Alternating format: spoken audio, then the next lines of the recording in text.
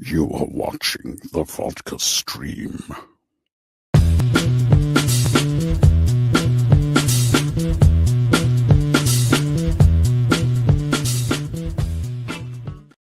What's happening, guys? What's going on?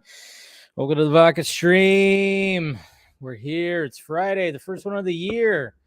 How we feeling? Hopefully good. Hopefully good. Huh? How's it going out there? TGI freaking F, right? How we doing? Hello. All right. Welcome to Friday, guys.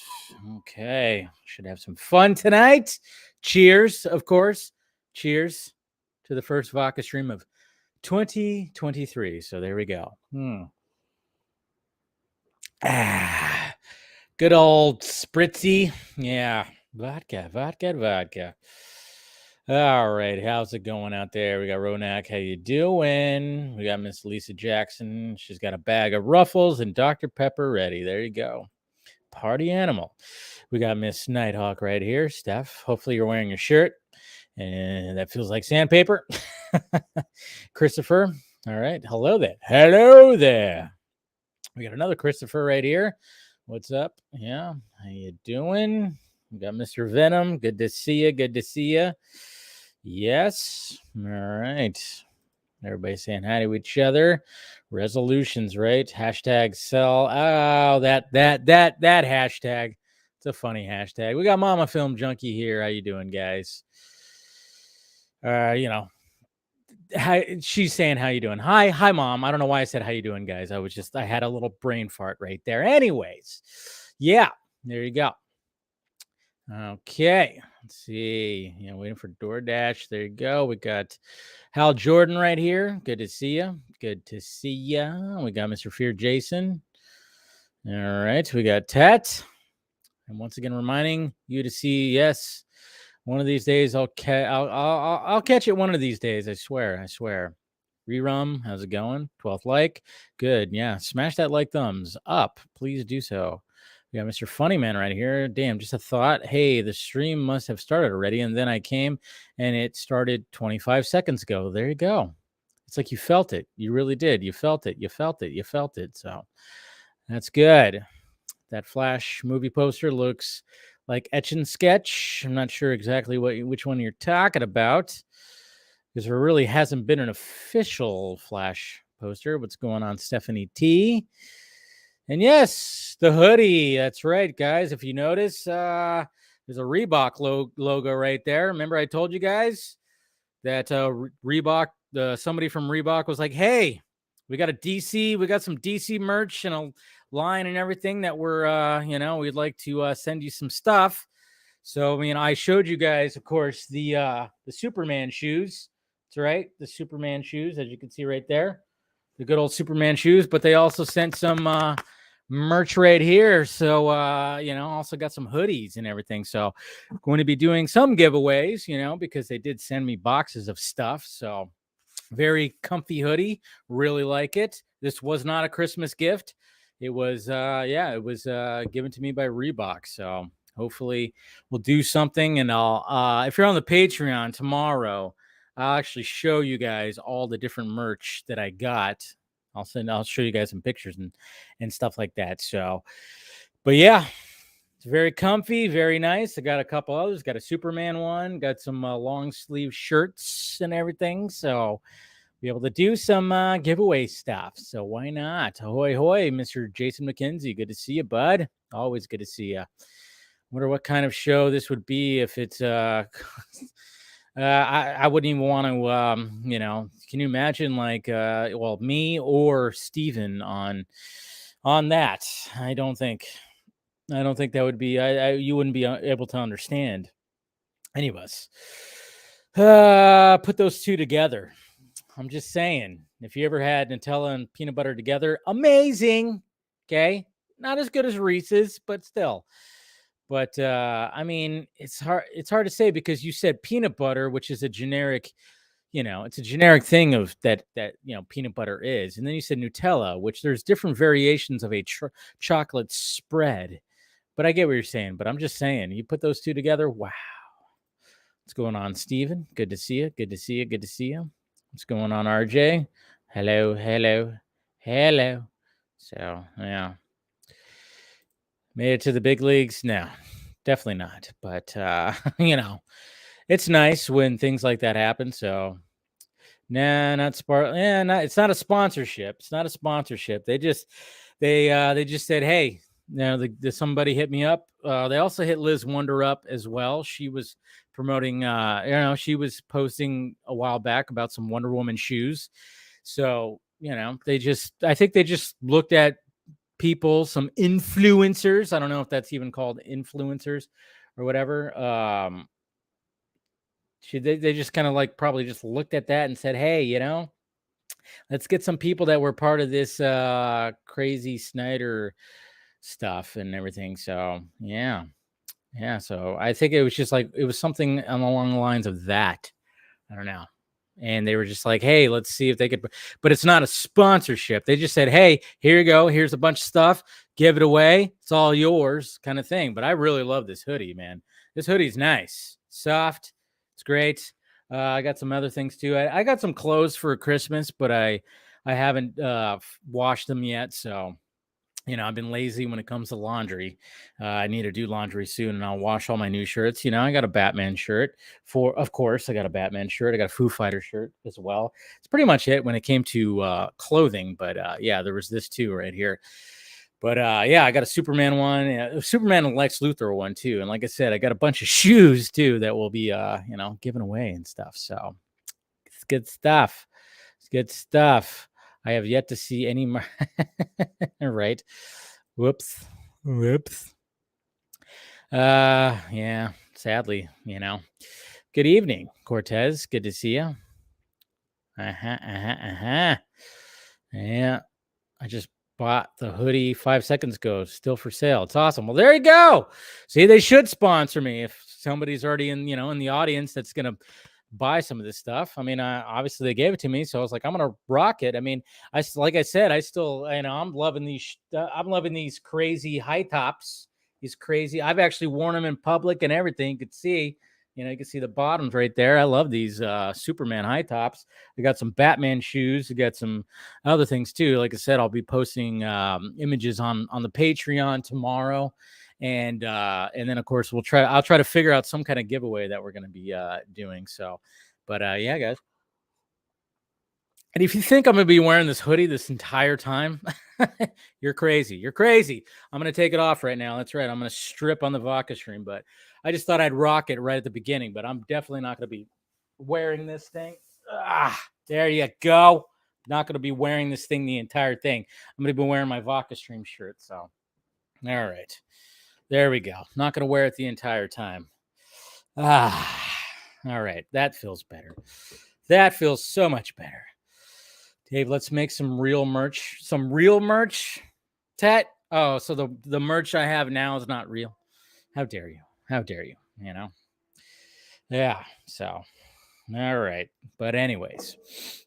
Okay. So we'll get some people in here, hopefully. I was going to show you guys one of the things that I got for Christmas that Mama Film Junkie was working on for a bit. I'll show you this thing right here. I'll show you some of the Batman merch that I got.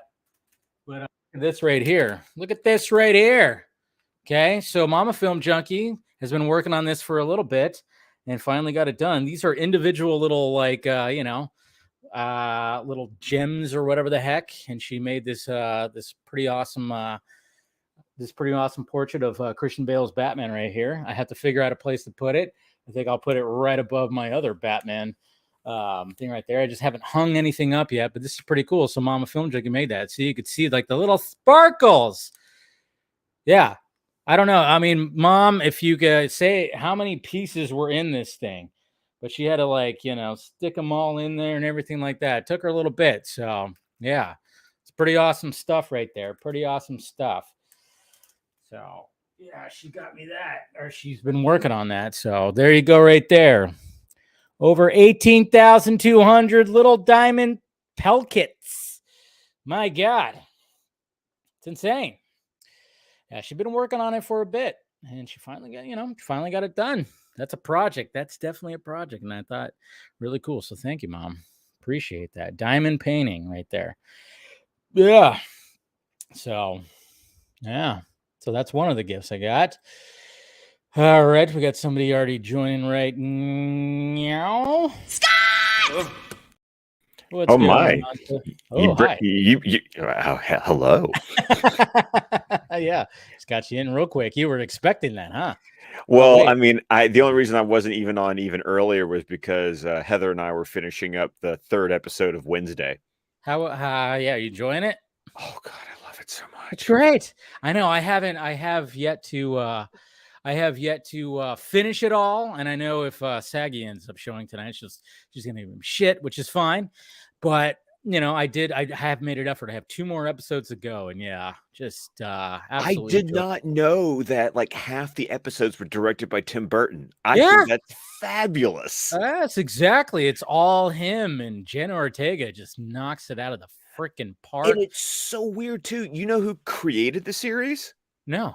The guys who created Smallville. No shit. I didn't know that. Yeah. Wow. Okay. Interesting. I didn't know that. I had no idea, but that's pretty cool. You know me. I always pay attention. Of course. The credits. Of course. But Scott, you know what I got from Miss hold on, where is it at? Well, I know you got my bat. I know we now are like a matching set.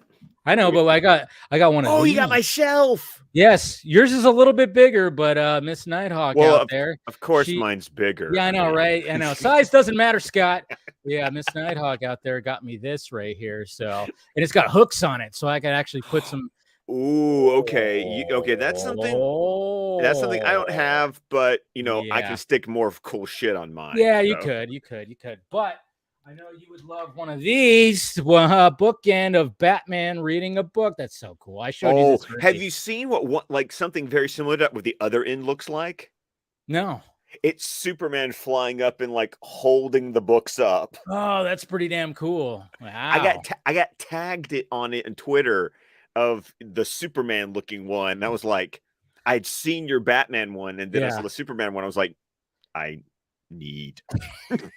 That's pretty awesome right there. But yeah, she got me these 2, which, man, these, I know, I'm like, I haven't hung anything up yet because, obviously getting back in the week, but I'm probably going to put it right there by the door and hang my keys off of that. And then when it comes to these, I just had it displayed over on my my bar table right there. So, but yeah, I just love that. I love that. I just love that profile of him reading a book. You got the cape, you got everything right there. Just so freaking. Have you seen the post that says Batman returns his library books on time? No, I have not, but that's awesome. Yeah, that's awesome. Oh yeah, she says she's gonna buy the Superman one for herself. Oh, that's fine. It's okay. But thank you. But yeah, there you go. So Mama Film Junkie and Miss Nighthawk gifts, Batman gifts, of course, that she got. But yeah, did you see obviously you saw what my mom made. Oh yeah, I literally jumped in just in time to see that. That is damn impressive. I know. Janice, she's been working on it for a bit, and then she got it done for of course Christmas. So yeah, a lot of pieces, 19,000 pieces to put together for that thing. Crazy. But yeah, gotta hang that one up too. How was your Christmas, by the way? Lots of stuff going on, lots of family, lots of traveling. I did the whole went to Tennessee to visit one set of family, another set of family came in, and then like the day after Christmas we you've seen the mountain place we go to in North Carolina. So we went and spent like half a week, like literally leaving the day after Christmas. And that it's more of a spring summer place. I'm not gonna lie. Like Heather loved it. Heather loves the blue and the gray, but there's just something about driving up to North Carolina and like it's like blue and gray, and it's so much hardwood, so like all the leaves are gone, and it's like, no, I like this place when it's like sunny and green. Like that's my vibe. Yeah, I get it. I don't particularly like the cold, bleak, the winter is coming look. It's not for you. Not It's for not you. for me. Not your cup of hot chocolate.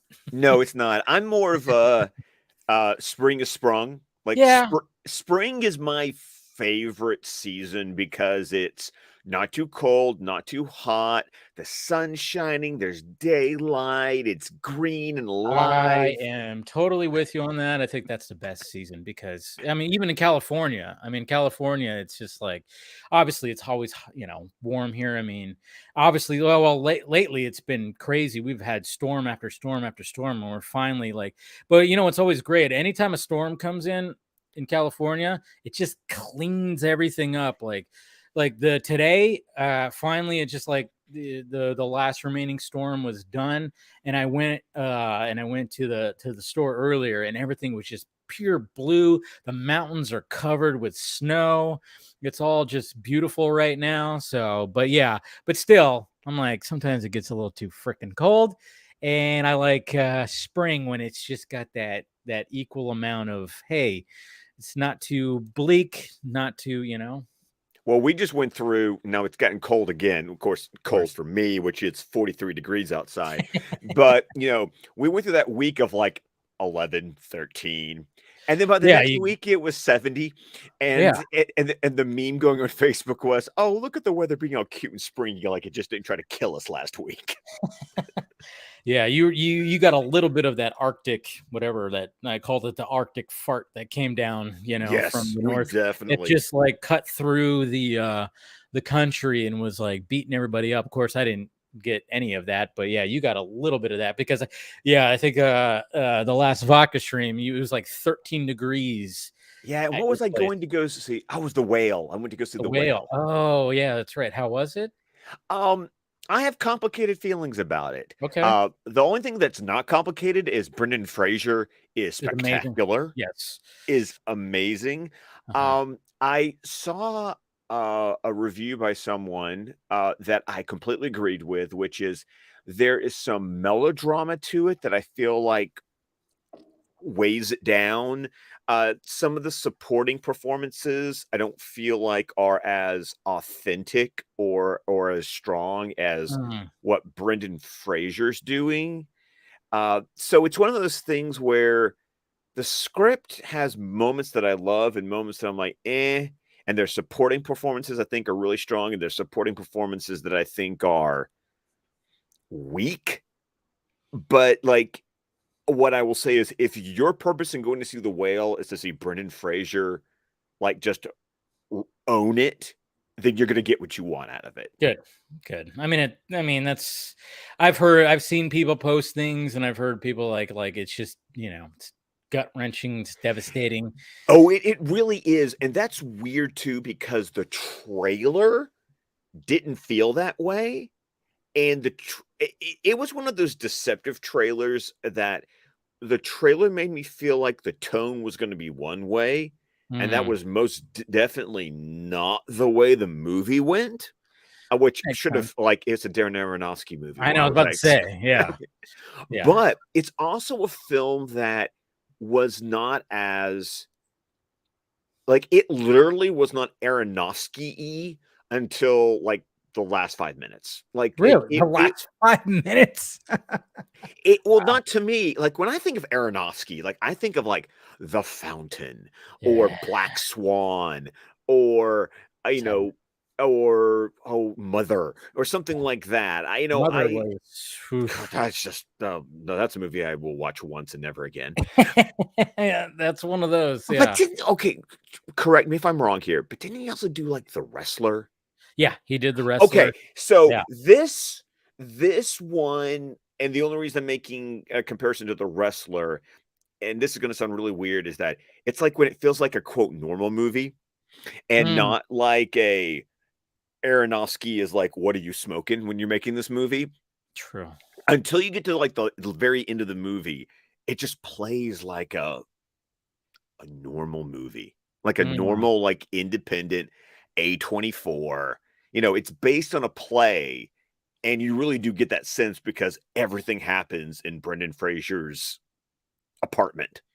So so it's or like house or one something. place. It's Yeah. one place. So you do get that, you know, that feeling of, oh yes, this is a movie that's based on a play because we literally stay in one location the entire time. Interesting. And so, and the guy who wrote the play adapted the screenplay. So, Okay, well, that's good. yeah, At least. it's good, but it's like the script is one of the things that I kind of like. I Yeah. struggle with. Aronofsky's direction is, I think, is really good. But then some performances like Sadie Sink, like I love She's her. new. Yeah. But I love her in Stranger Things and and the Fear Street trilogy and everything else.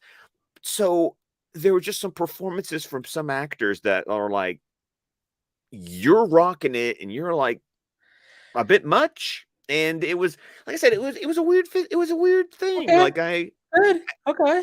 yeah. No, I mean, like I want to catch it. Like I know it was like limited release, but I heard that it was one of the theaters was having it, so I might see this weekend. I do want to see it.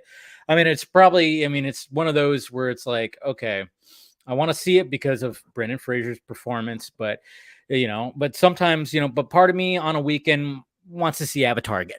It's like one of those things where like if I'm going out, date night or something like that, do I want to see the whale? I do, but then at the same time I'm like, oh, I don't know. Yeah, I got to see the new Tom Hanks movie today. That's Otto. A Man Called Otto. Yes. Yeah. How was that? Oh, God, it was everything I wanted it to be. It was, Good. Because it's adapted from a Swedish novel that I absolutely adore. I've read it twice. I actually read it again in preparation for the movie.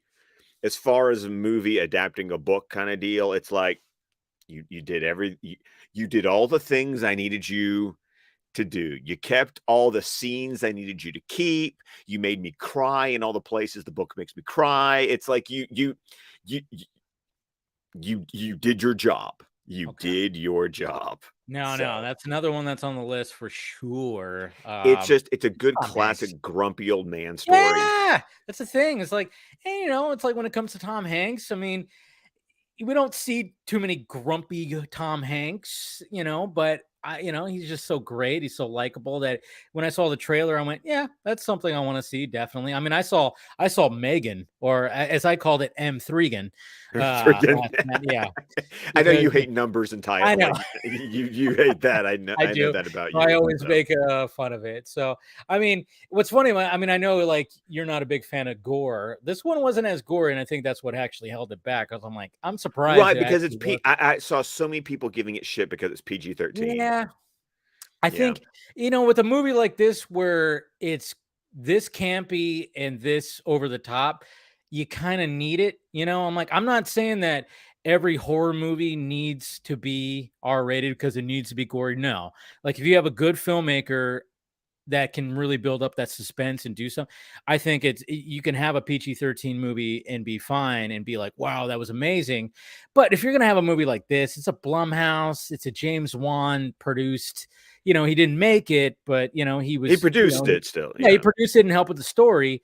And it just kind of was like, Dad, this needed that. It just, that's what it needed in my eyes. I mean, it's not anything that's crazy, like original, but the way that the doll is and the way that the face looks and the way that freaky looking doll. I mean, I don't know what James Wan and dolls.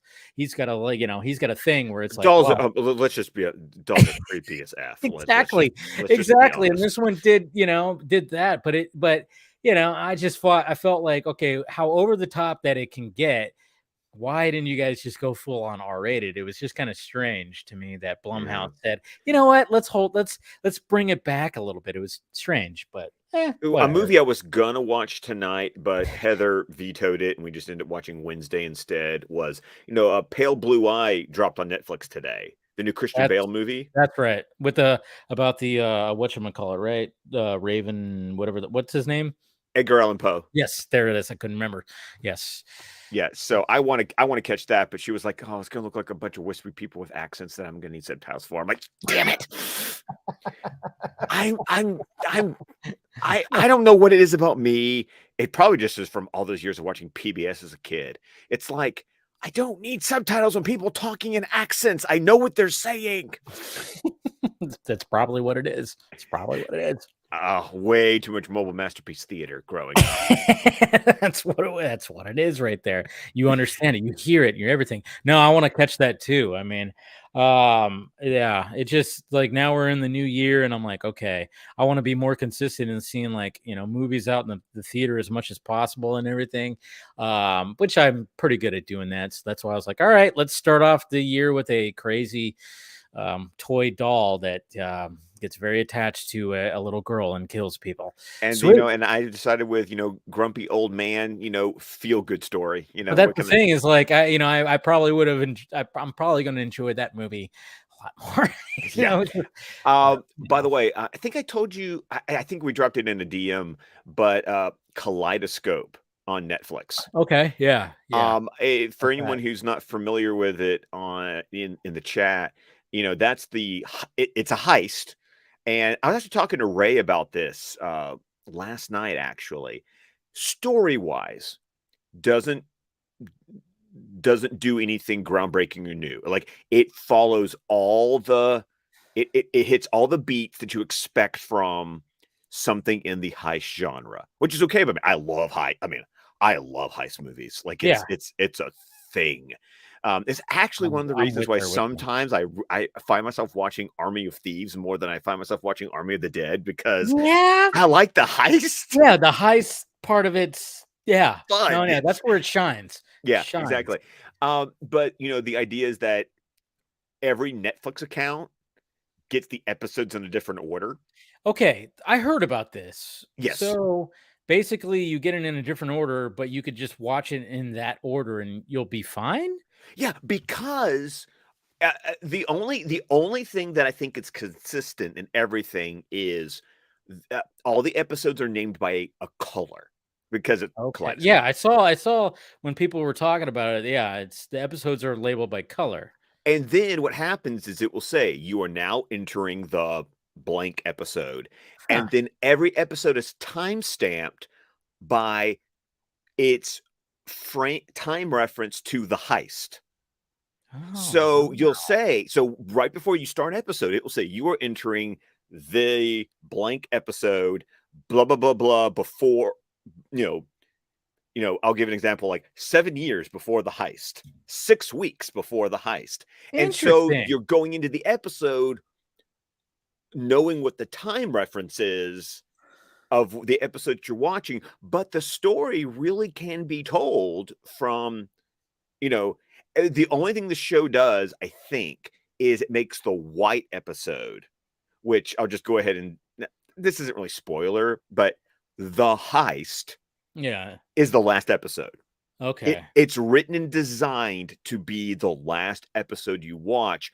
Everything else is all rearranged. It's rearranged, and it works in any order, because it's always, whenever you watch an episode, it's always going to recontextualize something that you have already seen. So and that is what makes it interesting to me. And it's like I saw the order I was assigned by Netflix worked for me, but then I've seen other orders, and that's what Netflix has done. Netflix has used the order in which you could watch the episodes as the social media engagement. It's kind of like saying, well, what order do you think would be the best way to watch these episodes? And because actually I think chronologically it's like the most boring way to watch these episodes. I liked getting different information at different points. Yeah. I mean, that's pretty, that's, when I was seeing people talk about it on the timeline, I went, you know what, that's an interesting concept, because if you have a story where you can craft it, where, you can do that, where you can rearrange it. And then of course it leads, like you said, eventually just leads into the heist last episode, which makes sense.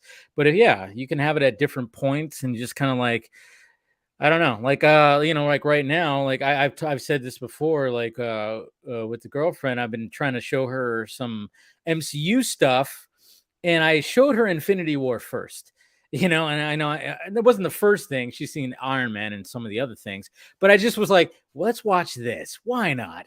And then it was just like, okay, now let's go back. It's like one of those things where it's like I'm going. All right, which one? Oh yeah, we could watch this one. You want to see why Tony and Steve aren't talking? Well, here, let's watch Civil War. You want to see why, this, that, and this. So it's just kind of like, I don't know.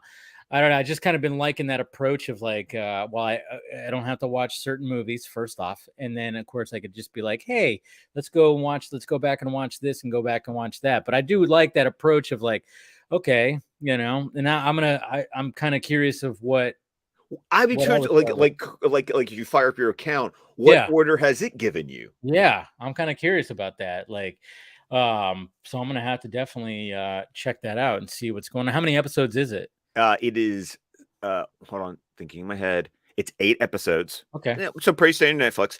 But it's got Giancarlo Esposito as the star. And you got Jai Courtney and Rufus Sewell are kind of like your 3 big names. Yeah, the names that we'd actually recognize. Yeah. Right. And it's created by the guy who wrote Matchstick Men, and it is executive produced by Ridley Scott. Oh, all right. If anybody has not watched Matchstick Men, do yourself a fucking favor, please. I love that movie so much. Nicolas Cage, Sam Rockwell. I forgot what the girl's name was, but it's so good. It's so good. You got a con man who has, just let's face it, he's got issues. And a couple of the episodes, actually a couple of my favorite episodes, were actually directed by Robert Townsend. Robert Townsend, really? Yes. No shit. Yes. Wow, man. It's been a bit since I've heard his name. I'm glad he's still directing stuff, man. Well, because he was actually, let's ignore his CW, because he was heavily involved in Black Lightning over on the CW. Was he? Okay, I didn't know that. Well, because he was actually in the show. He played a character in the show, and then he would direct episodes. That's pretty awesome. Yeah, I mean, if anybody wonders who Robert Townsend. Meteor Man. Meteor Man. I watched that movie so much when I was younger. And that movie is still legit. Like, it's still great. It's still great. Like, I watched it for the first time, start to finish, for Squadcast Movies Patreon, when we're doing all the comic book movies, and that was my first time like watching it start to finish. I'm like, this kind of still, like, if you take it as a time capsule of like the early 90s, it holds up. It really holds up. I mean, it's so I remember when anytime that movie, before we had streaming, you could just play anything you wanted. You had to actually what's playing on the movie channels. And I remember when that would play on the movie channels, I'd immediately turn it on because I loved his costume. I just loved the whole aspect of it. The fact that he's just a normal dude that gets hit by a meteor. That's why he's called Meteor Man. And then, just wants to, and it's got a great cast too. Oh my God. It's every African-American actor and entertainer who was working at that time. At that time. Yes. And it was one of those showcase films. It's like, no, we're going to make this it was going to be a Black created movie with Black actors and Black entertainers, and it was really, really good. It had directed it too, right? He did, yes. He did, yeah. Directed, starred, love that. I always love that scene when like he that empty lot and he decides to just like use his powers to like grow like these huge vegetables and stuff like that. I don't know. Just one of those scenes where it was just like, it was really cool. But I always loved his costume, and I always loved, like, obviously it has that montage of them trying to figure out what his costume is going to look like and everything. So, but I just loved what his costume ended up being. It was just kind of funny though, because it was like, oh, you're not wearing a mask. People just know who he is. Okay. Whatever. And I remember, and I always remember like the back ads on comic books in the day. I think I actually, if I dug around to some of my books from back in the day, oh yeah, they had like, it was either like inside cover ads or like it was. It was promoted. Oh, it was definitely. Yeah. So that was a big thing that was going on over the break, was just a lot of like, let me catch up on some streaming. Let me, watch some shows. Let me watch some movies. I did see Glass Onion. What'd you think about that? Okay. It wasn't for me. Thank you, because I enjoyed it, but I was like, it was a little over the top for me. especially at the end. The end, it got really over the top. It got really over the top, and I was like, for all the people who enjoyed it and said it was better than Knives Out, I was actually going like, I was okay on Knives Out. I gave Knives Out a 3.5 only because I figured out the I hate a movie when I can figure out the twist. Like, it's like, no, be smarter than me and don't let me figure it out. And this one, I'm not going to say I figured out the twist, but by the time the twist happened, I just didn't care. Yeah, it was. I mean, I like Daniel Craig as that character. I always forget he's entertaining as hell. He's great because it is unlike any other Daniel Craig. Because Daniel Craig, we know him as Bond, we know him as that guy, Layer Cake. Layer Cake, which I always say that was his audition for James Bond. I think he meant Matthew Bond. But it's just like, but he's just got that, that foghorn leghorn accent, and he's just I like it when he goes off on his career. But I just felt like even him was like they kind of made him a little more, even though he ends up being, of course, that character, and I always forget his character, but his name. But he just at first he was like, yeah. But it was just at first I was like, what are they doing with him here? Like, it just, I don't know. I didn't even like the setup, to be honest. And I don't know. It just felt like it was too over the top. It was too much for me. It was too much. Too much for me. But at the same time, I did still enjoy it, but I liked Knives Out better. I did like Knives Out I feel like the Emperor and Amadeus. Too many notes. Too many notes. Yeah, thank you, Ben, for the $10 super chat. I'm gonna get you sucker. With super yes. That's another classic right there. Keenan Ivory Wayans. I'm gonna get you, sucker. I tell you what. So, we got somebody else gonna be joining right here. God damn it! What's up, Ron? Oh, God damn! God damn it! No, you're talking about Meteor Man. Meteor Man's a good movie. It reminds me of a movie I brought before, which is Blank Man. Was a good movie. Man. Blank Man's great, but Blank Man's more of a. I mean, I guess you could say Meteor Man's not really. You don't take it too seriously, but it takes itself seriously. Serious. Blank Man does not really take itself seriously. No, not at all. I'm with you on that though, because I do love Blank Man as well. I honestly, I think I remember reading something too about it, because when Damon Wayans was on In Living Color, he did do a superhero that was handicapped. I don't know if you guys remember this. And it was not very politically correct. No, of course not. Politically correct. Of course it was literally like him flying like this, and then there was a lot of. Oh my God, I forgot about that. Remember that? And I think they wanted to do a movie version of that because it was funny, but then they're like, as time progressed, he was like, you can't do that. So then he kind of came up with the whole Blank Man concept, which was still funny and great. David Alan Grier and everything, it was still good. Jason Alexander was in there. I know you've used a clip from there, talking about the scoopers that basically like can be relevant to now, where they basically just throw darts at what are we going to do now? That was actually Ryan Zieberfett's example that he shared with me a while back, and I was like, dude, that's so perfect. It's like, bam, you just throw shit at the wall, and whatever sticks, you run with it, So exactly. Oh, we got somebody else joining right here. I don't know. I don't even know what drop I could use from. Oh, great Odin's Raven. There we go, Mr. Chris. Chris. I was like, what? I was like, which one? Oh, Chris, I have been dying. I've been dying to share something with you. But FedEx screwed up. And 1/3 of what I was supposed to receive was damaged, and I'm supposed to be, and then of course holidays hit, so I just got a replacement shipped, and it's supposed to arrive on Sunday. But I'm going to go ahead and tell you what it is, because you would appreciate this. Okay. So you remember when I talked about backing that Mighty Morphin Power Rangers Boom Studios Kickstarter a couple of years ago? Yeah. They arrived right before the holidays. Oh, nice. And I got a funny thing is I actually got an original piece of artwork of the Green Ranger that I wasn't I didn't like back for. Ooh. Like it was like the tier above me, and I still got it. And I'm just like, What? okay. Awesome. And of course it arrived like the week after Jason David Frank passed away, and I'm just like, this hurts a little bit. But then I got the collector's box with all 6 volumes of that run that led up to Shattered Grid.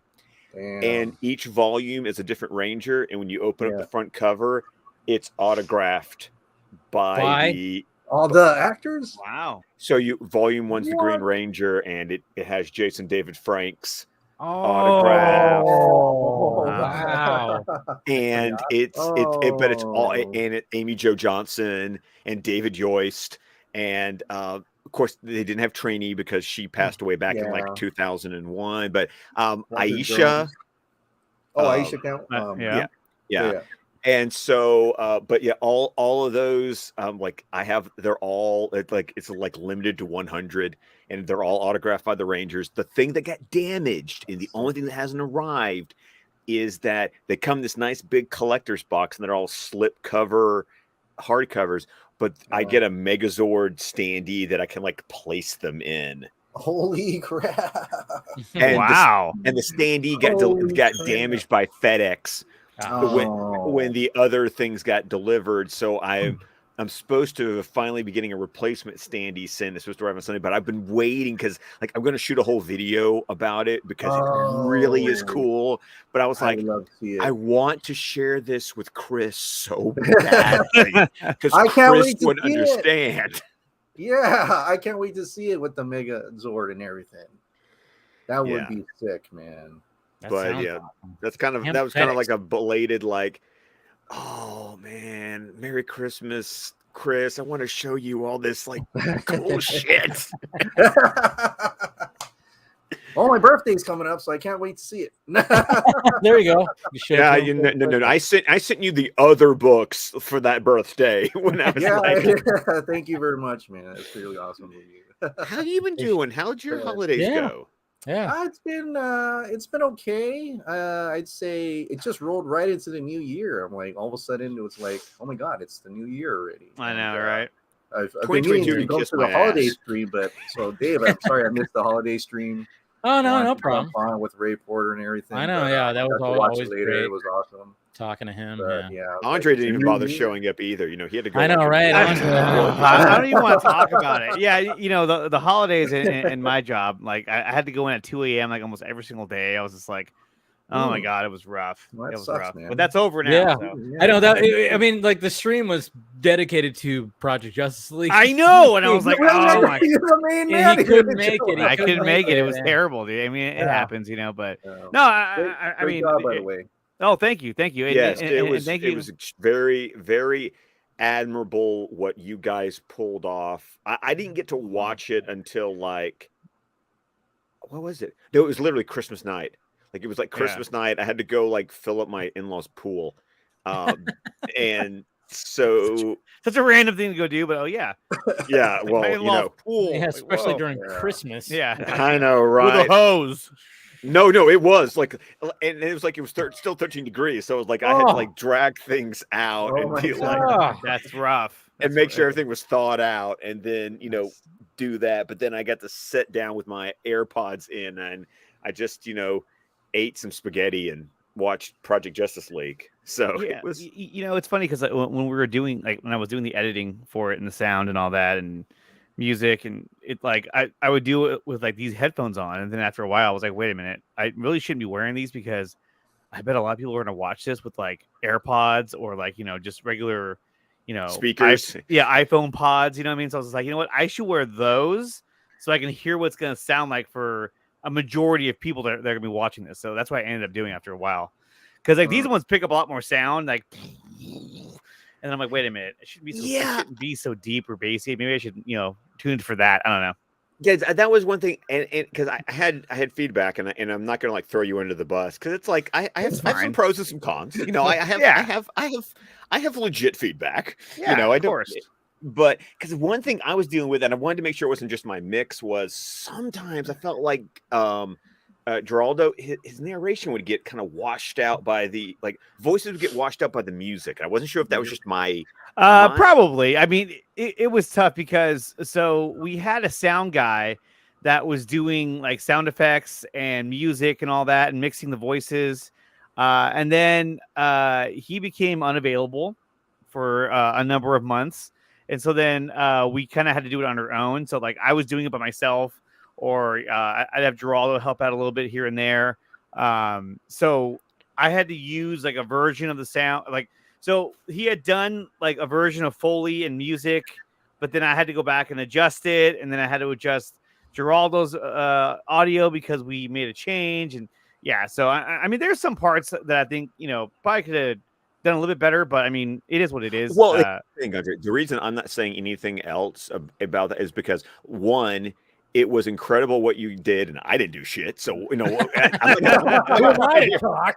Right? Who am I to talk? I'm not gonna sit here and Monday morning quarterback this. I think it's incredibly admirable the amount of money that you raised, and just when you look at the finished product and go, these were Jack and Jill, this is a fan thing. I think it's incredibly impressive for the product that was produced, and so I wanted to take this opportunity because I haven't publicly come out and given my thoughts on Public Justice League because I honestly I didn't want to get burned at the stake for not just giving you like complete universal praise for it, but the universal praise I do want to give is the effort and the time and the attention, and then the money that you raised is incredible, and you should be.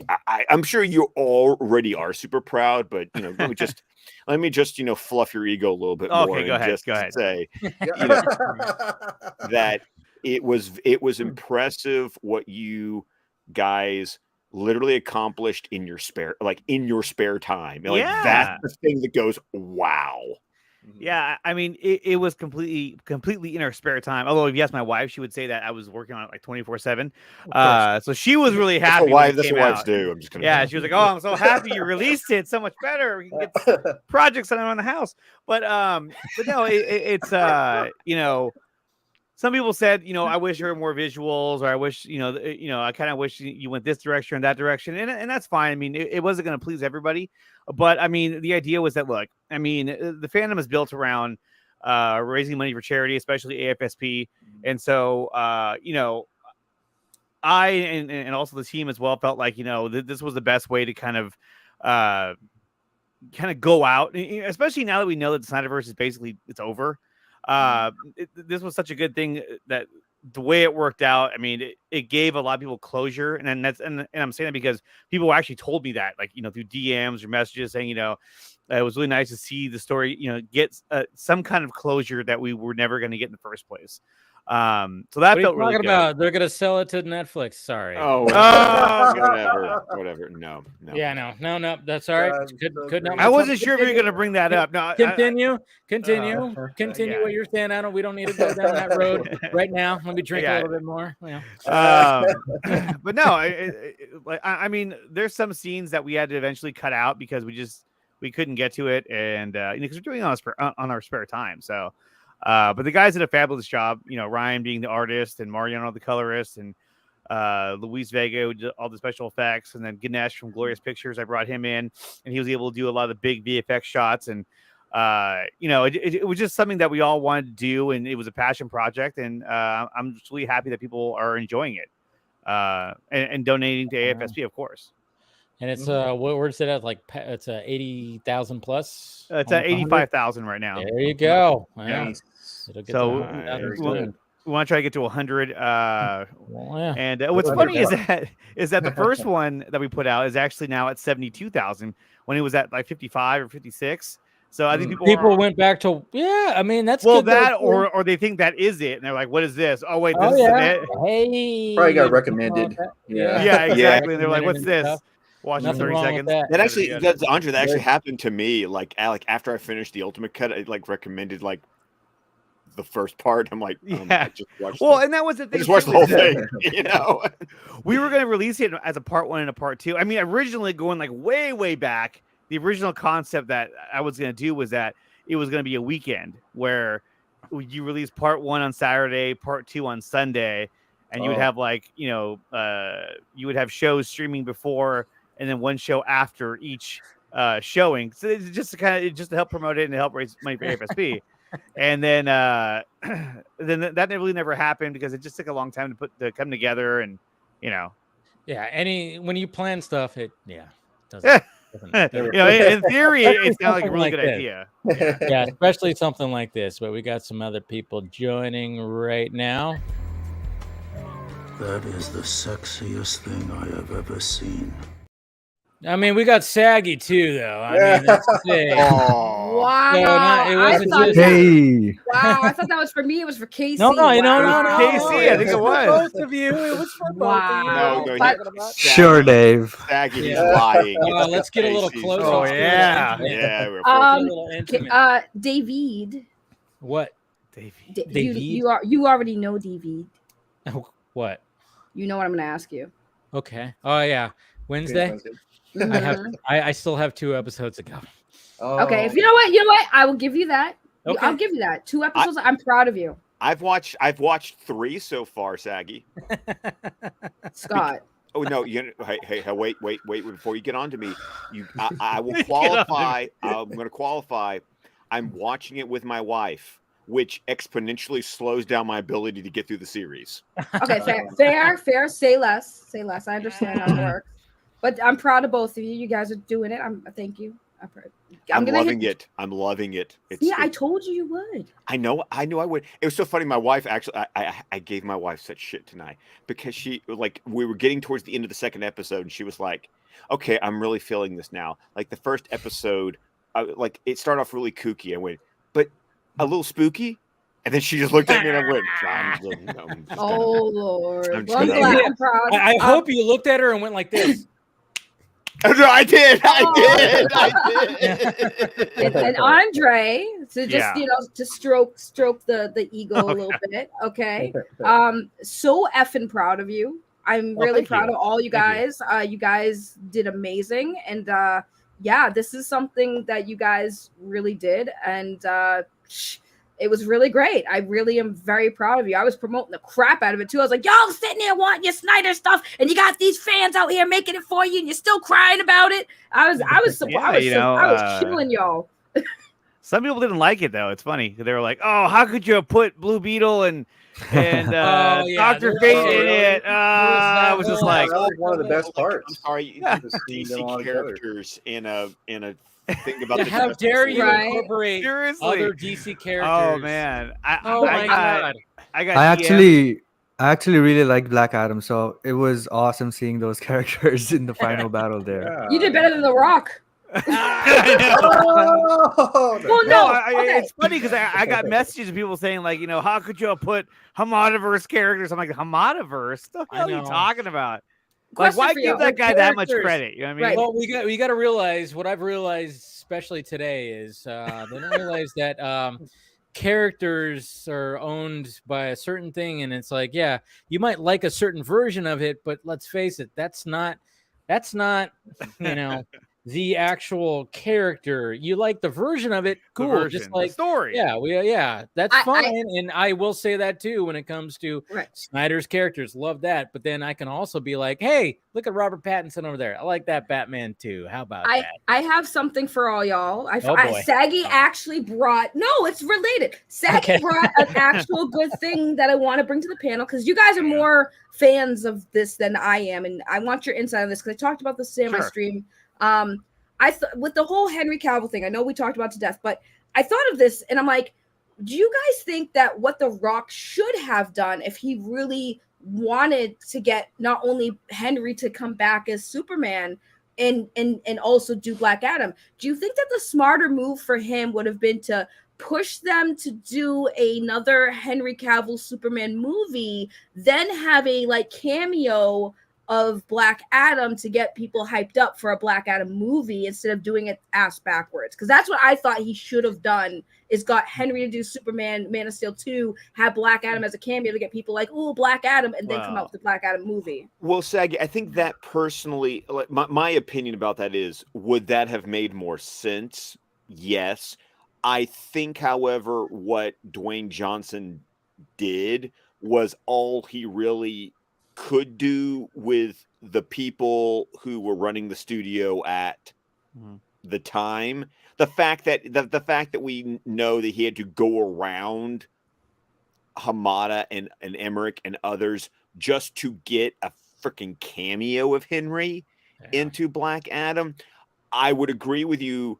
But that's also kind of like when you, I'm going to tilt the camera. It's also when you look at the movies, you know, after the Justice League, after the Justice League debacle, like when you look at the movies that come after it, and just while I enjoy several of them, but the randomness of the movies that were made afterwards, I mean that's what the studio was doing. Right. I agree with you that would have overall made more sense, but Saggy, that would also require the studio having a plan. And hire me. I clearly would have done it right, because that's what I thought. I would have said hire any of us, really. Right. That's why I said on my stream. I was like, because I was talking about the Ezra Miller stuff, and then everyone obviously brings up Henry Cavill, and I'm like, listen, The Rock 100% screwed that whole thing, because again, it would have made sense, and it would have been probably financially better for them if they had basically, used their brain and said, hey, the fans want Henry, let's do a Superman movie. Oh, The Rock wants to be Black Adam, let's throw The Rock in there, and then we got Shazam 2 coming out. Like, the whole plan is like, how is this common sense to nobody like me who barely has no industry knowledge, not even a hardcore fan? And I'm like, that makes the most sense. That would have worked for the fans, and the money would have been there. You're right. They should have, if anything, like, man, if they could have done something like that. Because, I mean, to have Black Adam just have his own movie, and just because it's like, oh, it's Dwayne Johnson, but people are like, who's Black Adam? I know, what the fuck? It's like one of those things where you really got to, I mean, like, especially if he's a big baddie. I mean, they could have did a Thanos thing where it's just like, hey, let's tease him. He could have been like teased and built up, and then people would have understood, like, oh, I get it. I mean, obviously there was a little bit of a backstory in Shazam, but then of course when you get into Black Adam, no mention of Shazam. To me, that's a bigger mistake. Is that there should have been some kind of reference, if not more than one reference, to Shazam, or that. I thought at one point in the movie towards the end that the Wizard should have shown up and told him that there was another champion. But at the same time, they they made that movie to where The Rock ended up being a hero in the end. It was like, wait a minute, now you're a good guy? Like, what the hell? Well, it was kind of interesting because, like, they do that, sure, but then all of a sudden when you get to that, that post-credit scene, all of a sudden he's back to being like, no, fuck everybody. Fuck it was like, wait a minute, like, send them all. And then all of a sudden it's like, and then Superman shows up, and it was like, oh yeah, that's cool, but I'm like, wait a minute, we just saw you like rescue a kid. Well, now, Dave, do you understand? Remember when we talked about Black Adam? You're like, Sag, you excited for Black Adam? I was like, no, The Rock pissed me off because he catered to the fans, and then he didn't cater to the fans of the movie. So it's kind of like, I was right to say, Rock, I'm sorry, you effed up. Like, you effed up. But the movie itself was almost kind of like the JSA with Black Adam in it. You know what I mean? Like the JSA had a huge part, and I liked the JSA in the movie. I thought all of them did really good.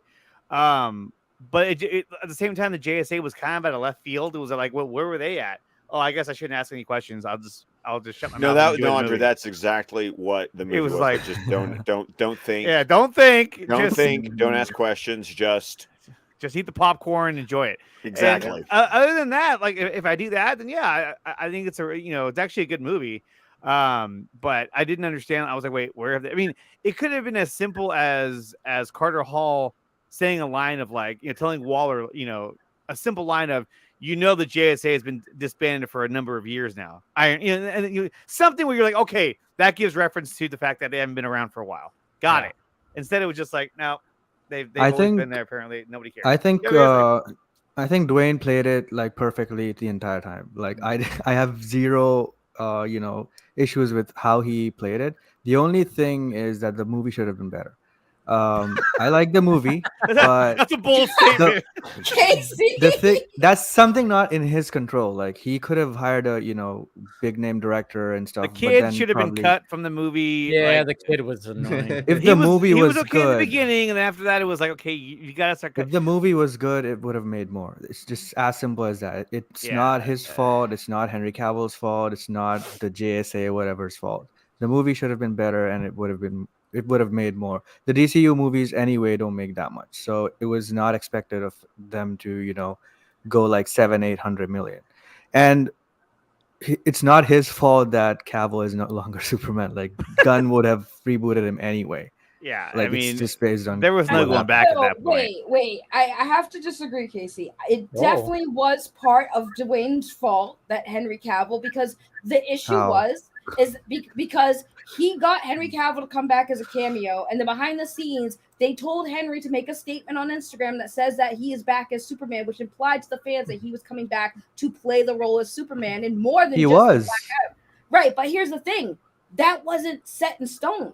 So they should have Yeah. never had him say that unless there was something. Listen, you don't make announcements unless you have the contract signed, dotted, and everything. They literally told him to say something that he was not under contract as guaranteed as a role, and that's where they screwed him over. So I think The Rock didn't care enough about Henry Cavill, in my opinion. It was a power 'Cause he- move. I think all he cared yeah. about is all he cared about was Henry coming back to make his movie better and do better. And guess what? It didn't not happen. just his Built movie, up- and not then just built his up movie. his pitch for the next, Yeah. his Yeah. plan. His was like, this is pitch gonna be and The his Rock entire or Black company, because Adam. they have the same company and same manager, so it's basically that whole family. And I think the intention was good, and because the DC leadership and all that was in shambles at that time, they thought that announcing it and using basically what Snyder does all the time, using the fan base and the audience to Right. get hyped about it and excited about it would add to the possibility of people seeing another Superman movie, and that Right. was the perfect way to do it. The problem is they did not sign a contract, and I hated Henry for doing that, because he stalled for such a long time because he didn't want to do it just as a favor or something, and then finally he did a favor, and look what happened. He But should the have thing- signed a Blew up in his contract. face. Right, but the thing is, though, Casey, is the fans are not going to get that excited for a 20-second cameo for Henry They Cavill. did. They They did did, they? though. Because the box office Yeah. says In my otherwise. movie The theater, box The office was box shit office because shows of that the the fans movie. got excited. The box Yeah. office doesn't show that The the general general Yeah. Look, audience. the movie that's- was that's I had what a I'm the movie saying. was coworker- never about Superman. But that Yeah. was Plain the and problem, simple. and that was the problem. Is like I said, if the movie had more of a Superman versus Black Adam, I bet you the fans would have showed up, Yep. and the general audience would have showed up. But they showed up for like what, a 20-second cameo to get excited over. Like I saw that clip and I was like, "That's it. It's like That's it. That's it's it." like Hey, I saying need to talk to you, bro. it's like saying Avengers 1 should have been about Avengers versus Thanos. yeah. But that movie wasn't about Thanos. He still showed up though, tease. because they were setting him up. But that movie was not about well, Thanos. I still think that the whole Gavin O'Connor idea that the Suicide Squad would have been the team that Yeah. awakens Yeah. Black Black Adam. Adam, That's a yeah. much better lead in to the DC universe. So like if James Gunn's The Suicide Squad would have led to the awakening of Black Adam, that would have been kind of cool. I'd have been like, hey, at least I see where would everything never is do that. connecting. But no, Exactly. that- I was about to say, I was like, Dwayne Johnson. That's the thing. It's like, No, fact and that that's the they thing. He's like, talked- I need my own movie. Like, what? Yeah, Listen, You know what I mean? Listen, Even I'ma while get- doing Shazam, I'ma like, get didn't want to everyone- even mention. I'm gonna get everyone excited right now. Ready, Casey? uh-oh. Casey, I heard about you. We need to talk. There, boom. Casey's gonna be in the next Superman movie. Boom. There you go. Get No, excited, we guys. should talk. We should talk. Oh my God, Casey would make a good Superman. I could see him right He's now. got the hair. He's got Casey- the look. Get some AI. he does got generated- the No, look. guys, no, you need to understand. KC has a cinematic hot take that he shared with me today that is inflammatory. Ooh, Oh, wow. I want to hear it. No. Yeah. Go ahead, because Spell it. Spell it. I want to hear it. The Godfather 3 coda is better than Godfather 2. Whoa! I completely disagree with this, but I You know- respect the man for like he Trying. went there. You got hot Yeah, take. That's like with Another saying reason. Dark Knight Rises is better than the Dark. Get him out of here. Yeah. Another reason, Hey, Scott, hot why I take. think coda is better than what I've seen from the original movie. You know, some YouTuber was talking about the differences and stuff. He made the movie shorter.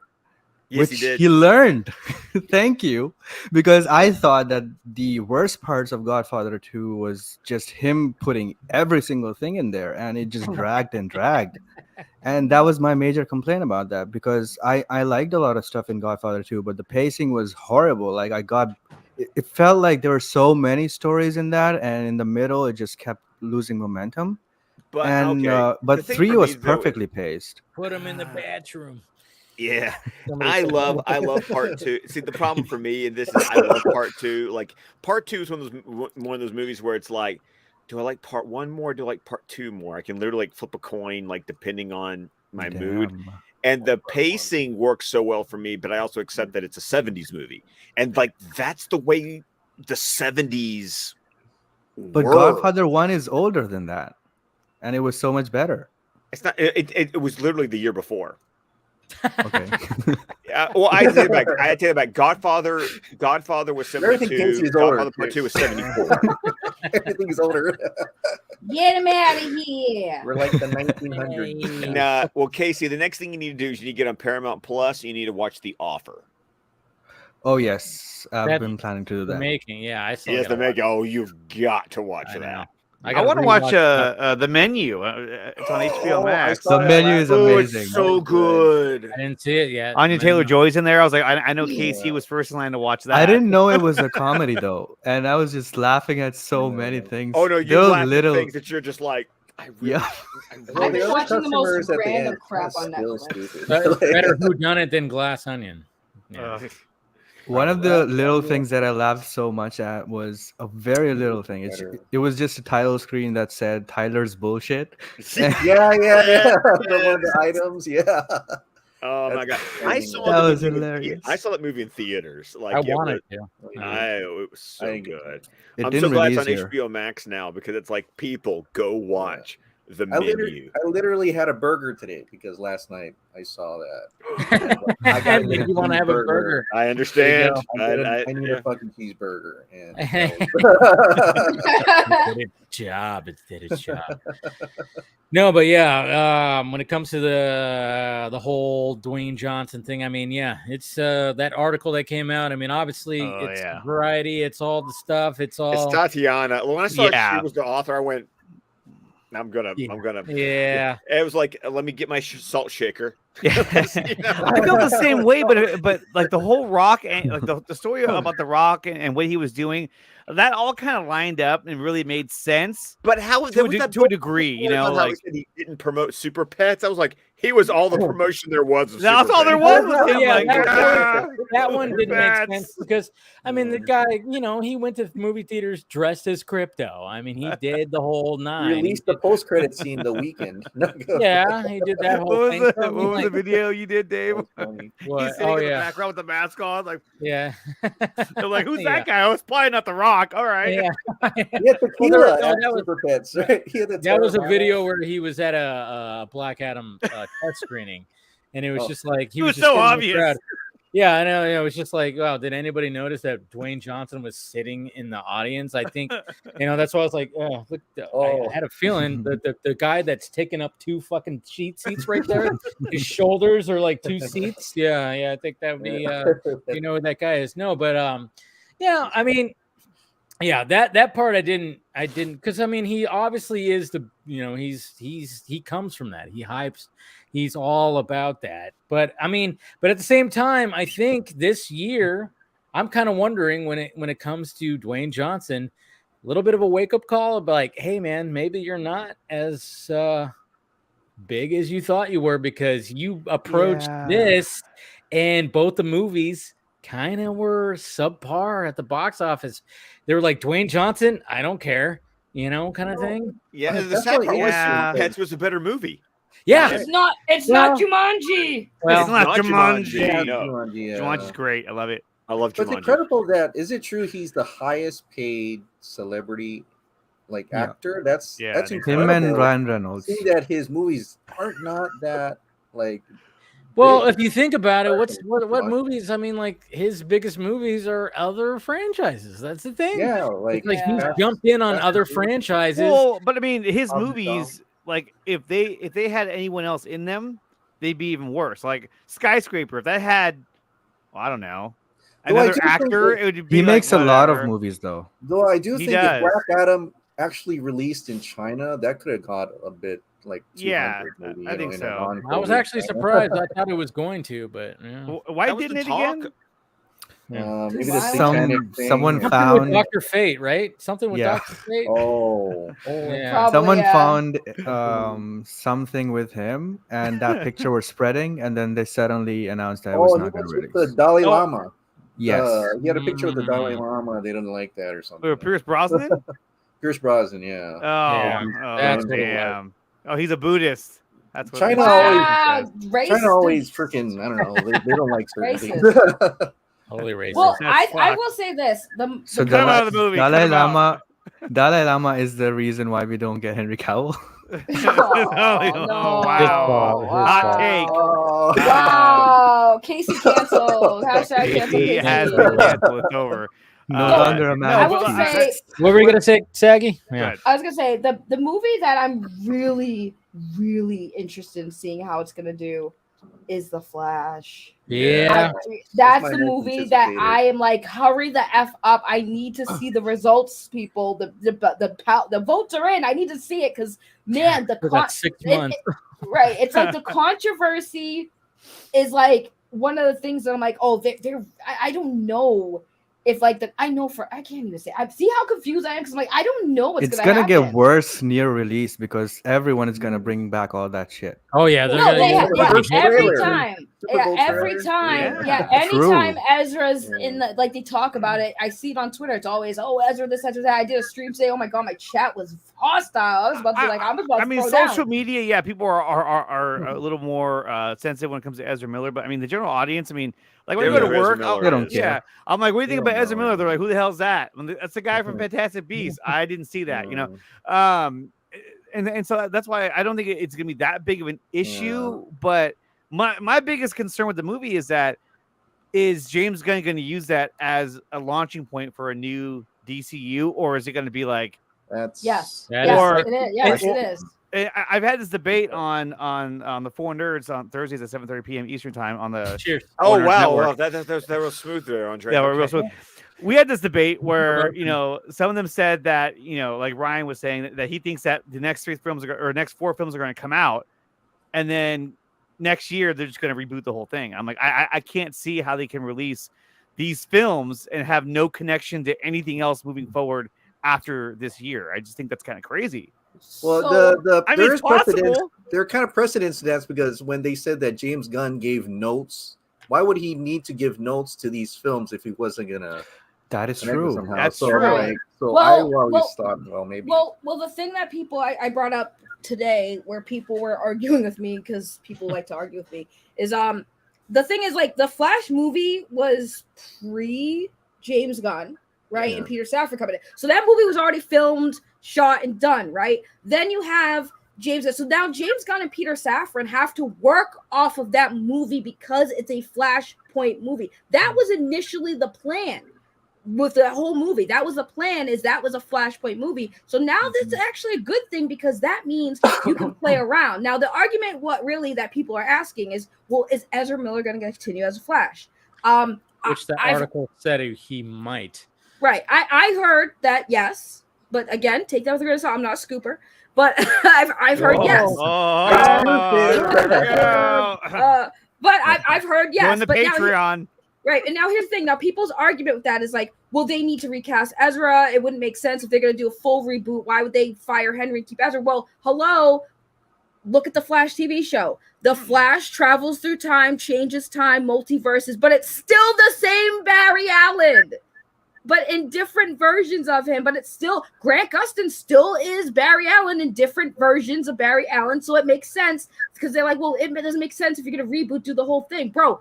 Barry Allen is the only superhero who has done multiverse and still was the same person. Yeah, but I mean, the CW in most of the looking universes. to replace Grant Gustin. If they were looking to replace him, maybe they would have done something like that. True. I mean, it's possible at the end of the film, like, he could be a different actor. Like, oh, he changed. That would be insane. Well, that would be like look at it, Logan Lerman. What? Yeah, I know. Like, I mean, they could, but like I said, before the controversies, there was already a plan laid out for Ezra as the Flash. And because of now the new regime, that could change, sure. But again, I don't know Ezra's contract. Everyone said, well, the contracts were up. Well, if you could believe the rumors from before, Ezra was signed on for a few projects. Right after the Flash, they were doing cameos and other things as the Flash. So now we don't know. Did that contract translate over? Because if so, guess what? You're stuck with Ezra Miller till the contract's up. If not, if they signed a new contract or the contract's done,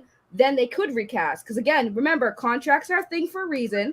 If Ezra breached the contract, if there is one in place, then then that's different. But I don't think that's happening, guys. Sorry, I know you want Ezra out, but the Flash 2 script is already done, right? Well, they say that. I'm sure that there's already an outline. I'm sure there's a treatment for it already. Well, the problem they don't have to continue though. They don't have to continue. I mean, trust me, they've been scrapping whole movies and whole seasons of television. They don't think they can they'll literally film that shit and then go. Hey, sorry. There's a lot of stories out there. and also, once again, I'll go back to my famous drum I love to beat is how many fucking movies have we heard are announced and like they literally like 7 years later still haven't. You know, you have a whole list. I have a whole list.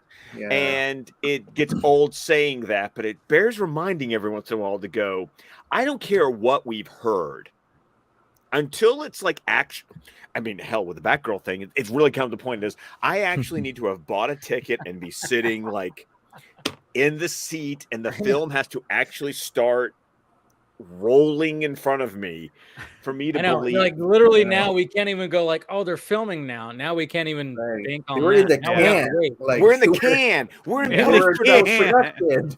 And it literally has to be like it has to be like the week of. I'm like, it's still happening, right? Yeah. What's funny, like, The Flash has been a film that like we've been chasing for like what almost a year and a half. Like it was supposed to come out last year. More than 3 years. How many directors and writers have we gone through on this? I know. It's crazy to think about. One of the writers blocked me on Twitter. Sorry. Well, it's crazy to think about that Aquaman and the Flash were supposed to come out last year along with Aquaman. It's kind of like. Look how and like just when you look at the progression of the production of these movies, like we got an update that Muschietti was saying how they're done with the score of the movie or whatnot. It was kind of like, well, what would have happened if this came out last summer? Like it's like I don't understand how they would have rushed it. They would have rushed it. It's like it goes to show you the management there. They were just like, can you imagine the meeting they had when they were like, so. What you're telling me is that these films can't come out this year. That's what I'm telling you. Like, damn it! All I know is when it obviously we're going to be getting the first trailer during the Super Bowl, which they're going to probably do that whole thing where it's like so excited for that. They bought the 30-second spot, and then they're going to be like, watch the full trailer online, and we'll get the full 2 minutes. That's what they do. That's what you have to do nowadays because it's like you can't afford to put. You can't afford any more time. It costs like $8 million just to do 30 seconds. So then they'll be like, watch the full trailer online. So we'll have the full trailer online, which is great. And I keep on telling people this that it's the same guys, the same artists that gave us that beautiful Flash sequence in Zack Snyder's Justice League is doing the VFX work for this. DJ, Brian Hirota, do the VFX. They're the supervisors that are working on this. And that's what I keep emphasizing the most is we love that. Jesus Christ. Anytime I watch that scene and when he's just like, come on, Barry, you got to run. And then it's just that shot where he's just slow motion and then it goes and then it's just so fantastic. And I'm like, what do they have in store for this movie? Did you guys see the leaked? leaked? Yeah, I was gonna say that where it shows the multiverse. Yes, but with the Zack Snyder's Justice League special effects. Yes. Oh my God, it's gonna blow us away. That's the thing. Not only for the Flash, it was also for Batman. There was one shot of Batfleck that was only in the Snyder Cut, and that was in the promo. Which shot was that? The big face one on the right side. Okay. The big face. Oh, you mean like? that was Batfleck? Because one side was Superman, one side was Batman. You see like the different Batman and all that. So I think that's gonna be cool to see that on the big screen. But I mean, I don't know. But I just emphasize that the most is like, we talked to those guys. I mean, they've been on, the stream, and just I hopefully I can get them on again after the movie comes out just to talk about it. But I mean, it's just finally tell the things. Yes, they couldn't say much. They couldn't say a damn thing. They really couldn't say much when it came. They're gonna go to Corridor Crew as well. Ooh, that will be interesting. That would be pretty sweet. That's not a bad idea. They should do something like that. But I mean, that's one of the things that I just always, when people are like, "Oh, this movie's gonna suck," and I'm like, all right. I mean, if you already have it in your head it's gonna suck, then why? Fine. You're not gonna enjoy it, whatever the hell, and you're gonna proclaim that you're gonna download it or whatever the fuck. I don't give a shit. But I'm just kind of going like, yeah, the same guys, Zach's guys, are working on the VFX of this movie, and I'm sure we're gonna see something pretty amazing in that first trailer. Something that's just going to be like, whoa, did you see that? I just want the story to be good. Yeah, just the story needs to be good. But once again, DJ at this point, does it matter? It does. It does. Well, it's like Casey. It's like what you said. 2.5 hours. I know. Black Adam just needed to be a good movie. I just needed to be a good movie. Like that's. At this point, if I'm looking at the 4 movies coming out this year, which is still crazy to think about, to think that 4 DC movies. The one time they did 4 movies in a year is the time they're rebooting now. Yeah, but once again, you're heroes. But see, here's the thing. Right? Let me just say this. Get it out of the way. Let's put the snark aside. Let's put the snideness aside. Let's just look at the fact that we got 4 DC movies coming out this year. Can they just be good?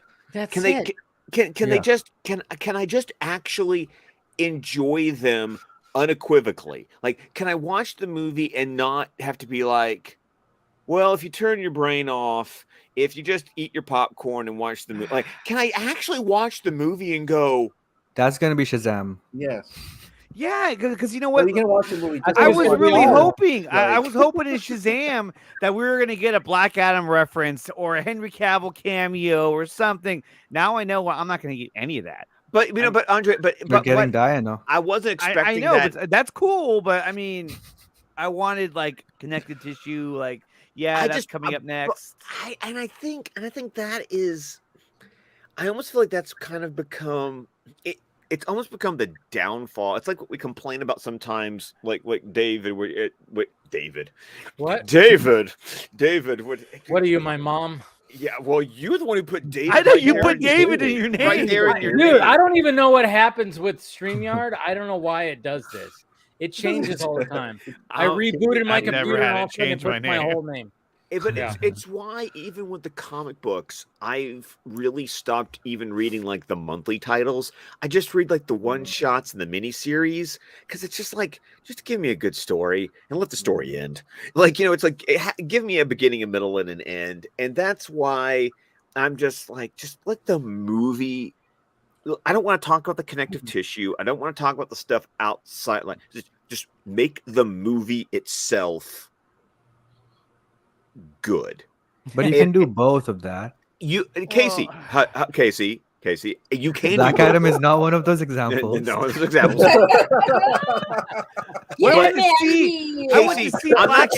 I'm not saying you can't do. Don't hear me. I'm not saying that these are mutually. Don't listen to what I say and automatically assume I'm saying this has to be a mutually exclusive situation here. But if you're going to tell me that what am I going to value? Not saying that it's one or the other, but I'm saying, but if you're going to ask me which one I'm going to value more, just make it a damn good movie. Make it make it an enjoyable, and not just enjoyable as in the, okay, I could have some fun with that, but no, make it a movie that I actually want to sit there and watch. And that matters more to me than the other stuff right now, because I've gone through too many where the movie itself is not worth personally the time and attention. That's why certain MCU movies, it's like, this is why I don't go and watch all of them anymore. I just wait for the ones that like I actually care about the movie itself. You know who is good at that? James Gunn. Oh boy, he does the same thing. He did that for Guardians. He did that for Suicide Squad and also Peacemaker. Like Peacemaker had a lot of Easter eggs for the DCU, but it did. All of that weren't overshadowing anything. It had a lot of character arcs that I didn't think that we'd see, which I thought was really good about it. And so that's what kind of gave me it gave me some hope for James Gunn. I was like, look, I liked Peacemaker, and I thought it surprised me a lot. But to what Scott is saying, I think that a perfect example of, just give me a good story, give me a well thought out, balanced story is Top Gun Maverick. I went and saw that. I was like, this is a great story. This is cool. Yeah. I really like it. And for me, that was a good example of like that movie could have easily have just been shit. But it was a cool story and really well effing made. Yes. Yeah. It's a movie that it knew what it wanted to be from the start. You can tell they didn't go through a phase where they're like, hey, maybe we should be more VFX heavy, or no, they knew exactly what they wanted to do, and they stuck to their plan. And so I would hope that more movies would do what Top Gun Maverick did, or even Ghostbusters Afterlife. What they did. Like that was a good movie. And Ghostbusters, I mean, to hear the original music playing in the background, that was amazing in itself. I was like, yes, they did it. Yeah, and apparently, like the sequel is supposed to come out this year, but there's been no mention of anything of shooting or something like that. I'm like, that's coming out this year. That's what was funny when it came to like people, like somebody actually was like, hey, why don't you put Ghostbusters in your anticipated this year? I'm like, I don't think it's going to come out this year. I know they have it set for the end of this year, but I haven't heard shit about any kind of shooting or anything like that. I don't think it's going to come out this year. So I just say that. But we got somebody else joining right now. Ben.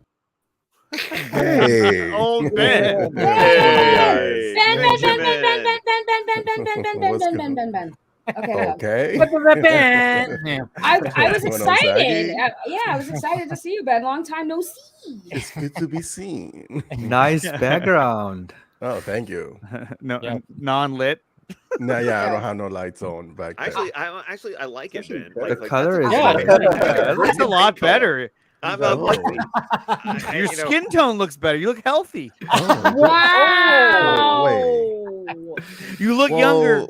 Well, whoa. we cannot all look pasty like you, my friend. Oh, I see my lighting. Look, I can turn that off, and then I'm dark. You just talk about Ghostbusters. I know. I see it, but I'll turn you white. Whoa, buddy. Whoa, buddy. You know what's funny? I was quiet because I was listening to you guys, but I was also fighting with your chat for a bit because I saw that. I was like, oh god. Well, like Scott said, I mean, it's true because like I saw people saying, I don't want to support James Gunn. I'm like, number one, James Gunn hasn't even done anything yet for y'all to crap on. And here's the thing: as long as he makes good movies and good TV shows, I think that's what y'all want. Everyone's gonna forget about all the other crap because again, at the end of the day, y'all want good content. Yeah, no, but Saggy, he cannot be spending time debunking scoopers and writing more than one script because he's got a slate to make. Oh my god! I never really I know I like Guardians of the Galaxy, but no, you're right. Here's the thing: I love James Gunn now. Like I love James Gunn, and I support James Gunn just about how hard he's going at these scoopers because I'm like, it's about freaking time they me start speaking up and saying some shit because I was getting so tired of these damn scoopers. Like, hey guys, I heard this, and they're like, no, you didn't. I was like, whoa, wait a minute, the game just changed. Hold on, it's directors and movie producers and actors versus the scoopers. Let's go, Scoop Wars 2023. I was all for it, and that's why I like James Gunn because like y'all fans want these people to communicate. James Gunn is communicating, and then it's like, nah, shut the hell up, James Gunn. Until you say restore the Snyderverse, we ain't listening to you. It's like, bro, come on, guys.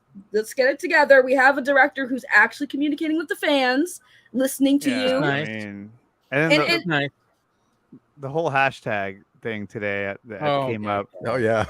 I mean, it's kind of like, dude, do you really think that Warner Brothers, DC Studios, whatever, is going to say, hey, let's lease out the Snyderverse that contains Superman, Batman, Wonder Woman, Aquaman. Okay. First off, it's like, all right, you have to look at this logically. I mean, that's the thing. When I saw that and it was on my trending page, I was like, what? I'm like, all right, let's understand how things work. First of all, I mean, the Snyderverse. I mean, okay. Obviously, when it comes to Zack Snyder's Justice League, it's like, oh, is that an IP? Sure, but the bigger IP is the characters of the Justice League. If they were going to do something like that, they would have to, license out to Netflix and be like, hey, you can use all of our characters, the ones that we're trying to do we're trying to fix. We're trying to do this whole thing right now. Yeah, you can have that. And it's just, it was just kind of one of those things. And then it was funny because when I posted a tweet, and then of course it started getting into the rounds of the certain side of the fandom, and they started going like, yeah, but I mean, it could have. I'm like, no, and it would be like if the MCU is soft rebooting now, and they let Steve Trevor, Tony Stark, and Natasha continue over on Netflix and make Avengers movies while they're making new Avengers with some other cast. Well, then it was funny too because people actually brought that up. They're like, "What about like Spider-Man and Hulk?" And I'm like, or like, what about Sandman? Sandman was on Netflix. Zach wasn't making Suicide Squad. He was making the main Justice League storyline with the main antagonist as Darkseid. The only way that you could possibly do it is if, like, instead of Superman, he's called like, Sunman. Instead of Batman, he's called Catman. You know what I mean? Like, the person. That the person who runs the Netflix Twitter account literally is like, oh, hey, look, we're trending on Twitter. Then opens up Twitter and sees all the stuff about the Netflix, and it's like, Siri, turn my phone off. Siri, turn my phone off. I'm deleting this app today. It's the dumbest thing I've seen because it's like, look, I get it, and like if that were the case and that did happen, hey, I'd be all for it. That's awesome, but there's no way in hell that they would ever do that. Also, the hashtag was be more worried about the fact that Rebel Moon Part 1 and Part 2 are coming out this year. Yeah, can we focus on that when it comes to Netflix? Please. We need a trailer for Rebel Moon, something, even like a teaser, right? Well, a title teaser. We just finished filming. Like, post-production has to start. Give them some time. That's the thing. I know. And it's just, but it just gets to the point where it's like, dude, you guys not know how this whole thing works. And then some people are like, well, at least somebody's doing something. I'm like, what are you guys doing? Nothing. Like, what exactly are you doing? Annoying people. I mean, you know what's going to happen? It's somebody's going to write an article and point out this ridiculousness. And then you guys are going to get offended by it. And then I'm like, going to be like, yeah, but you guys posted this whole thing that you think that the Snyderverse is its own IP and could be sold off to Netflix. That's not how this works. I'd go back to what Han Solo said in Force Awakens. That's not how the Force works. Wait, pause. Wait, hold on, pause. How did that hashtag fire James Gunn trend work for y'all? Did it work good? Did that work good for y'all? It ain't working. Also exclusive. The fact of the matter is like, as powerful as Release the Snyder Cut hashtag was, it was powerful. It got into the ether. It got into the mainstream. It was powerful. I was gonna rock that. Yeah, I know. I should have that. I'm glad you're wearing that shirt. Thank you, God. But the fact of the matter is like, and I've said this time and time again. I'm like, the further we get away from the releasing of the Snyder Cut, the crazier some of these guys are going to get. And they've gotten crazier to the point where we've actually said like, oh yeah, obviously it could easily get sold to Netflix and they could do it. I'm like, do you realize that Netflix is also hurting? All the companies are hurting right now. Yeah. Netflix has been canceling shows left and right. You think they're gonna fucking be like, oh yeah, let's buy the licensing for the entire Justice League and then throw $250 million at it? I mean, like, what the? I read somewhere somebody tweeted out, yeah, they could do it. They could license it out for $1 billion and then turn that around into a profit. I'm like, what? What? Oh wait, I got how many. What was the deal with Avatar? What was the deal with Spider-Man? Ben, do you remember? No, how I much? Don't. I don't. Because that's just one character, and that was Yeah. a lot. Yeah. Oh, yeah. Wait, But- Dave. We're talking about every major character. Imagine the entire DC catalog. You fucking crazy? They will Right. never You're sell. talking Not even- about Superman, Batman, Wonder Woman, No. all Especially that. when they're using Right. that. So Dave, just to add to that, I have some. I know this isn't a gossip stream, but word on the streets when you say that they're getting crazy and desperate. Word on the streets is apparently a group of people are going to be making a GoFundMe for this soon to kind of get. I don't know what the GoFundMe is going to be for. Yes, they're going to try to for get. what? I don't know. They're going Raise to try to do a money for the GoFundMe. Snyderverse, man. Yeah, I guess so. I don't know what they're going to do, but it's like that some people somebody are needs going to pay that mortgage. Because we want more Snyderverse. Everybody here does. But guess what? We use this thing right here, that lump 4 feet above our ass. We use boobies. That thing. Boobies. Yeah. Well, I was quoting Under Their Own. I don't know why. Yeah, like Rosie O'Donnell says that. Yeah, that lump 4 feet above. But no, those are lumps, Saggy. You said I didn't say. I said plural. No, I said it's singular, not plural. Oh, anyway. Well, maybe some people have. Listen, maybe there are women out there that only have one boob, Dave. Okay. Oh God. Okay. You cancel Dave. I know you just canceled Dave. Being very insensitive to the one-breasted women out there. I'm sorry. Hey, I know. I apologize to the. I might need to step single- away at some the point. single I boob- can't be associated with I'm gonna this. turn my mic off. Yeah, this conversation is going But left. let's all quick. give praise to the 3-boobed woman in Total Recall. Yeah. I love, I'm gonna something turn look my at camera Andre's off. like, I can't be associated by this. I have a wife. Get back to Mars. Somebody in the chat said Saggy got a lot of I heard news. Yes, because when you're a drama YouTube content creator, people bring you all the drama. That's just what it is. Yeah, Zach, you really do And just then- like it. You're like this. You're like the siren singing the sailors to come crash upon the rocks. Yes, I just made a Greek mythology reference, but please go research that if you need to. I'm trying to intellectualize the stream at this point. It's good. I think we're good. It's a thing with quick Saggy- static. I mean, I'm thing with tilting at Saggy- windmills here, but is that a lot of these people have learned that like it doesn't matter like how hard you go at Saggy, it doesn't really affect Doesn't do her, and anything. she doesn't give a shit, and so they just kind of move on. They're like, oh, forget it. Oh no, Yeah. they move on, then they talk crap, and then I just laugh like, thank you for the attention you claim I crave. Nom, nom, nom, nom, nom. But no, I mean, like, look, in a perfect world, yes, I would love for Netflix to do that. Is it going to happen? No. No. Is it possible? Sure. But no, it's not going to happen. And do you think that Warner Brothers or whatever the fuck you want to call them, that they're going to license out their characters, right? And then let's say ones they're while they're using trying now. to make the new while they're slate. trying to reboot, okay? Yeah. And then they look over and they go, "Oh wow, the thing they did at Netflix is fire. It's so good.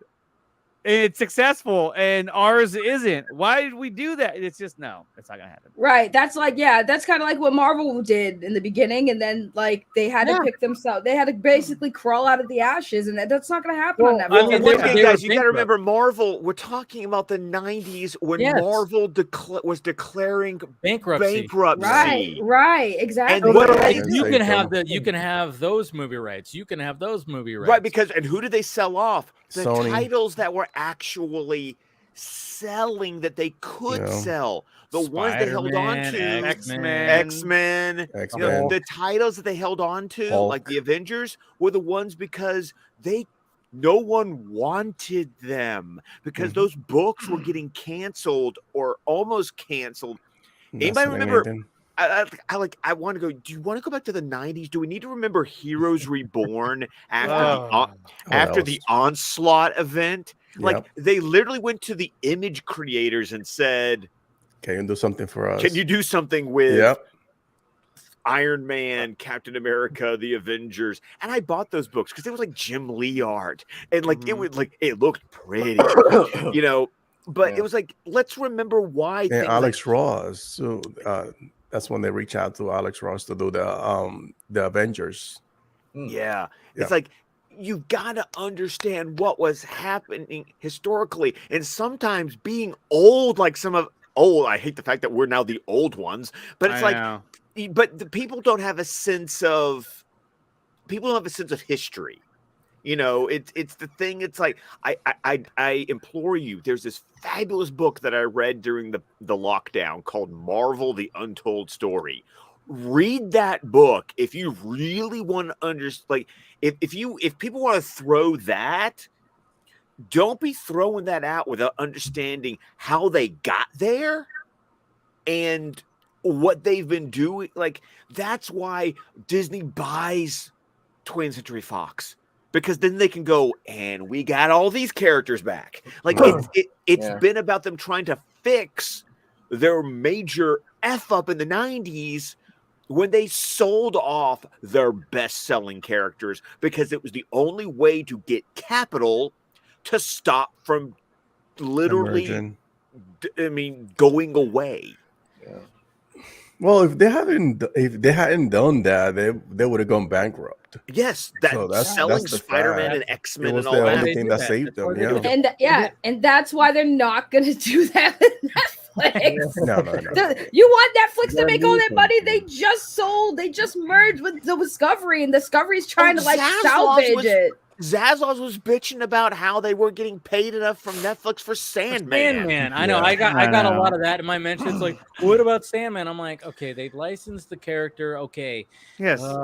They couldn't even use John Constantine. They had to use Joanna Constantine twice. Yes. And Scott, of all people, blew my mind when I was like, wait. I go, she was in the show twice. She's like, yeah, because the one in the past, that was the original appearance of Joanna Constantine. I was like, oh my God, I get it now. The benefit of Warner Brothers is that they own the entire catalog and they can just go and license their lesser known characters to Amazon, to Netflix, whoever the fuck they want, and make money of those characters.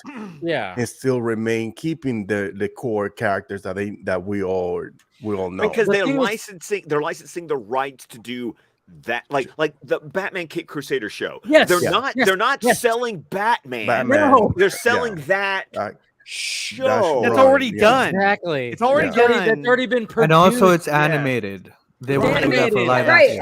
And that's why we got Gotham, because we couldn't have a true Batman TV show. Because notice that Batman has never been really seen on even the small screen as far as live action, because they want to keep.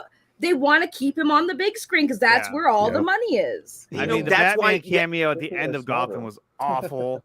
And I don't know if that's I don't know if there's any truth to that. In Smallville, that's why we got Green Arrow in Smallville.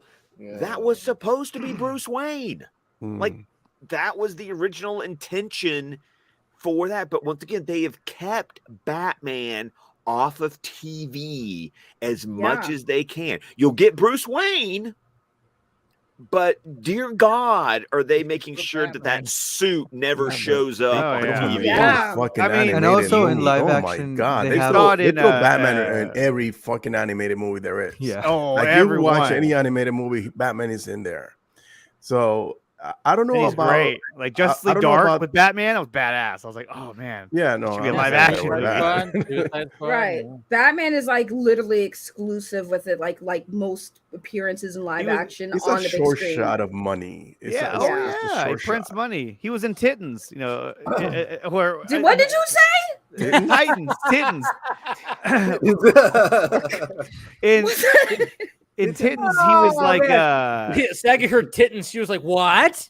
but like the actor they got to play him, he was great in Game of Thrones. But as Bruce Wayne, I was like, this guy is. It was weird. It was. He weird. was I won't way lie. too It was skinny, weird. way too frail looking. I was like, you're gonna tell me this guy puts on a suit and goes Way out too and kicks British. people's asses? Yeah, right. Get the hell out of here. Kevin Conroy was He's great. skinny. when he Yeah. was Well, young. he's skinny. See, like, what are you saying? What are you talking about being frail? I think it's He about. was a skinny guy. Yeah, but so is What? Bale.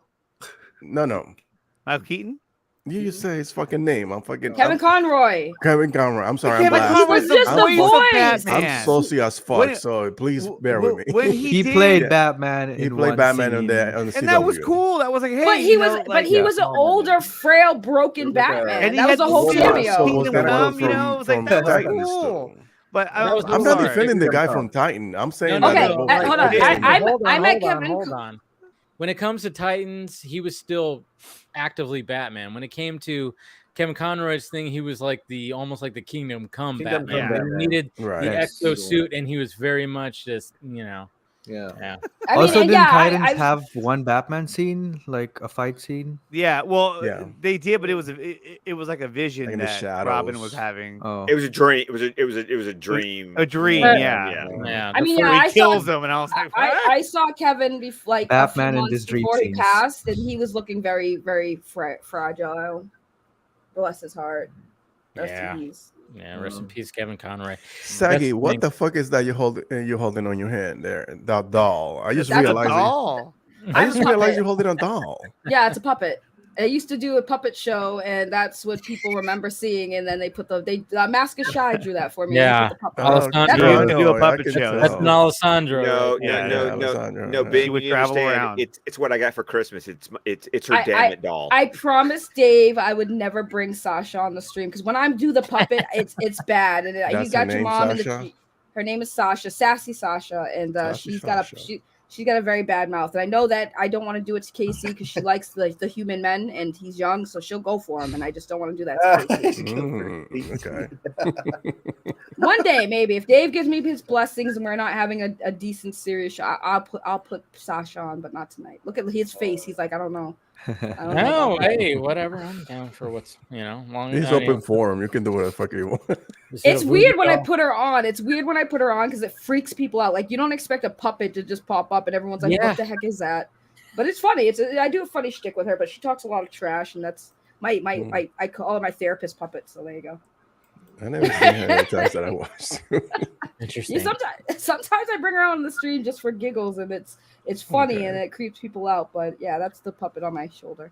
Okay, so the next thing, like moving on to this stuff that's with the whole DCU. When do we think we're gonna get this? I mean, obviously we're not gonna get the entire slate, but we're gonna get possibly like at least the post 2023. So basically 2024, probably to 2027 slate. At least the first quarter of the slate. I When do know, we think I we're know. getting it? Huh. I know. It's gonna happen closer to the launch of the Flash. I think that at that point it's gonna But they're gonna it's start. supposed to be this month. No, it's gonna happen. January 31st. Yeah. yeah. February 31st. I mean, At I 11:59 think p.m. we might get something this month in terms of like Bastard. a That's silly. casting or something, but you're not going to get the full slate until Comic-Con. I think Comic-Con's when they're going to go all out. Okay, I don't but think how they're are gonna we get the full slate either. Like Well, the- Dave- No, it's not going to be the full eighth year. slate. It's got to be Yeah. only like it's going to be like the first round. It's going to be the first Yeah. quarter. Yeah. Phase one. Because I think it's Phase going to be the one, first quarter. And it was kind of funny too. I mean, also too when James Gunn was the only thing that he debunked was the fact that Wonder Woman's not going to be part of the first 3 years. Other than that, he didn't talk about anything else. It was kind of funny how that was. Some people pointing that out as like, oh, he didn't talk about the Ezra thing. He didn't talk about Cavill. He didn't talk about any of that stuff. I mean, obviously, he wasn't going to talk about Cavill, but it was interesting the fact that he was like, oh yeah, he didn't mention about Ezra, the whole Ezra thing, because everybody was like, oh my God, Ezra's actually going to stay. And it's like, well, of course he's not going to mention that because the movie's still coming out. Hasn't He's come not going to be like, no, he's gone. No, he's gone. He's fucking gone. You're Like, fired. the movie doesn't come out, but that actor that's playing this movie, he's gonna be gone. He's fucking, Right. it's Fuck. like he's not gonna do that. Fuck You know? him. Yeah. He's out. He's out. Right. It's just like Well, it's just Yeah. I What do you think want he's him to gone. stay? It Yeah, would be guys, hell all to these pay guys if are he gone. stays. Well, Like if also- everybody else is gone and he stays, everybody's gonna have a fucking. Fit. Even I, like, I don't think he's gonna I've been very I receptive mean- to everything that he's done so far. But if he stays, I'm like, I'm gonna start looking at shit sideways. Like, what the fuck, man? You got It's rid of gonna be everybody so- else, and you gonna Well, keep this well, motherfucker. well, It's hold gonna on, be we so all- messy if the entire Justice League is not recast. Like, True. Yeah. But here's the thing. You have... Here's the thing that I thought about. Sorry, Sagi. You No, go ahead first. No, you go ahead. I talk a lot. Go ahead. You talk a lot, really. I mean, this guy. Here's the Steven's point. not here yet. Oh God, that's right. Here's what I thought about. Hello, you, Steven. I was waiting, like I'm just waiting for throwing knife at Steven. You know. Yeah. Here's what I relate it to, and because you hear. Once again, it's social media. You hear so many different options. I'm going to be honest, and I think I've said this before. My personal preference would be for the hard reboot. Just chop it off and start fresh, because this is what I relate it to. If I'm going to make a comic book reference, Throw the baby with a bathwater. Isn't that what you're saying? No, throw the baby out with the bathwater. Yeah. And because this is what I think about when I think about messy soft reboots, and this was a messy soft reboot that for certain titles I enjoyed. I have been kind of a defender of the New 52, because it's what got me into collecting comic books. Like, I collected comic books for like a solid 9 years thanks to the New 52. Mhm. But even I had to look at the New 52 once it got going and started going. So What's going on? What's going on? Like, Yeah. what It got a little. it got a little funky, because it was like, Yeah. okay, we're rebooting, but if Grant Morrison wrote it in Batman and Jeff Johns wrote it in Green Lantern, it still counts, but yet it happened within a 5-year period. Yeah. And like, it even my brain was like, okay, I thought I was supposed to be able to start fresh, but I can't start fresh because you kept some things from Mhm. the previous continuity. The whole Bat Family was there already. The whole Bat established. Family was there. I I was for like, was what the 5 years. hell?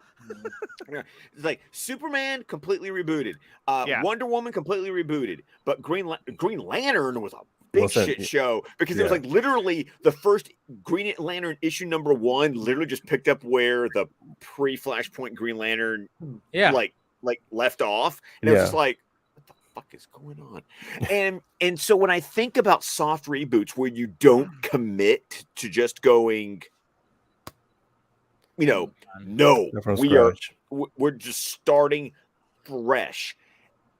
And that's what DC likes to do. I mean, even in the comic books, they say they want to reboot, but they always want to like have a hand reaching into the past. And it's not like push it off into a different Earth. Like, that always works for me. Like it doesn't go away. You just move the Earth aside and you go, and here's a new one. And Right. it's like when you try to say, no, we're going on, it's new, but you still have to have read all that stuff to understand the new. It's like, no, like just commit to it, chop it off. And that's why I'm like, reboot it. Just be done with the actors, be done with the story. Like, just, if you're going to do your own thing, do your own thing. And that way I can judge your thing based on your thing. Yep. because it's gonna be Yeah. weird if they are making a Justice League movie, for example, and you have Ezra and maybe Momoa or something like that, and then you have other cast members as Superman and Batman, and they're interacting. And how is that dynamic gonna work? Pattinson. Sorry. No way. Oh no! I'm getting that Pattinson's vibe too. Oh. Well, I was saying this Hell today. no. I know. Ben is on the Pattinson. Yeah, I am where too.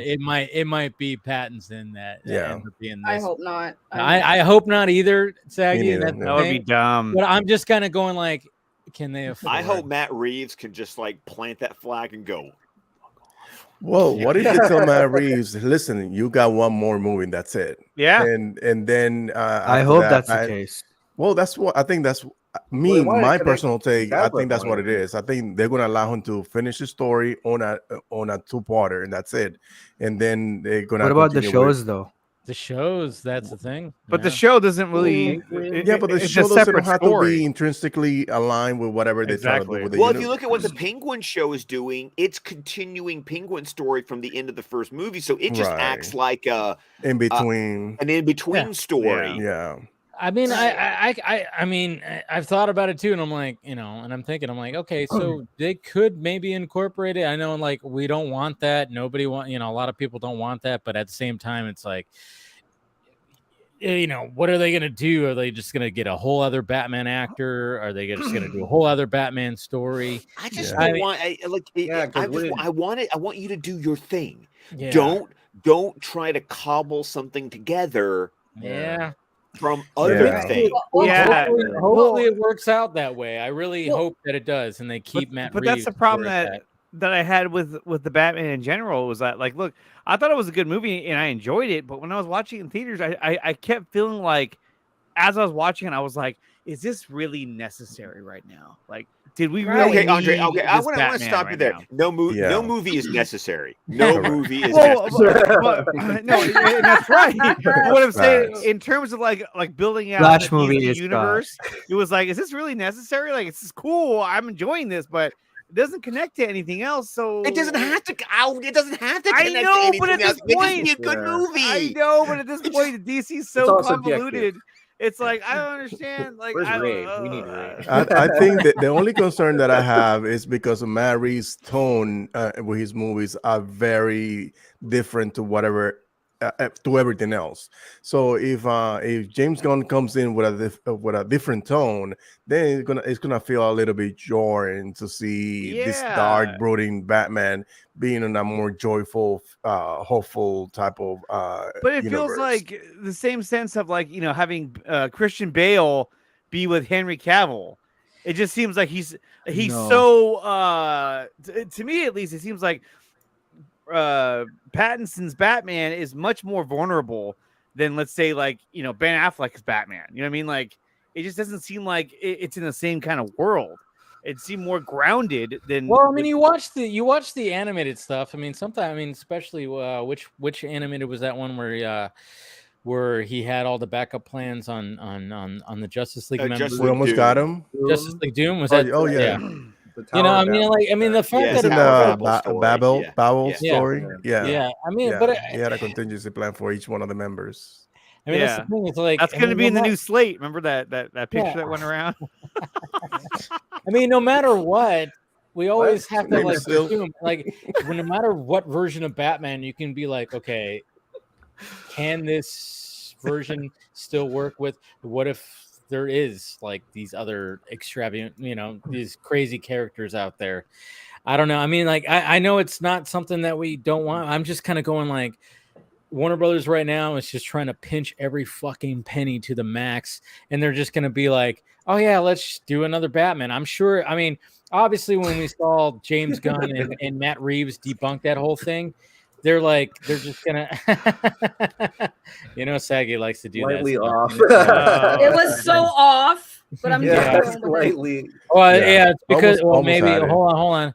No, I'm still off. No, I was seeing if it was going to be off with a different aspect ratio. I'm but I'm just kind of looking at it like it's it's just one of those things. And the sad part about it, and what I get worried about, I'm like, we hear about the Penguin series from Colin Farrell because he's been interviewing and stuff like that, but we just have not gotten any updates about the Batman 2.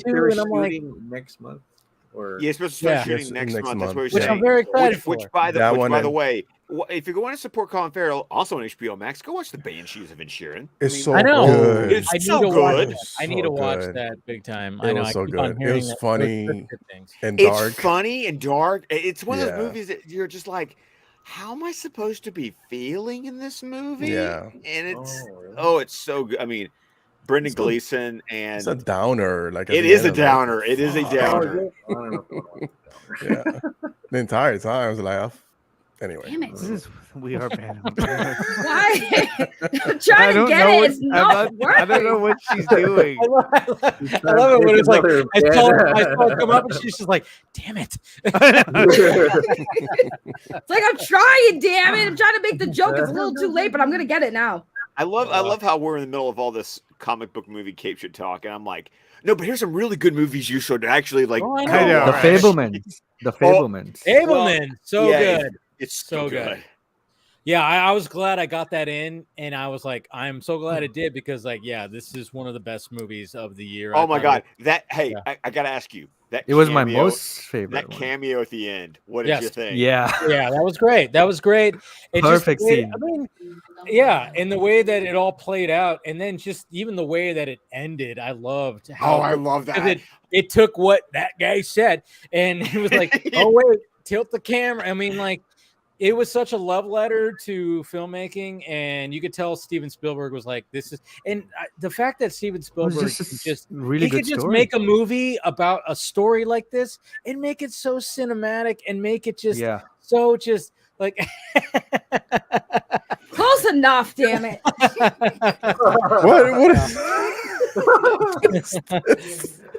What is this? It looks like you're making love. What's going on here? Yeah. Man, this looks like your cinema face. Yeah. What? It's like, fuck it, I'm done with this shit. Oh, man. you're like, damn it with these hashtags. Yeah. Yes.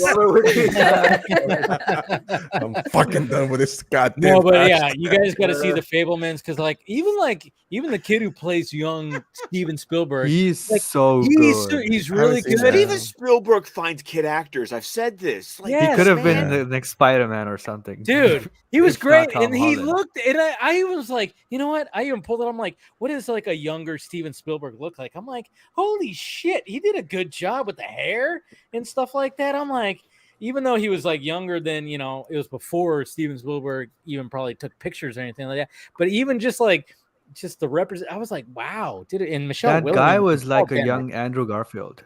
Yeah. It's a good movie. Everybody Very should good watch it. movie. It's very, very fantastic. And there's things where you go, oh my God, you just kind of go, that sucks. But then but you understand it all, and then you just the filmmaking, the techniques that he did for. Oh my god! I just realized Ben's friggin' audio avatar. Oh my Lord, have mercy. What the eating out of Catwoman? Yeah, I wasn't ready for that. I was like, wait, is that what I think it is? I was like, or is that an upside down Red Bull? It totally is. It's upside down Red Bull. Yeah. Yep. Oh yeah. Was it Red Bull? Oh no, what was that drink? Red Dog. The Red Dog. Thank you. That I remember. Yeah, when they that was turn around, that was a really shitty beer, by the way. That they don't make anymore. Kind of like Zima. They don't make that anymore either. I'm glad I'm old. I'm like the only person, not the only person who knew that. I was like, thank God for Andre. He knew what I was talking about. That's what they always say. Oh, you turn it upside down. It's like, yeah, but I will say this too, because like back to what Dave was asking about, like what the future is and when they're going to announce things.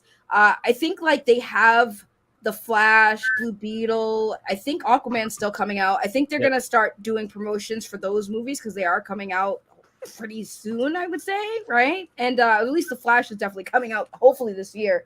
But I think that's where the first step is, and I think they might sprinkle in once James Gunn and Peter Safran get their damn plan in order. They might start sprinkling a little hints of what they plan on doing and see if the fans don't destroy them. So honestly, I'm really curious if they even give a shit what the fans think. Like, I don't think they give a shit. I don't think they do. No, They're like, they don't. we're gonna They do don't. this shit, and that's it. No, they really don't. I can tell you they really don't. Because I've asked people who I know who work in the industry about these things, and because I asked them like, do they really care? And they're like, honestly, no. Because here's the thing. I've said this many times, guys.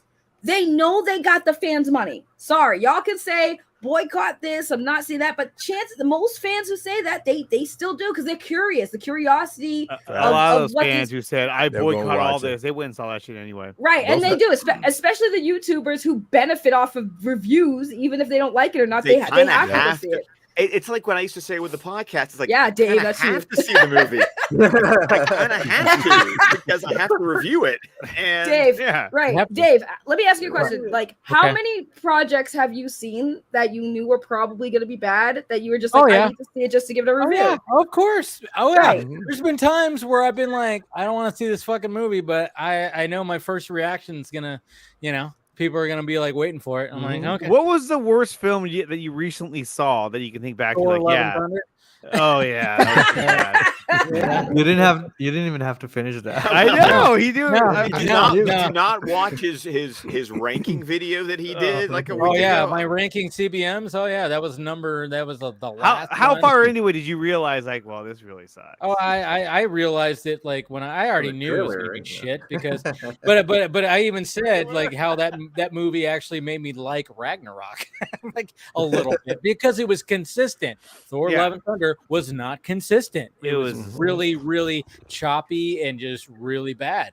You know, it was like, it just. That was like one of those things, but I was like, I have to go see it opening night. I know I'm gonna hate this, but I'm gonna do it. And then, of course, my first reaction, blows up to a few thousand views because people are like wanting to know like that. And but I have to, it's just I have to do it. And the thing is too, like if the Flash, I'm gonna say if because we haven't seen it yet, but if the Flash is an actual good movie and the reviews come out and the reviews are actually good, the DC fans are gonna be like, well, shit, I gotta get my ass in there and see this movie now. Because like now you're gonna be wanting to know. Because I'm telling you, unfortunately, if you guys don't like Ezra Miller, I hate to burst the bubble. The really Flash.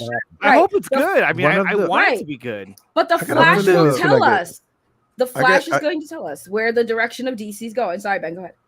No, I got a feeling it's gonna get review bombed by actual reviewers and fans alike. I've seen a lot of people recently. But you know what? I've seen a lot of people recently saying the secret weapon is. Oh, I'm Batman. That's what it is. That's the secret weapon. I want to see more Ben Affleck as Batman. And that's so do I, but the secret weapon is going to be Michael Keaton when it comes Batman. to the general audience. Yes. The audience score will be high for sure, but the critics, like Ben said, I've been seeing recently a lot of some of the critics have been saying, how are Warner Brothers so confident that they are just letting this movie release and all that? So they're already going in wanting to hate it and criticize every single aspect of it. So I don't know if they will give a good review, even if they liked, Keaton and stuff like that. Interesting. At first, I thought they would, but now they're getting cocky about it because WB has been propping this movie up like their best since, whenever. And The Dark Knight. Since The Dark Knight. Since The Dark Knight, They always say that. Every fucking movie is. Like every movie has. Most of that comment. Most of the comment comes from one guy who's trolling, though. Yeah. One guy, Ben Meckler or something, he's trolling about it, and that's where most of it comes from. Ben Man. It's I don't know, man. I mean, look, I'm going to see these movies because obviously, look, I'm a huge fan, and I have a YouTube channel, and I want to be able to give my opinion on it. And it's like, why wouldn't I go see it? I'm not going to sit here and go, I'm not paying them any money. It's like me saying, I'm not going to eat steak anymore. They're still going to kill the fucking cow. Like me not eating the meat doesn't mean that they're going to. Damn, that's cruel, but very factual. That's what I'm saying. It's like if all of a sudden I say, you know what, I'm not going to eat meat anymore. That's some I'm sorry, but shit going on with Andre. All the vegans in the chat got the meat manufacturers are not going to be like, hey, one guy just quit. We got to change our whole production for the week. No, they're not a fucking. I mean, it's still gonna happen. I mean, many people triggered in the chat now. I could go vegan, but they're still gonna kill the cow. Yeah. It's ridiculous. Right. We got somebody else joining in right random. Is it Steve? Oh. If you're not watching 1923 on Paramount Plus, you need to be watching 1923. Well, it's got Harrison Ford and Helen Mirren. Yeah, that's right. That's right. That's like top. I have Paramount Plus too. Yeah, I haven't watched it yet, but we got somebody joining in right now. Ray. Uh-oh. Shit's about to go down. Yeah. Shit's going to go down now. Okay, I'm out. Okay, look, hold on. Ray, now that you're here, I just need to ask you, how the fuck did Michigan lose to TCU? I couldn't believe it. You had it like 20 field goals. Oh, no. When I was watching it, I was like, dude, you gotta be kidding me. They missed like 20 field goals. Ray's flipping out right now. How did Georgia win by one? That's what I don't understand. How did Georgia win by one? That was crazy, too. I felt for you. That's how you want to start the year off? Yes. Really? I'm just saying. Really? Andre chose violence. I know. I'm not saying it like in a slanderous way. I couldn't believe it. I was just like, wow, this fucking sucks. They choked. They choked. Yeah. They look. They picked. I'll say it. I'll just get to say. I went ahead. Look, the only thing that made New Year's even remotely palatable for me was that missed kick. Like, and that's why I missed the ball drop, because it happened at the exact same time, right? I'm enjoying, and that was literally because the nightmare was in play. The nightmare was fucking Ohio State getting to the national championship game and probably winning, because Georgia's probably going to bend TCU over. I'm just being honest. That's probably going to happen. So the nightmare was in play, and fortunately, that missed kick saved the day. Although the death threats that his own fans sent that kid death threats. That's bullshit. Don't do that. That's awful. But like, he's a college kid, I mean, right? Yeah. Like, you know, and also I don't know if you guys saw this, but like the next day, the Atlanta Falcons trolled him because they won their game the next day at Mercedes-Benz Stadium with a game-winning kick and tweeted, "Now that's how you kick a game-winning field goal." I was like, "Oh." They took it down. It was up for a day, and then they took it down. I was like, "Oh wow, that is savage. That is awful, terrible." But no, Andre, they choked. Yeah. They picked the worst game of the year to play. They picked the worst time to play their worst game of the year. They turned the ball over multiple times. You know, the offense was on skates in the first half, and the defense was trying to keep it together. And then when the offense got it together, the defense went to shit in the second half. It was not a good New Year's Eve. It was really not a good New Year's Eve for me at all. Aww. That's not what I was going to come in here and talk about. We figured. Lemon juice. So let's talk about Black Adam now. But I'm not gonna run away from it. I don't shy from that. No. It was a great season with a shitty ending. It's you know what it reminds me of? Dave will appreciate this. It reminds me of 2012. Oh, the last time when we went to the World Series. Yeah, I know you're fucking happy about it. I still hate fucking Pablo Sandoval. Pablo Sandoval, baby. I the panda. Hate that. You couldn't get him out to this day. Oh my god. Yeah, I just want. You know why he always did good in the postseason is because he's so stupid that like in these big clutch situations. It never phased him because he's just too stupid to be phased by it. He's just like, oh, I'm gonna hit this. I'm gonna hit the ball. Bam, he hit the ball. You know what I mean, everybody else is like freaking out. He's just like, whatever. Hey, Andre, he's a baseball player. I think that's what he's supposed to do. I just want to say real quick. I put Ben's face on Michael Keaton from the 90s, and it really changed nothing. He literally just looks like Michael Keaton, and I'm so confused. It didn't even I'm just sitting here looking at this picture like I took a second look. I love how Sagi's just doing art while we're talking. That's pretty close. That's literally Ben's face on Michael Keaton, and it changed nothing. That is it is your face. I did. It just. I don't know what happened. I don't know what happened. I kind of need Ben to like reenact this now, like sit in the dark. Yeah, and, like have the just. Well, you know what's always funny when you always do those face swap things with somebody with glasses. The glasses are like somewhat there. Yeah, like that's the thing. It's like they're part of the image. Yeah. I tried to get KC, but his face is too close to his camera, so he got lucky. I was snapping everyone like I can't get Dave because the live stream thing on the backstage is over him. So I was like trying to clip people and have some fun, but literally I don't know what it is with Ben. Ben, if you guys notice, well, he's perfect because when he's listening to people, he's very still and taking everything in. So it's like perfect to get a screen grab of him. Yeah, I'm perfectly framed. He's just like frozen, like and he helps that I'm good looking too. There yes, it is. There it is. Here we go. I'm very humble. We got one more person joining. You're a nice guy. You're a nice guy, but I don't fucking cut it when you're bullshitting and fucking around like this on set. That's my favorite. Travis. I am so glad he's here. I saw Ray. I was about to go to bed, but then I saw Ray join. So I woke up. I went, no. Luckily, I'm glad you're here because because now that's my other football. Like we.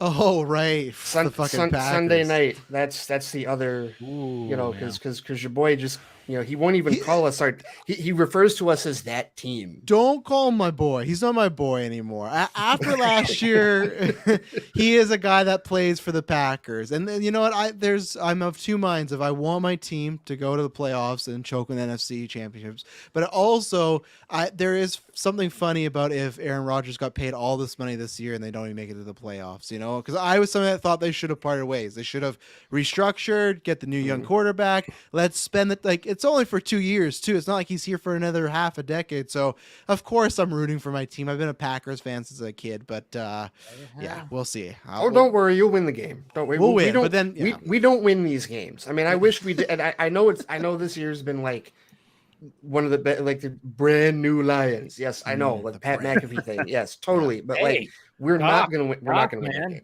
We're not going to win. No, Goff's been amazing. Seriously, yeah, been really Goff's good, been but, pretty amazing. We're not going to win that. I wish we would win that game, but here's what's going to happen. I'll predict it now. There will be a new rule that is in the books that we've never heard of that will screw us over. That is how it happens every time. The process of the catch, picked up pass interference flat. That's how we'll lose. That is how we will lose. I don't even know what these things are. Like, what are these things? They create them for the Detroit game. What kind of terminology? What is this? Yeah. No, but no, actually, when I came on, I did want to offer a counterpoint to what Casey was saying about The Flash, because I don't think it's going to get review bombed. I actually think they're going to praise it, truthfully. And I think the review bombed by certain. Well, I think the review bombs are going to happen, like, you know, from the audience. Like, that's the review bomb, like, or, you know, like how they try to downvote. But now like, they can't do that without, you know, verifying the audience. So only people who see the movie, who pay for the ticket, only they can vote. So the audience score, I think, will be high. Well, but you're going to get, just like the people who, like, you know, like you're going to get people that are going to spend money to watch the movie. I'm done with DC. I'm done with DC. People are going to hate watch that, but they're going to spend their own money and they're going to hate watch that movie. The reason I think it's not going to get review bombed by the critics is because I think that there's been enough the flush. I had that shit. God, I hate but there's a lot of reviewers that critics that have been very vocal against Ezra Miller. And his antics. And also Snyderverse, like there are a lot of Snyderverse characters in the movie. Yeah, but everyone loves Michael Keaton, man. But I see an opportunity for them, truthfully, to just tell me you can't envision this headline being written. This is how the Snyderverse should have been. Oh yeah, Walter Hamada could have saved the day. Actually, what I see is what Dave said. This is a great return for Michael Keaton's to show up as the Batman. Yes. I think him and Sasha are gonna get the big press headlines the most. Yeah, like if they're gonna give something positive about this movie, it's gonna be about the other players in this movie, but not Ezra. Well, no, I don't think they're gonna be positive with Ezra, but I do think that they will take shots. I absolutely think they'll use it to take shots at the antis, because there's still, you know, whether their feelings about Ezra aside, they still harbor that anger and that angst towards, you know, Twitter is not safe for them anymore. And the cult, like they hate the cult so much, they will use that movie as a weapon against the cult. They will. Even us as that are part of the fandom hate the fucking cult. Yeah. So imagine them. Well, Ray, the thing, like, it's like tough with the Flash movie because like anything that mentions the Flash movie publicly, it just gets just like Ezra Miller of this, Ezra Miller of that. Why do you? We're gonna boycott. Even in the chat today, people are saying, "Oh, we're not gonna watch it. We're not gonna watch it." It's serious how much they're putting on. But like, it's funny because a lot of the people, even in the cult, right, that were all for Ezra staying because Ezra was attacked to Zack Snyder. The moment Henry was out, yeah, Ezra can go too. We don't care about Ezra anymore. It's like they were turning on Henry even before that. Yeah, right. That too. It's the most. It was like I saw a lot of people, a lot of the that side of the fandom already turning on Henry well before all the stuff because of all the turned on Henry all the way back in 2000. Yeah, when he wasn't talking about the Snyder. Yeah, when he didn't release the Snyder cut. They were already turning on Henry, and it's like okay, what the fuck do you want? Like, who do you want left? I mean, all of a sudden, how many times did I see there was like a stretch where they were like recast Batfleck, and I'm going, okay, So you want Henry out? You want Ezra out? I mean, like, what are we salvaging here, guys? I mean, exactly what? Again, I'm just like, pulling up the that drop, which I have probably somewhere around here, but it's this one. What do you want? What do you want? It's not that simple. What do you want?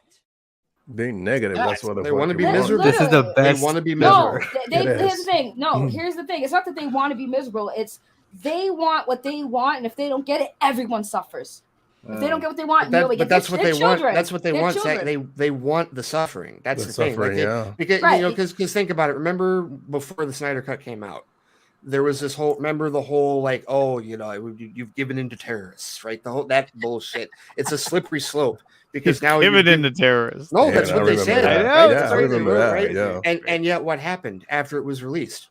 Not what they were talking about. It wasn't a slippery slope. There were people that still found a reason to be pissy, still found a reason to complain, even with that movie being released. So to me, I feel like misery loves company, and they just want the misery. That's all it is. Yeah. At the end I'm not gonna lie. At this point, I would low key call some of them terrorists too. I'll be like, damn, because like when they were going around. No, I'm sorry, but when you're on Twitter attacking actors, mind you, there was actors who had nothing to do with DC or WB and nothing. They're going at them like hashtag restore. I'm like, bro, this actor has nothing. They went to Chris Evans. It was like hashtag restore Cyberverse. I'm like, y'all know that Chris Evans is Marvel right now. Marvel, Y'all know that? And then on top of that, the images of James Gunn decapitated, the threats and stuff. And it's like, oh well, that's a small fraction of the fandom. I'm like, but at this point, how do we even know? Because at this point, y'all acting like terrorists. I'm gonna have to call y'all terrorists. You're terrorizing people on the internet. You're cyber terrorists. I'm sorry. I'll say this. I mean, when it comes to like Project Justice League, a lot of the teasers and trailers had hashtag restore the Snyderverse in it. But then as we got closer to the release date, we were like, you know what? This hashtag has gotten a bit diluted. And I don't use it anymore. And so if you notice in the final version of Project Justice League, we don't do the hashtag. We just do AFSP and the show in the art and different fans. Andre is like, this is the Snyderverse. Well, no, he just restored it, bitch. Well, but it's kind of like if it felt like if that hashtag was used. This is the last movie from the Snyderverse. At the end, then it would have been again looked at like restore the Snyderverse. Everything else sucks. It's kind of like, no, that's not what we're trying to say. It's and the thing too is that people were like, oh, how could you have Dr. Fate and Blue Beetle and those are Hamadaverse characters, and it was like, look, no, the idea is that we brought in other DC characters to make cameos in this movie or in this project to give it a bigger, grander feel. You know what I mean? And we knew that everyone was gonna like it, but we thought it was a cool idea, and to show. If Zack actually finished his Justice League at this time, he would have brought in any characters. Yes, he would have. Well, not to mention at the time, as we were getting getting ready to finish this thing, we had Black Adam was about to come out, and so and then when Cavill was in it, we're like, okay, so these things are all kind of working themselves out. So it felt natural that those characters would be in this kind of movie anyway. Right. And the then, thing that I and then James gonna fire everybody. Right, but the thing that I highly respect Andre and all of you at the Four Nerds for doing is like I've been saying this. Listen, I get it. Fans want what they want, but it gets to a point where listen, if you think you can do any better, put the money and time up and make your own thing. And that's what the Four Nerds did. They basically were like, you know what? Instead of sitting here fighting for something that at this point we don't think is happening, we'll do it. And that's what I love and respect. And that's why I wanted to support y'all. Zach even said that on the Vodka stream. He said like he's all when we mentioned when he surprised Ray Porter. This was like before or around the time that Zack Snyder's Justice League came out. He even said like when those storyboards came out, he goes, "Hey, they're not really spoilery because obviously things changed, but." But at the same time, it's like if we're not going to get the sequels, and he laughed about that because obviously he dealt with those assholes over at Warner Brothers that were like, you got to wrap it up. I mean, that's one of the things that I've always talked about too, is like, I remember Zach telling me like they wanted me to take away the dark side stuff at the end, all that stuff, and just kind of like wrap it up. It's like, no, and all that stuff's like, fuck you kind of thing, and he did, and he said fuck you, stood his ground, dug his heels in, and that's what's and then he wrote 5 more minutes to go. Yes. Oh no, Yeah. I'm going to and then I'm gonna extend more. Yeah, and that's why, and that's this legit cliffhanger why. whether it pays off or not. Right, but and that's he legit did why that was he good. did say that this will be the closest to a sequel that you can get. Right. If he's all, don't watch if you don't want to look at him now, but watch the movie and then you can eventually watch him now. And that's what I loved about the fact that what you guys did, because I was even thinking, I was like, well, what can we do with these storyboards? And I remember Andre, you even was like, what are you going to do? And I was like, I had some stupid thing where I was going to be like reading them off, like maybe Casual Batman or something like that, and just something stupid. But you had a better idea. And then of course, obviously there was a little rocky start, but then you guys Let's say a rocky start. yeah. But to your credit, you persevered. You got it done. You could have easily just said fuck it, but yes, but you kept going, and that's why I commend you big time. And the biggest takeaway too, Andre, I want you to really think about is like, now you understand like what it's like to kind of a taste a little on a small scale of what it's like to make something in an industry level. Like that was something you guys did. That was kind of like you made something, you took a project, you brought it to life, and then you guys got a taste of it. I hope that takes you guys places. I really do. Well, it's funny because some of the feedback we got, and obviously there was a lot of positive feedback, which we're so happy about.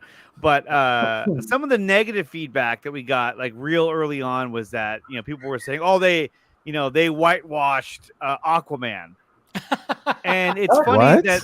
How dare you whitewash Aquaman? I saw that because and I was like, a little like not as. That's wild. Well, yeah, but why did you do that? Well,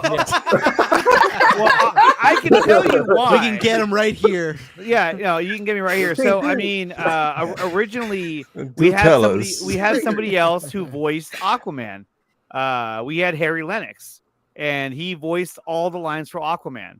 And then as Harry Lennox. No shit. Wow. And then as we I move could have forward, voiced them. Yeah, you could with have accent and everything. You could have. And so, but then as we move forward, but he was whitewashing man.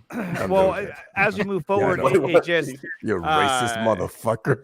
There was some obviously concerns, legal issues. He's a real actor. He's a professional actor, and then there was like, we still want, and so we decided, both parties decided, hey, let's just part ways. And so that was always in the back burner of like, who the fuck is gonna voice Aquaman? And so we started going through like everybody that we knew. We're like, nobody has that Momoa voice. And the thing about Harry Lennox is that his voice is so unique and distinct that it didn't matter if he didn't sound like Jason Momoa. Like that was fucking Harry Lennox. Like he has a badass voice. And so then finally at the 11th hour, Ryan, who's our artist, he's like, fuck it, I'm just gonna voice him. I was like, do it. And so we nothing did. wrong with that. There's nothing wrong with that. I was just that entire time though. I was waiting for Dave to start playing the "Are you effing stupid?" Wait, drop. pause. Wait. Hold on. Perfect. Andre, that really didn't give me any explanation why you whitewashed. Yeah, exactly. You danced around. I mean, like what a was motherfucker. whitewashed by him was his voice because of Ryan, and that was it. No. People were giving you shit because of like his skin was His not skin, sharp it enough. was a little bit lighter on the like, lighter what the side. fuck? I'm like, That's the whitewash. That's the whitewash. Not the voice. Nobody That's why I care was about the voice, confused. bro. I was confused. I was like, wait, what does Ryan voicing Aquaman have to do with the skin tone? Yeah, I know. I didn't think he was that light. I'll tell you that. I mean, no, it was fine. Like nobody here thought nobody comic book nobody Aquaman thought it was necessarily. No, I know, right? These God guys forbid. just want to find something to criticize. Now, if you'd given him blonde hair, Nah, and he with was like the short blonde hair, then it would be like, okay. that Yeah, all he totally changed his look. But but the fact of the matter is like, oh yeah, he was like, okay, he was colored like a little bit maybe, but at the same time, I'm like Jason No, Momoa. he It's like, whitewashed Aquaman. That's what we're hearing. That's that's what we're hearing. Yeah, It's over. don't try to cancel fix it, spoilers. Dave. Don't try to Cancel fix them. it. I know. I mean, look, How dare you? not everyone's gonna I'm like it. offended. I'm offended. You know, I'm- not everyone's yes, gonna I'm like how it turned out, but Daniel Martin says you use white paper. Yeah. Yeah. I used to use white paper. We ran out of black paper for Aquaman. black but see- paper. But Black see, here's paper, the just like here's Batman the Animated here's the Series. beauty of it, Andre. Right? Here's the beauty of it. As long as there was more positive feedback, like the other Good people night. who didn't like it was noise. Like, and there was more positive people. I saw the comments, and like there was a lot of people that was really proud and loved what you guys did. So like, yeah, the feedback is good, but I mean, you it's fun to read negative comments because it's always the stupid It's people. really funny. Always to read stupid some of these. people. Andre, the real question though is, when are you selling to Netflix? Oh yeah. Hey, people were asking us. They were Good like, one, Ray. Nice. Are you Ray, guys funny. do you guys have Blu-ray copies of this? I'm like, That's what? funny. Blu-ray Wait, copies? Why the actually, fuck would I wait a have minute. I mean, that could be an option. They do have those they do have, No, it have can't those. be an option. Stop Yes, it. it can. It can be an cannot option. be an Listen, option. Legally. you will not Okay, shit on We do Andre's not want dreams. Andre sued. Okay, Yeah. seriously. Yeah, I don't want to get sued. Yeah. Well, and it's funny too because like as we were making it, people were telling us like, oh, WB is probably going to sue you guys and come down you. I'm like, for what? Like, there's nothing to. I don't know. That's For white Aquaman. Whitewashing Aquaman. Well, I find it in the paper. They were like, Or oh, if you get a white Aquaman, take it so from it here. falls on the parody. I mean, here's the thing. For using Blue Beetle. You deal with Blue stupid Beetle. people. You deal with stupid people who don't understand copyrights. Like fan films, usually they don't care. It's not as long as you're not making a profit for yourself too, and they don't really care. They're not going to come for you for that. People were mad that like the Leslie Grace Batman or Batgirl was in it. Oh, that's right. She was in it too. Oh, that's true. Well, and we actually changed her suit. Originally, her shot, where she's fighting, and then you see her in the background, and later on, she had the suit from Batgirl. It was more the purple. And then when the movie got shelved, we were like, well, what do we do now? Shit. And then Ryan was like, well, I'll tell you what, I'll keep her face the same, but I'll make her suit look more like Ben Affleck's suit, kind of, me, like, came from that universe. Okay. And then it turned into a big thing of like, save the Batgirl, save the clock tower. And so then and so we were like, well, wait a minute, people are really supportive of this. So what do we do now? And Ryan's like, well, I already changed it. And I was like, well, let's just keep it the way it is. And we'll just go from there. And people still were like, you had Leslie Grace Batgirl in the background. I was like, oh, you noticed? Awesome. And then like Sasha Kaye was back there too, because we were like, I mean, I saw Sasha. Yeah, that was. yeah, that we're was like, oh, why not? okay. We threw in the Rock in the background, like, why not? Fuck it. Like, Did you throw his tequila in there too? Yeah, his tequila was in there. Or Adam Smasher. He insisted. Yeah, he insisted. Was Spider-Man there? Was Spider-Man in the background? Spider-Man. He has some Terramata You tequila. better be in there. I Terramana can't be in tequila, this. Yeah. But and it's funny too because a lot of the scenes towards the end, I had to like create certain scenes to kind of like move it along. And the scene at the end where she shows, Bruce's son, the Batcave, like that whole scene was I had to fabricate that. Like I had to take shots of the Batcave, send it over to our colorist. He had to put filters over it and color it and add things to it just to give it that look. And then the whole scene came together. And that last shot of the bat suit in the chamber that it sits in, some people were like, "Oh, is that a screenshot?" I'm like, "No, that's literally Chris Aragata literally drew that entire image by hand, and it looks phenomenal." That's hot. And he was showing me, like, as he was drawing it, he was sending me like images of it, like as he was making it, and then you could see like the head's missing and everything. I was like, "Wow!" I was like, "It looks so good." And when it was over, it was like, damn, it looks like I just took a screenshot, but it was he actually drew it. It was really good. Drew that. Wow. Oh, please tell me something. When I saw Bruce's son, the new Batman at the end, please tell me that you were taking some inspiration from Speeding Bullets. That suit really felt like Speeding Bullets. Yeah. So, Son of the Bat, that's early on we talked about how was he going to look, and at first I was like, just give him the Batfleck suit, and then Ryan was like, no, that's stupid though. I was like, why is it stupid? He's like, because it's got to be something. He's got to be a little different. And then we talked about it, and then he had a really good idea. He said, let's give him the blue, so that's paying respects to Superman, but it's also paying respects to Batman, to the audience, because that he wears blue. His real father. Yeah, and so and then it all kind of came together, and then his real father.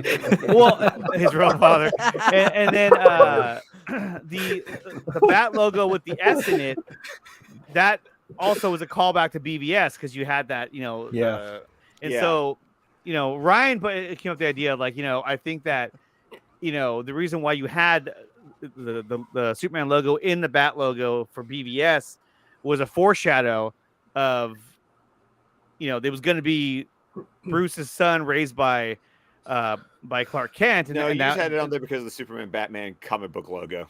Just but I still, I have to remind people that the idea of that, that could have been what they were going for. Who knows? But then at the end, it turned out really good. And what's funny is that we had a friend of ours. His name is Hernan Cabrera. Really good colorist. He colored that image for us because we needed more resources, more help. And then we sent it to our VFX guy. And then when he was done with it, the suit was black and gray. We were like, wait, what the hell? And so we're like, did you change the color? He's like, yeah, I thought you wanted that color. No, put it back the way it was. He's like, oh, sorry. And then, you didn't want the black color again? Well, because we wanted. We getting racial. Here again. we go. Yeah. I'm sorry. I gotta go, guys. I gotta go. And that's the last we ever heard of Ben ever again. Yeah. No, the Streams fucking get taken down. So silly. Okay. No, it was. Yeah, it all turned out great.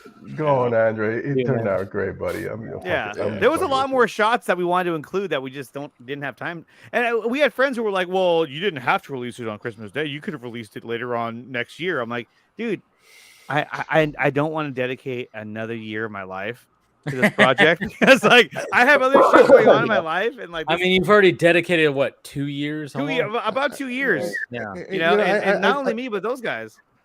I feel like what you just said encompasses the majority of our feelings. We don't want to dedicate another year to this drama and to this bullshit. Nicely played. Almost cost me my marriage. Yeah, it's over. Let's move on. Yeah. At this point, it was good. So, Andrew, you're saying that it's an extended cut somewhere? Yeah, totally. Hey, Ben, Ben, 4 hours. Your mic's jumped, by the way, Ben. Is it? Oh, yeah, it jumped. Hold on. Yeah. Check that. Before that even happens, Andre was like, "This is the ultimate cut. You're not getting more. This is it. No more. No mas." It's funny because people were also sending me messages saying, "Why wasn't the Joker in it? If you had everybody else show up, why didn't you have the Joker?" Zach said that they were going to have a conversation during the Last Supper, and I'm like, dude, that's on his new storyboards. Okay, he wasn't in the original one, and two, I'm not going to write a scene of Batman talking to the Joker, and I'm just going to fucking butcher the dialogue. You know what I mean? Come on. No, if that scene ever gets out, it's going to be the way that he wants that scene to be. And I'm not going to have the Joker in the background as just a side piece. Just oh, look, there's the Joker. Oh, he's gone. It's just kind of it was unnecessary. So yeah, and it was kind of funny though, Andre, because I remember, if anyone remembers from our Squadcast Media Patreon, because I remember, Ray, we had a conversation. I think we talked about the white. I can't remember if it all happened on the same night, but I think we recorded a whiteboard discussion the same night that we recorded our Conan the Barbarian review, which was the day I saw the Snyder Cut, and I was lording it over all of you. Wow. Okay, you know what? That might have all. You're right. That might have happened at the same, because we were definitely like, "Fuck you! You saw it first." That was absolutely a thing that was going on because you saw it days before we did. But yeah, no, that might have all happened at the same time. Because it was interesting, Andre, because I would separate these. When I talked about that, I have some, constructive criticism that I would offer. But once again, fuck me. I didn't have to do 2 years worth of work. I'm just sitting here, watching it. But it was also interesting watching part of Justice League. And part of it was just that I actually have criticisms of those storyboards. like I don't like everything in those storyboards. So it's really funny watching your project going, wow, you really just brought that to life. And all the stuff I didn't like is still there. Still there. Oh, and that's the thing too, is that like the whole project was based on the storyboards that he released. So I was like, oh yeah, that's what we're gonna base it off of, like heavily. And people were like, oh, I would have taken out the Bruce's baby thing. Well, then if I did that, then that's not the storyboards. Like then I'm making my own story. those storyboards. Like, yeah. And so you have to just so part of it is you have to watch it and go ignore the story because that's the storyboards. And it was like, if you're going to judge what you guys did, judge the effort and the production that went into it, because y'all didn't write the storyboards; those were there, and so it was.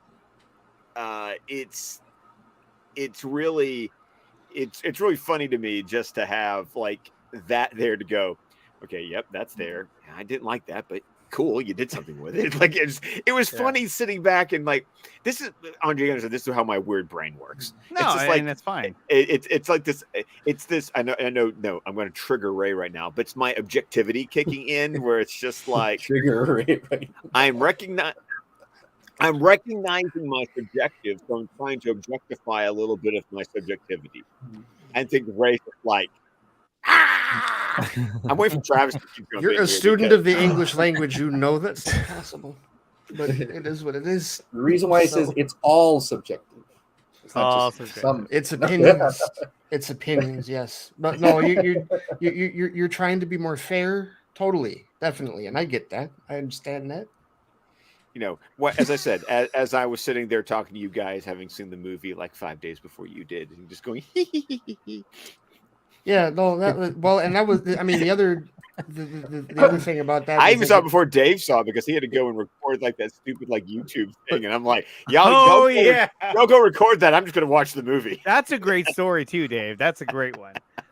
He told me he's like I had the Snyder Cut. I had it on. And you had to pause it to do your. Yeah, it's because I had to do that fan thing. I had to do that fan thing because I was like, it was like, hey, do the fan thing. And I was like, I remember I got the link, and I'm like, because it started like at noon Central. Yes. It was noon Central when it opened. I had it at like 10 a.m. my time, and the whole like fan thing was supposed to happen at 11 a.m. I think it was like an hour later, and I was like, I remember just going. What do I do? I'm like, do I start it? I have to start it. Huh. And I'm like, I can't help it. And I just freaking started it. I started. And then it got to right when Diana was down into the tomb, looking at all the murals. That's where I paused it. Oh, fuck. That's where I had to pause it right there. And then I had to do this fan thing that like lasted almost 2 hours of just like, and it was funny too, because, you know, we were waiting behind. It was like a whole Zoom thing. So there was like the Nerd Queens, Meg, Ohio Dave, Steven was there. And somebody even asked, was like, so who has already started watching it? And I'm like, I literally have Diana holding the torch on my screen right now. I am dying. I want to watch like, and Dave and I had already talked beforehand. Yeah. So I knew this was happening to him. So I'm sitting there going, I'm finishing this. Oh, you smug bastard! I was such a smug bastard. I was such because you gotta remember, no one. It wasn't like them, like they were doing this fan thing. So somebody sent them the link. I actually like won the opportunity to watch it because I did that. You know, who's your hero? And I literally recorded a thing about Heather, you know, being my Wonder Woman, and that's how I won link to watch it on that Saturday. And so the people who like literally like fancy Dave who gets it sent to him is like not getting to watch it. Well, on a silver platter. Right, on a silver platter. Well, like I had to I was like going, fuck all you, I'm watching this movie. See it's funny now that we've all seen it multiple times, right? Yeah. But like at the time, I mean, you got to remember like the impact of that movie. Like I did the marathon. Remember, I did the marathon. I started Man of Steel at the appropriate times so that I could slide into BVS Ultimate Edition so that would end after it was made live, after it was put live on HBO Max, and I was yawning through the first two movies because I've seen them before. It is what it is, and then like the third wave, I found a third wave of energy because I'm like, I am not falling asleep during this movie at all. That is not going to happen. It was literally like the movie gave me life for 4 hours. Mm-hmm. And then as soon as I heard the birds at like 7 o'clock, it's like, okay, go to sleep. You're done. And it wasn't even like a go to bed. It was just like a out. Well, like the whole Microsoft update thing. I was like, what the fuck is going on? Oh, it was it was crazy. It was a crazy night. That really sucked. Because then I finally that watched sucked it. for Tim because that's how Tim was going to watch it, and we were supposed to record our review because because our review was our 300th episode. It was, and we were going to drop it that morning. Like our whole was watch it whenever, but the review is there, and Tim was like, "Will they fucking fix this so I can watch this movie so we can record?" And you got to remember that normally we're like 45 minutes to an hour, and that episode went on for like 2.5 hours. Like that was a long ass episode. Yeah, that whole thing was nuts. I was at a hotel when that happened, but luckily the hotel room we were in had a 65-inch TV, so I was like, oh, okay, cool. So I had my computer hooked up to it. I was like, oh, this is great. But I started watching. I think it finally went on at around 11 o'clock Pacific time, which I was like, dude, all my friends who are on the East Coast are screwed. They're like, oh, it's super late now. What the hell? But that was the most intense experience, next to like sex. Like when I saw that movie, I was like, whoa, this is it. This is crazy. I mean, it's happening. The opening scene where Superman is dying, I was like, holy shit, we're back. Like we're back in the Snyderverse. Holy shit. And then you see Batman, like lower the gun down. You see Wonder Woman looking up. It was just like, holy shit. This was being held from us? Are you kidding me? This is not if you watch Tom and Jerry. Not if you watch Tom and Jerry. Oh yeah, that's true. Some people got to see that shit. Oh my God. Crazy. But I wanted to say, even when it comes to that, that night, somebody did a charity stream that night, and he passed away recently. Oh, Uche. sure. Oh, no. Uche. Yeah. Uche. Oh, So yeah. if anybody has a drink or something like that, raise it to him. Yeah. I can't believe that happened, but yeah, cheers. That was nuts, man. It's crazy because the last interaction I had with Uche was about the Snyderverse, and I was like, bro. I like Uche though. Me and him. He's a cool guy, man. Yeah, he followed me on Twitter. We had back and forth. He seemed like a really sweet guy. And that blew my mind. So yeah, rest in peace. Life is too short, man. He was young, 38. 38. He's a year younger than me.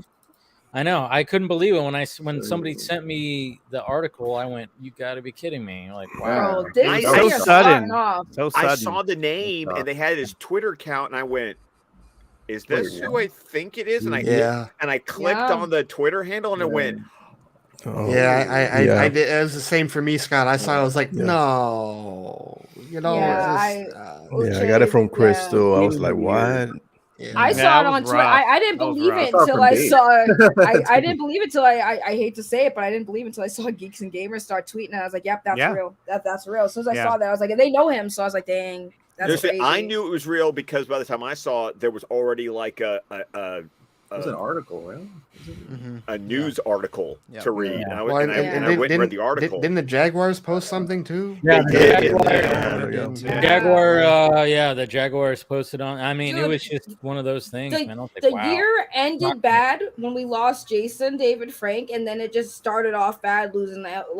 I'm like, what is happening, man? Oh, Ken Block. Oh my God. We lost so many people. The first 3 or 4 days of Barbara 2023. Walters. Or Yeah, like, she was 100. Kevin She's Conroy. fine. I know. I was about to say, like, Barbara Walters had her No. time. Yeah. Yeah, Betty White. Ben, she had 7 years left. You know. I mean, that's 7 years. okay. That's wrong. That's a little cold. That's Come rough. on, that's a little. That's Yeah, rough. she was 93. That's a little cold. Come on, That's selling her short Live right a there. full life. But She's no, fine. I mean, Kevin Conroy and Jason David Frank were like two individuals that were a huge part of like my childhood growing up. Exactly. You know, watching Power Rangers, and like I was like a gigantic fan. I'm not as big of a fan as Chris is, but I was a huge fan of Power Rangers, you know, growing up. And the Green Ranger saga, like when they first introduced him and they had the candle and he was losing his power and he had to get past Goldar to get to the candle. I mean, that was such an intense, at the time, such an intense storyline that I was like, oh my God, this is crazy. And then he became the White Ranger and it was so epic. I see. I'm like in the side, the White Ranger side of the fandom, because I remember the whole like build up to like, you know, Zordon and Alpha are in the chamber making a new Ranger, and it's like,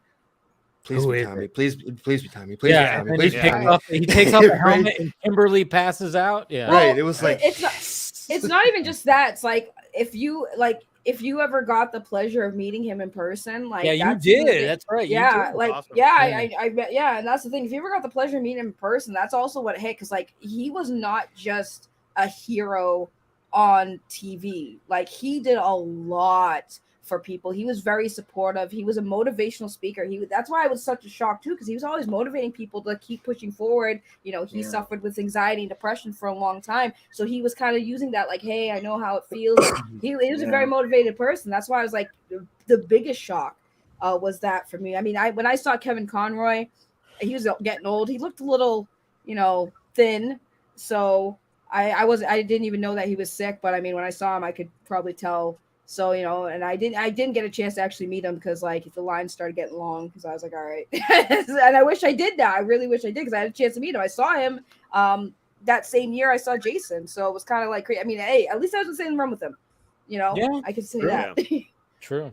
No. That's why at the beginning of the year, I was like, you know, Damar Hamlin and Jeremy Renner better not die. Oh my God! Yeah, It was like one after the other, and I'm like, what is going on with 2023? Well, Jeremy Renner was like, what happened? It was like, oh, it's a snowplow accident. Like, what does that mean? People told me he died, and I was like, what the hell? And then it was like, okay, I got the story. Thank God. I was freaking the out. It's like the Renner thing came out of nowhere, right? And then I think I was still like that's going on. Like we're processing, like, okay, what kind of condition is he in the hospital? And then Monday Night Football, it's like, what in the yeah. is happening? Man. What is that? Rough. I was like, and then Ken Block died. I know you maybe nobody's like, a rally car, but I'm like, I that guy. I mean, he was only 55, right? Yeah, only 55. Yeah, like that's fuck. And I was like, dude, I'm not liking how 2023 is starting right now. It's like 2023 is like, oh, y'all thought last year was bad. Hold my beer. Yeah, like, hold my bottle. We lost the doctor from the Terminator and the uncle from right. He did. Silverman died. Yes. Wait, the doctor from the Terminator. Dr. Silverman. He finally kicked the bucket. Yeah, he finally did. He was in every one of them. He never died. He was in from Home Alone. No. What yeah, guy he was from the Home uncle. Alone? Who? No, he was not that guy. No, he wasn't. You little jerk. No, that wasn't. He him. wasn't the That was a same different guy. actor. That wasn't the same different guy. Okay. Yeah, it's a different guy. Different guy. They look the same. They look like they could be brothers, but not the same guy. Well, they had a similar voice too. Yeah, they did. So I could see why you confuse that, but I know Scott, you said you had to take off, and Ben, you said that too, probably. Yeah. Take off what? Their clothes? That's really creepy. When they leave, Saggy, we're all taking our clothes off. We're married, so it's about to go down. Okay. Ben's like, it starts with the hat. Ben, stop lying. Your wife in bed knocked out. You wake her up, she's sleeping on the couch. Stop capping right now. You couldn't even let him have that, Saggy. Come on. No, I know better. Don't you wake up that woman. She's sleeping. Yeah. All right. No, fair enough. I literally tucked mine into bed and turned on the electric blanket right before I came down. Ooh, electric blanket. No, actually, mine 3 has hours a ago. migraine right now. She's working Oh on yeah, migraine. so neither one of you are getting late tonight. Yeah, I'm definitely not me. Wait, before you go, I don't know if this thing, but like, sorry to just, but I need to ask, like, apparently they say, doing the deed gets rid of headaches. Is that something that the guy just tells me because he wants some, or is that an actual thing? Yeah, yes, it does. Especially to men. We gotta support. No, it is a scientific fact. It helps. It helps. If a man has a headache, you must immediately help him out. Yes. I just want to ask. Scientific fact. It's just like it's in the same line as when guys get sick, it hits us a lot harder than it does women.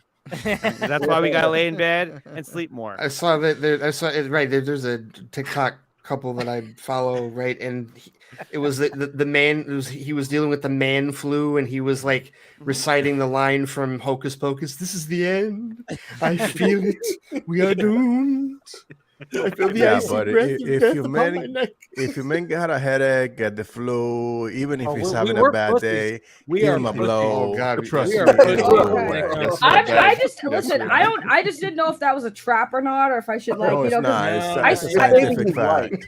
okay, because I hear that all the time, and I'm like, Scientific no, fact. you just want to get it in, and I'm not down right now. No, and I no, know. believe him. Poor I'll man be is like, in Your pain. boyfriend better thank It us after relieves this stream. everything. It's No, a he tension says- release. It's a He tension says it to release. me too. I'll be like, I have a relieves headache. everything. Migraines, It's all for mental health. diarrhea, anything. It relieves is. everything. Yeah, exactly. No, because I'll be like, I have a I'll be like, I have hangnail. a If I get a Nausea. hangnail, I'm like, please. Yes.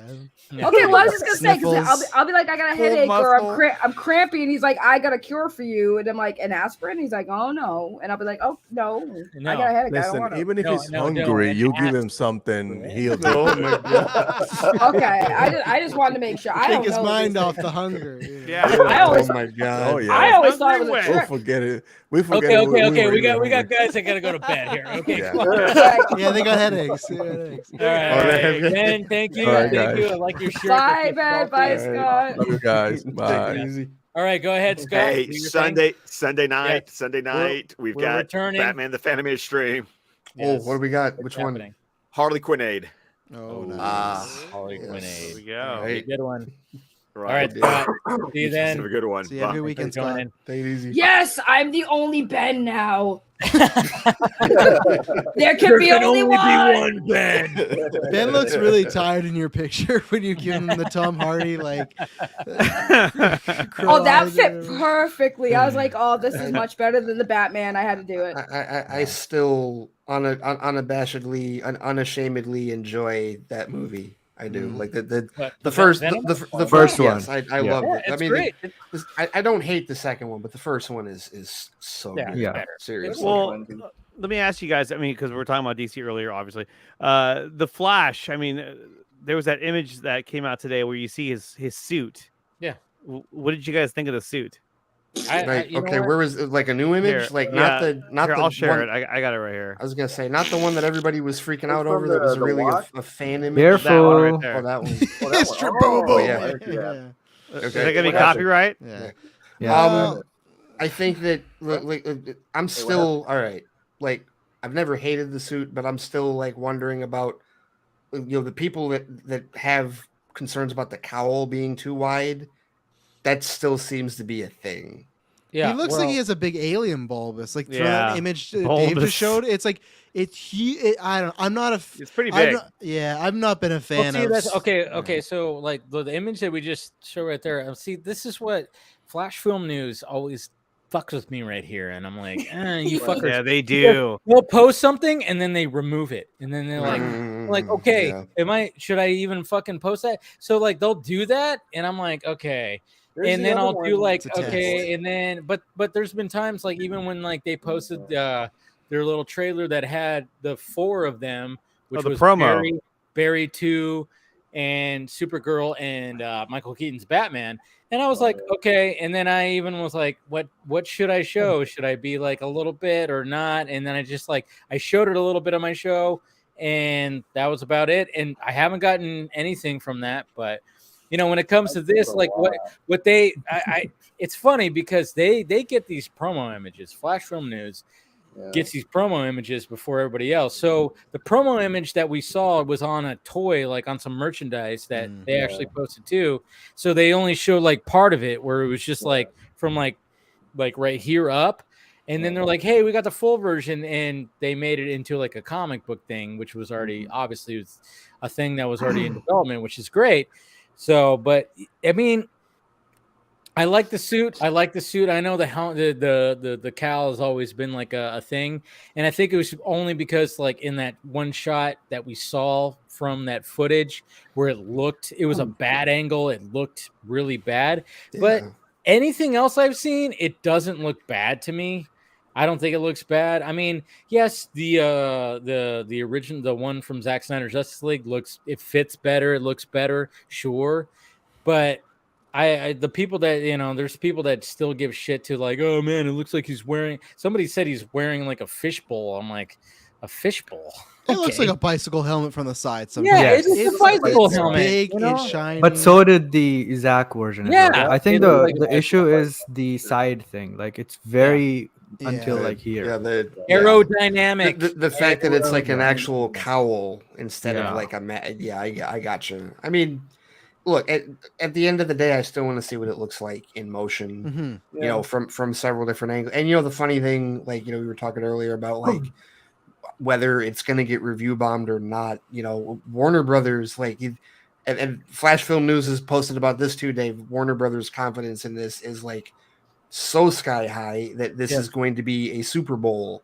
We're going to see the first. They're putting it for the Super Bowl, right? Yeah. So what they're banking on is that regardless of the critics, regardless of any of us in our circles, they're banking on the general audience who still largely has no fucking clue about Ezra Miller's stuff. And there's tons of people that don't even know Keaton's back. I guarantee you. You're gonna see the trailer. There's gonna have Keaton in it, right? There's tons of people that don't even know Keaton probably played Batman at some point in their lives. You know how last year? Remember how last year we freaked out? Who are you referring to? There's tons of people I meet my age in their 20s that they've not seen the Keaton movies, anything like that. Like because it's over 30 years. Yeah, and they're like, oh, I'll watch it when we get closer because they have no like tie to Keaton. So they're like, oh, I fucking love Keaton. Like, oh, he was like Bond, right? How many Bonds we have now? Keaton's that. Do you remember last year? Remember last year during the Super Bowl when we heard? Oh, we didn't see. We heard Patrick Stewart's voice in the Multiverse of Madness teaser. Tell him the truth, and everyone flipped the fuck out, myself included.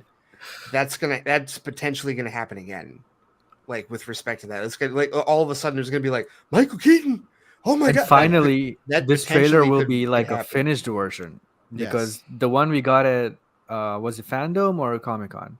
That one was very unfinished. Yeah, and we just got Keaton's voice, and we saw the back of his head, which is like that could be some fucking stunt dude in there, and stuff like that. So no, I'm on the train where I agree with most people that I think the Super Bowl thing is smart because you know Steven's not here to talk about, but you look at Avatar, and we talk about how much times like we're in bubbles, we're in film Twitter bubbles and comment bubbles, stuff like that. Avatar wasn't talked about for years and years, other than James Cameron talking about it by fans, but it's now what, the 9th biggest movie. So the fact that there's James Cameron has now 3 multi-billion-dollar movies, like $2-3 billion movies, and that's where it's like to me the Super Bowl ad. Yeah, of course, it's gonna be online like in 30 seconds after. It could leak a few hours before, but it doesn't matter. You know why? Because my dad wouldn't be on Twitter watching that, but he'll be watching the Super Bowl. And there's tons of people, especially the Keaton era. If you're trying to hit the Keaton people, tons of people might not have social media, so those are the people you want to hit. That trailer is gonna hit Keaton hard. That thing's gonna hit Keaton hard. I firmly expect. I fully expect.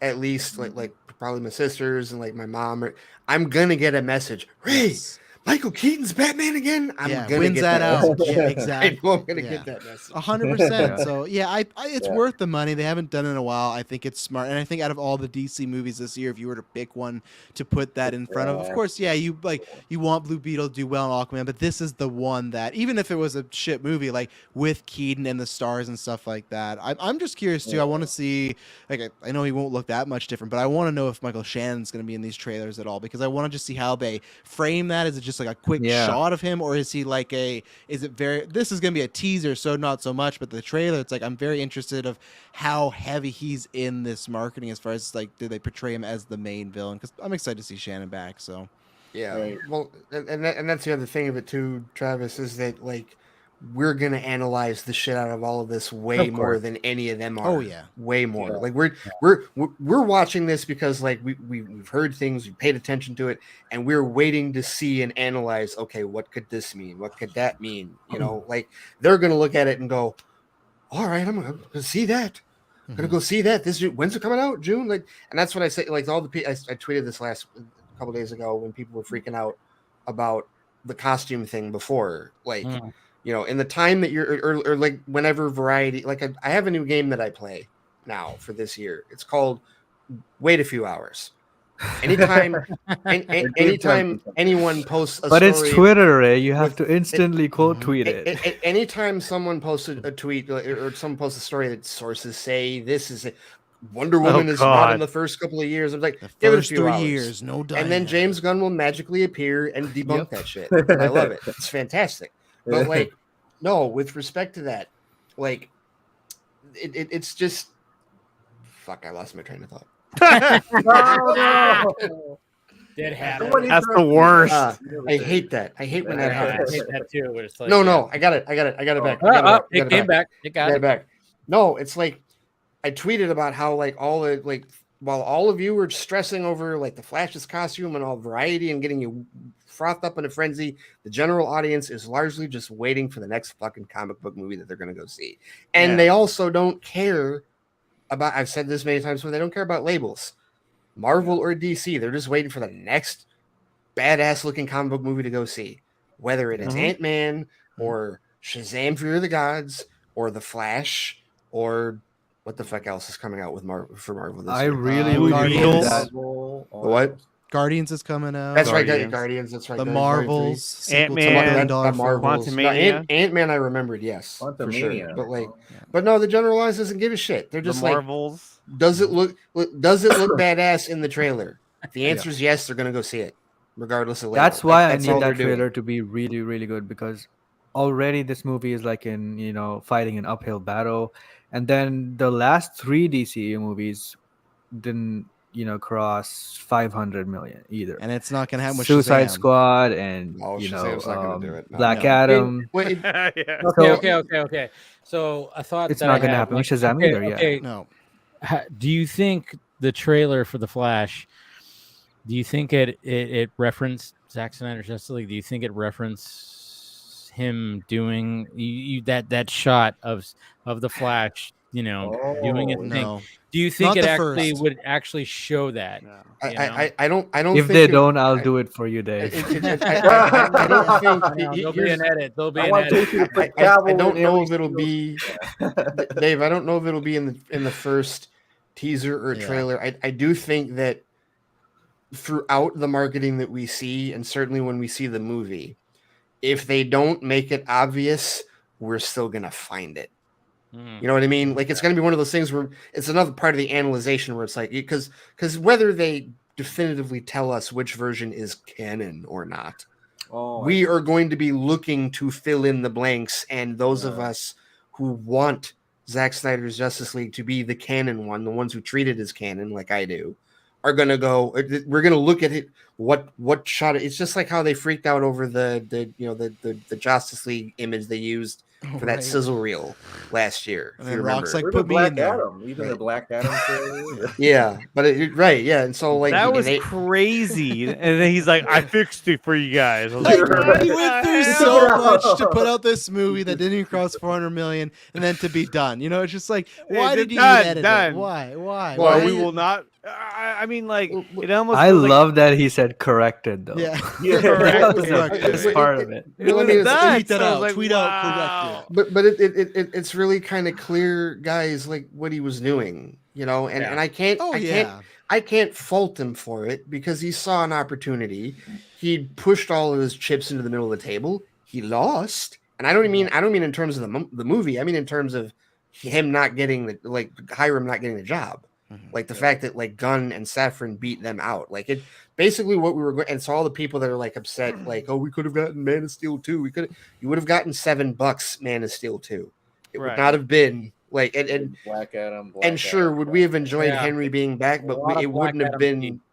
Yeah, it would have been different than what we were hoping for. The concept of like, oh well, DeLuca wanted to restore the Snyderverse. No, look, DeLuca and Abney were overseeing DC Studios as they're running the entire motion picture department of Warner Brothers. So if you're doing that, are you gonna go, hey, I got an idea, let's fucking reboot everything? No, you're gonna go, hey, so how about this? Instead of doing Hamada's plan, which we don't really like very much or whatever, we're gonna go ahead. Well, yeah.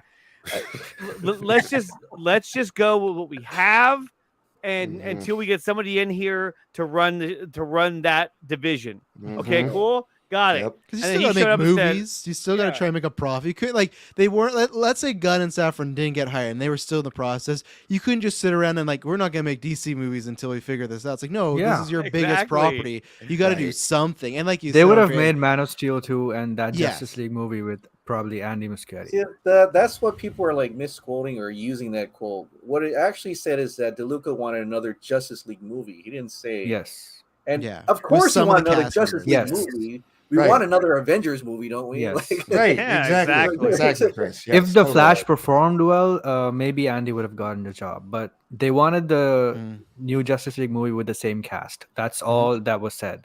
Right. Yeah, it's not, not the continuation of ZSJL. Yeah. Exactly. And again, like Andre said, because it's easy. It's easy. Like the past regimes did this. Okay, instead of starting over, let's just Birds of Prey. Like Birds of Prey. Like, of course, it's connected to Jared Leto and Squad, but it's like it's not really too connected. It has some ties in the first like 20 minutes. And then it's off on its own. Shazam, same thing, but it's always just like, well, it's in the universe, but we're not going to restart it. So it sounds like the same thing, that Black Adam and Henry Cavill Superman would have been in this universe, but they're doing their own thing, and like I guess it would have led to them fighting. But... And the entire time, The Rock would have been like hyping us up about how he would have cameoed in every movie. We're listening to you. We're doing what you want. That type of and again, I don't fault him for it because he saw an opportunity and he took a shot. He was trying. And he almost had it. He tried. He was trying. But he got Cavill back. I mean, he did. He did get Cavill back. But it also feels too like when they announced that Gunn and Safran got the job, I feel like he found out the same way we did and was like, "What the hell?" Yeah. Harold, I thought we had the job. He probably didn't. He probably didn't like that. The way he got radio silent on that day. They both were. That's the thing. Even James Gunn. No recognition, nothing. Did he promote Black Adam? His fucking wife was in it. Did not post it. He didn't promote it at all. It was Listen, honey, I love you, but I'm not tweeting about that fucking movie. All right? You got a headache? I'll fix that. But I'm not tweeting about Black Adam. Yeah, what was that conversation like? I mean, my God. Is it because of The Rock? And what they were trying to do? Is that why I think it was a lot of? It was probably not just that. It was a lot of things. I think. Yeah, I mean, I think they were basically competing for the job. So totally, and I think a lot competition. Yeah, I think a lot of what we heard about the power vacuum that was happening is real. I think that is real. I think there was a battle, and that there were multiple angles of trying to grab control of DC Studios. You know, I mean, just the fact that DC Studios now finally fucking exists, it's like, okay, who is going to finally run this studio? And like, yeah, it probably got a little Game of Thrones. It probably did. It probably got a little Game of Thrones. I think it did. I always picture that scene from Man of Steel when Zod is telling them, like, you're a pack of fools, every last one of you. That was like that's The Rock and his and $7 Productions. They're all there. You know, and then they get put in those little capsules and shot up. James Gunn is the one who was like, you know, telling them yeah. I've been wanting to. Video. There you go. Yeah, Casey. Yeah, no, that's do that. Yeah. But we got somebody joining late right now. This little late guy right here. Throw a knife at Steven. Oh my God. Wow. Steven! Nice blue background. Get him out of here. Get him out of here. He's late. Is my mic okay? Mike is good. Yes, it's good. All right. I should have joined with a hot entrance. The last time I was like, "Hey," and it was like, "Oh, with your avatar glasses." Yeah, 3 takes. Yeah. And then it was all. Oh man. Like that. Yes, Yeah. just Steven, just go ahead and get out of the way. Where's Avatar at now? Yeah, so who has some graphs of I gotta watch that movie. I've got some yeah, graphs. Steven's if I- been watching. I mean, Oh he's my been writing God. articles about Avatar. Steven yeah. has gotten positively forensic about this fucking box office. Oh my God. Yeah. That's great. It passed Top Gun Maverick, Yeah. right? Yeah. Yes, Oh it yeah. did. Yeah. Yes, it It's did. number 9 all time. Look at that. Jesus Christ, man. Oh wait, Steven's here.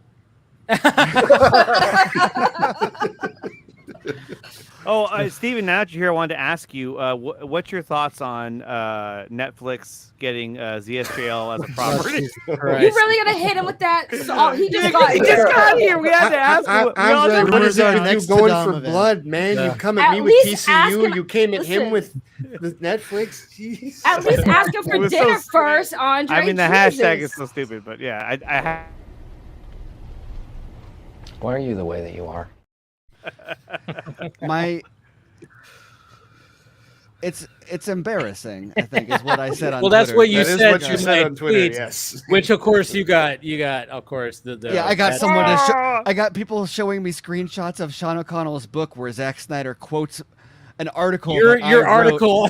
where, like they're like they didn't. I don't think they knew that that's what was Oh, it happening. was In that, hilarious. like literally, they showed a page from the book where Zack is like, "Oh yeah, they were like this doesn't matter," and so I told them about this article that says this. And I was like, "That's my fucking article." Article, yeah, I know. It's pretty hilarious when all they do is bring up your old. And I even said it too to that one guy who did it. I'm like, all right, do you have anything recent? This is 4 years ago. I mean, Not only is it 4 years ago, but it was a tweet they never understood. They never understood from the beginning, and so I don't want to understand. You know that. Well, I don't think they it's willful because it when it says you're going to make WB think, it does not mean I believe what it says. It means that you're going to cause somebody else to believe that. But we Right. don't all have reading comprehension to understand that sentences can have more than a single clause. So that's a gift that only some of us are bequeathed with, I suppose. Apparently. Yeah. Good word. Oh, Yeah. yes. No, but it was a fun hashtag. I mean, when I saw it on my trending, then I was like, Well, what? it's- That's the thing. Okay. I mean, obviously I get it because I wrote about it and I covered all of this and we talked about it and I'm a fan. It's like no secret that like this is something that all of us or most of us were interested in and cared about and campaigned for and whatnot. But like when your girlfriend cheats on you, you're allowed to be upset for like a month or a few months and whatever. But like Really? 5 years later, if Yeah. you're like still like Facebook stalking her and yeah, sending okay. messages to her new boyfriend and telling your friends about these elaborate plans, no, it's embarrassing. She cheated for a reason. And I don't. It's all I want to say about it really because I'll go on and it's not. No, really it's like valid Andre said anymore. earlier. We don't want to spend another fucking year. Yeah, I know. Well, doing this shit. Yeah, exactly. Well, especially when like you're handed a W, like a huge win, like it's such a massive success about what was accomplished with this movie being released. Yeah. So they're insistent on like this is like someone winning the Super Bowl and then like taking Yeah. a shit on the middle of the field and rolling around in it, and it's like, dude, what? They're saying like, I know I'm not only going to go to Disneyland, I'm going to buy it somehow. Oh my god. This is like winning an award that you've never won for a long time and then slapping someone. Oh my god. Okay, we went there. All right, fine. Jesus. So Jesus Christ. Yeah, and so when I say it's Trying to be embarrassing. peaceful. When I say it's embarrassing though, like that's what I mean. And it's like, and I'd love to see those sequels also, but like, A, this isn't the way. B, like even Zach isn't promoting it, or like you're making Zach look bad, you're making yourselves look bad, you're making anybody who is in like not nobody, but like I think most of us probably don't even really enjoy talking about a lot of this stuff like on the timeline anymore because we don't. You just get flooded. Like I feel bad because Gail Simone said something about Lex Luthor and Batman, which is a take that people are gonna fall differently on. Oh, I saw that. But yeah, I quote tweeted it with a gif from BVS of Luthor looking at the bat signal just because I was like, oh, that's funny, whatever. And then like all of a sudden now, I'm not saying it was my fault because I'm sure other people are doing it, but like all of a sudden there's like all these like Snyder fans like giving her all this shit for it, and it's like, why can't we just it is now this thing that people want everyone to enjoy so much. They're so mad that people don't universally love this stuff that they make it insufferable for anybody who actually enjoys it to enjoy it in public anymore. And which is like that's not how you share your love of something with people. That doesn't. So, but I tried to change the topic already, but I don't want to talk about this all night. That's it. Well, we're not talking about this all night. Yeah, I don't have to talk about it all night. No.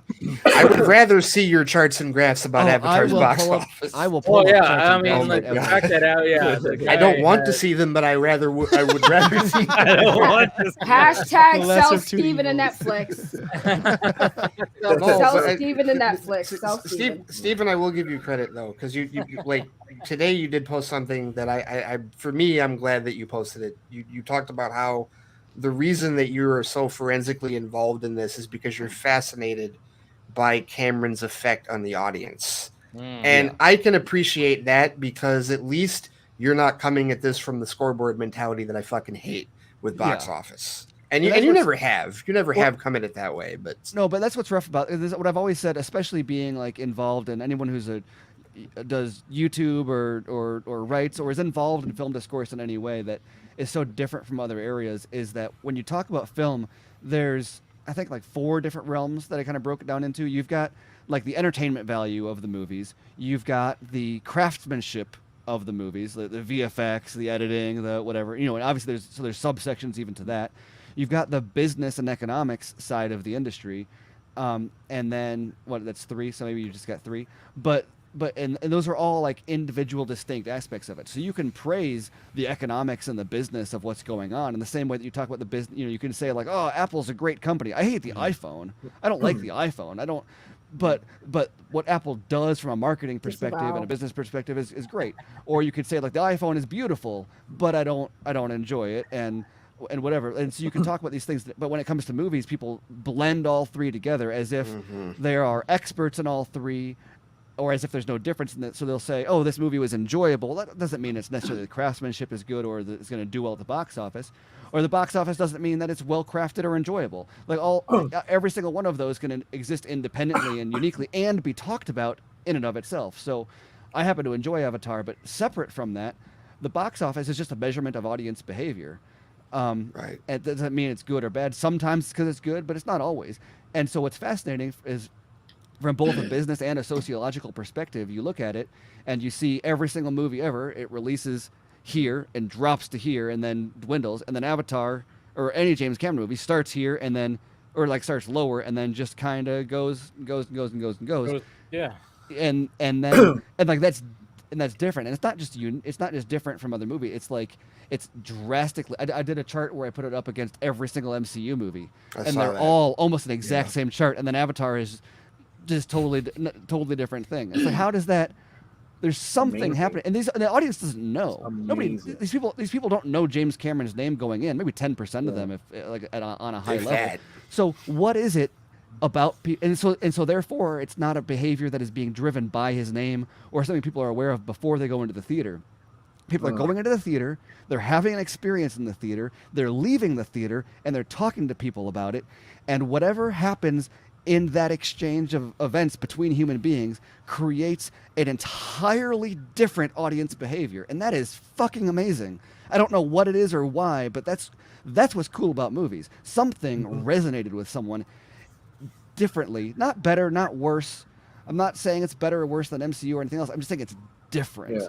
That people walk out of that feeling something differently than they see than they do when they watch other movies. And you can measure that in their behavior through box office behavior. And that's like So that's like the coolest thing about this whole thing for me, which is weird because it's like numbers and whatever. Like we're talking about, that some pretty cool shit happens in the movie too. But like, but just the effect on the collective human consciousness that measured through box office is so. What is he doing that's so different in these stories? And it's not unique to this one movie. It's Avatar, Titanic, Avatar 2. Even while the numbers are lower, it's a very similar graph behavior for True Lies and Terminator 2 and even Abyss, way lower numbers, but still open is low. That you still need to fucking see. I know it's the HD. You haven't seen the Abyss? No, I has not seen the Abyss. I started watching it, but it was the wrong aspect ratio and it bugged me. Yeah. And I looked it up and I found out that the transfer was shit. And I was like, well, I'm not watching a bad transfer of a James Cameron movie.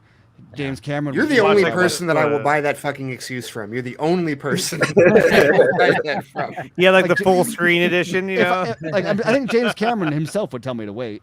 And He probably would. He probably would. And the Blu-ray, the 4K remaster is coming in like March or something. So I am 1,000,000% watching it the second it comes out on that. Yeah.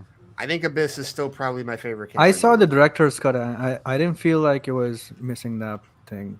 I don't know. No, director's cut. What was wrong in that? Wrong. Ending. Talking about the aspect ratio. The aspect ratio. Oh yeah. But also the scene of the tidal wave that stopped. That Whoa, I forgot. I know the movie. I know the movie is over 30 years old. We do not want to spoil it for him. I need a genuine. I want a genuine reaction from Steven when he finally fucking sees it. I forgot he hasn't seen it yet. It's such that's like saying you haven't seen Titanic. That's like what? No, I have a learned skill that I can because like part of my job, I literally I can read spoilers and just not register. I choose to let certain things just like not stick with me, and then I'm still like, oh, that's cool. That's what that was talking about. I didn't remember that. All right. Well, That's cool.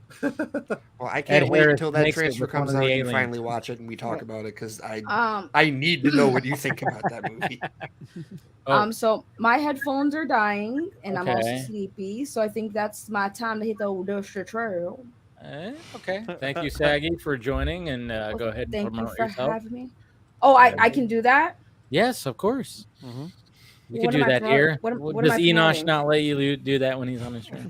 He runs a tight ship, but what am I promoting? Yeah, what do I do? He just boots Well, her I don't know. immediately. I mean, you're exposing, of course. Somebody a certain big name in the. He's already exposed himself. What is he, Voldemort now? Speaking of which, I got to take a phone call from my kids. We'll be right back, guys. Oh, I see. I know somebody's watching. If you don't know what that means, definitely check out my channel. Yes, and there you say go. Ellen You TV. posted that today, and I was like, "Oh God, really?" Oh, dude, you have no idea how bad it is. Listen, I'm keeping up with what you're posting. That's for listen. sure. I've gotten sadly to the point where in a lineup I can identify certain parts now, and I don't know why I'm at this point. Yes. No. I am now the identifier. It's awful. Please help me, Lord. Hopefully it's over soon. But Jesus, no. fix The it. thing that we appreciate though is like bring that motherfucker down, please. You know, I mean, when it comes to this kind of stuff, I mean, that guy, yeah. Well, isn't it kind of weird, Dave? That guy was talking about people being in cults. Meanwhile, like he was basically running one himself. Yeah, it's all pretty crazy. It's when people start like exposing this stuff. I mean, there was even like a new thing about I don't know, Crystalia. We remember the whole Crystalia thing. Yeah. There's a new thing. There's a whole thing where There's he's more? continuing Oh, no. to do more bad shit. Oh, And so no. he's lost even doing gigs now. It's think they coming back ever to get bite out him of because it. apparently even though he was like, I'm clean and I'm a family man now. Apparently that wasn't the case. You know, Never it's like is. these guys, never get these out of it. predatorial No, you can't. guys. Yeah. Ugh. They can't Yeah. stop. Well, thank you But again Andy for ignore. He can't yeah. stop. Oh, Chris said the name. He said Voldemort. Oh, I don't know why people are scared to say names. Just call them out, man. That's valid point. Valid point. Hey, listen, I'm just glad people are listening because that's all I can ask for. But no, thank you for having me. You guys are awesome. Much love to everybody here. You guys know I always have your back. And again, just look forward to the Flash. That's all. Okay, bye. All right, thanks, Maggie. Appreciate it. Talk to you soon. I wanted to talk to Steven about something. So Avatar is so interesting because it's like, how online there wasn't much presence online. People are like, it's gonna be a box office bomb, and it turned out the opposite. That is so fascinating. How does that mean that the online presence, social media, is insignificant in terms of promoting the movie now? The big thing that I've been trying to highlight, and that's part of the reason I started posting this stuff in graphs, is because you can tell people numbers, but until you look at the visual representation, the big thing with all of these with all of these movies and their behavior is like obviously Titanic is the biggest example, but it came out before social media and all that, but out of the top 10 movies on in box office, actually I guess Avatar is on that list now, number 10. It pushed off Avengers. As of pushing off the Avengers was the oldest non-Cameron movie on the list. It came out in 2012. All right. Mm-hmm. Everything else on the list is 2015 or newer. Not surprised. Which, by the way, means mostly inflation-driven growth. That's not totally. Those numbers, those are all new movies that are up there, not because the actual value of box office is going up. It's because the number of dollars is being divided into smaller chunks. And however, Titanic 1997 is still on the list, and Avatar 2009 is still on the list. Two oldest movies on the top 10 now, and they're older than Titanic by almost by 18 years. The next non-Cameron movie, and then Avatar is 6 years older than the next highest movie, which is a significant. I don't think the gap between the next lowest is not the same. It's 2015 and then 2018 I think is the next oldest after that. But Titanic opened in 1997 to $28 million on its opening weekend. By its fifth weekend, it made more week to week than any other movie in the top 10, including Endgame, so you like for here's something I was gathering today, which a little peek at it, something I've got coming up on screenrant.com. Take a drink. Titanic, by its third week in the box office, so about at this point in time, had made 28% of its total box office revenue. So its entire run. Now, granted, that includes some huge re-releases, so it's a little bit skewed, but let's run with it. 28% of its total box office, so that means 70% of its box office happened after its third week. Mm-hmm. Which is when I saw it. I saw it way after that. Avengers Endgame, after its third week of release, guess what percent of its total box office had already been earned? We're talking domestic here, not total, but it's roughly equivalent. At this point, it had what, over 80? Yeah, 86%. Uh-huh. So, 15% of its box office was remaining at this point. As of its fourth week, it had already made 90% of its total run. At that point, Titanic still had 65% front-loaded of its run to go. So same thing with Avatar. It wasn't quite as significant, but with Avatar, it was after week 3, it still had 50% of its box office to go. The only other movie that has grossed that high, that has a similar long tail legs, is Top Gun Maverick, which had earned after week 3 had 58% of its box office had been earned. Yeah, I can't. If you would have said The Dark Knight, I'd be like, I'm out, dude. Yeah, that's it. Yeah, so that's the highest of the non-Cameron movies. So I don't know about, but like for example, let's run if you want to say Avatar 2 has similar legs to Top Gun Maverick. At this point, it's earned before this weekend it had earned about $464 million. So let's say $464 million is 58% of its total box office domestically. That Oops, let me fix that. That comes out to about 800 God? million. I stole that from Zoolander, just so everyone knows. That comes out to about $800 million, which I think is the number 2 highest grossing domestic movie of all time, if it has that same performance as Maverick. Good one, Travis. And the Cameron movies have averaged 70% of their gross overseas, 30% domestically, and Avatar 2 is trending that same amount now. So if that stays true if it does Top Gun Maverick legs, which it's beating currently, but let's say it does Top Gun Maverick legs, and it maintains that 70% of box office coming internationally, it's going to hit 2.67 That's insane. billion dollars at the box That office. is insane. And January is a weak month anyway, so yeah, yeah, I know. Other It's like than well, Megan. There's nothing pushing it out at this point, right? there's no, yeah. I mean, the next big movie is Ant-Man and Quantumania, and that's not until February 17th. Shazam! Yeah, and people and I had one that We're went up. talking big movies. Shots fired. I want to see it. Opening day, I'll be there. I'll see it too. I'll see it after I see 65. But no, Stephen, pursuant to what Chris was asking with respect to the irrelevance of social media in terms of the marketing of all this. Like strategy wise, I mean, like marketing. Yeah, well, and I don't know. We also have to consider. I've been looking. I haven't seen if it's been published yet because I haven't looked for a few days. But I want to see demographics on this movie because Marvel has a really defined audience, but people who aren't interested in it aren't really winning over. But so you have like Avengers Endgame, where that does. Let's see. After its first week, it did 55% of its total box office domestically was in its first week of first weekend of release. Or no, first week total. That's not weekend. Yeah. But it's still a huge percent. Because what's driving people to see a Marvel movie opening weekend? First of all, there's huge marketing. Have you seen marketing for Avatar anywhere close to Avengers Endgame? No, it was everywhere.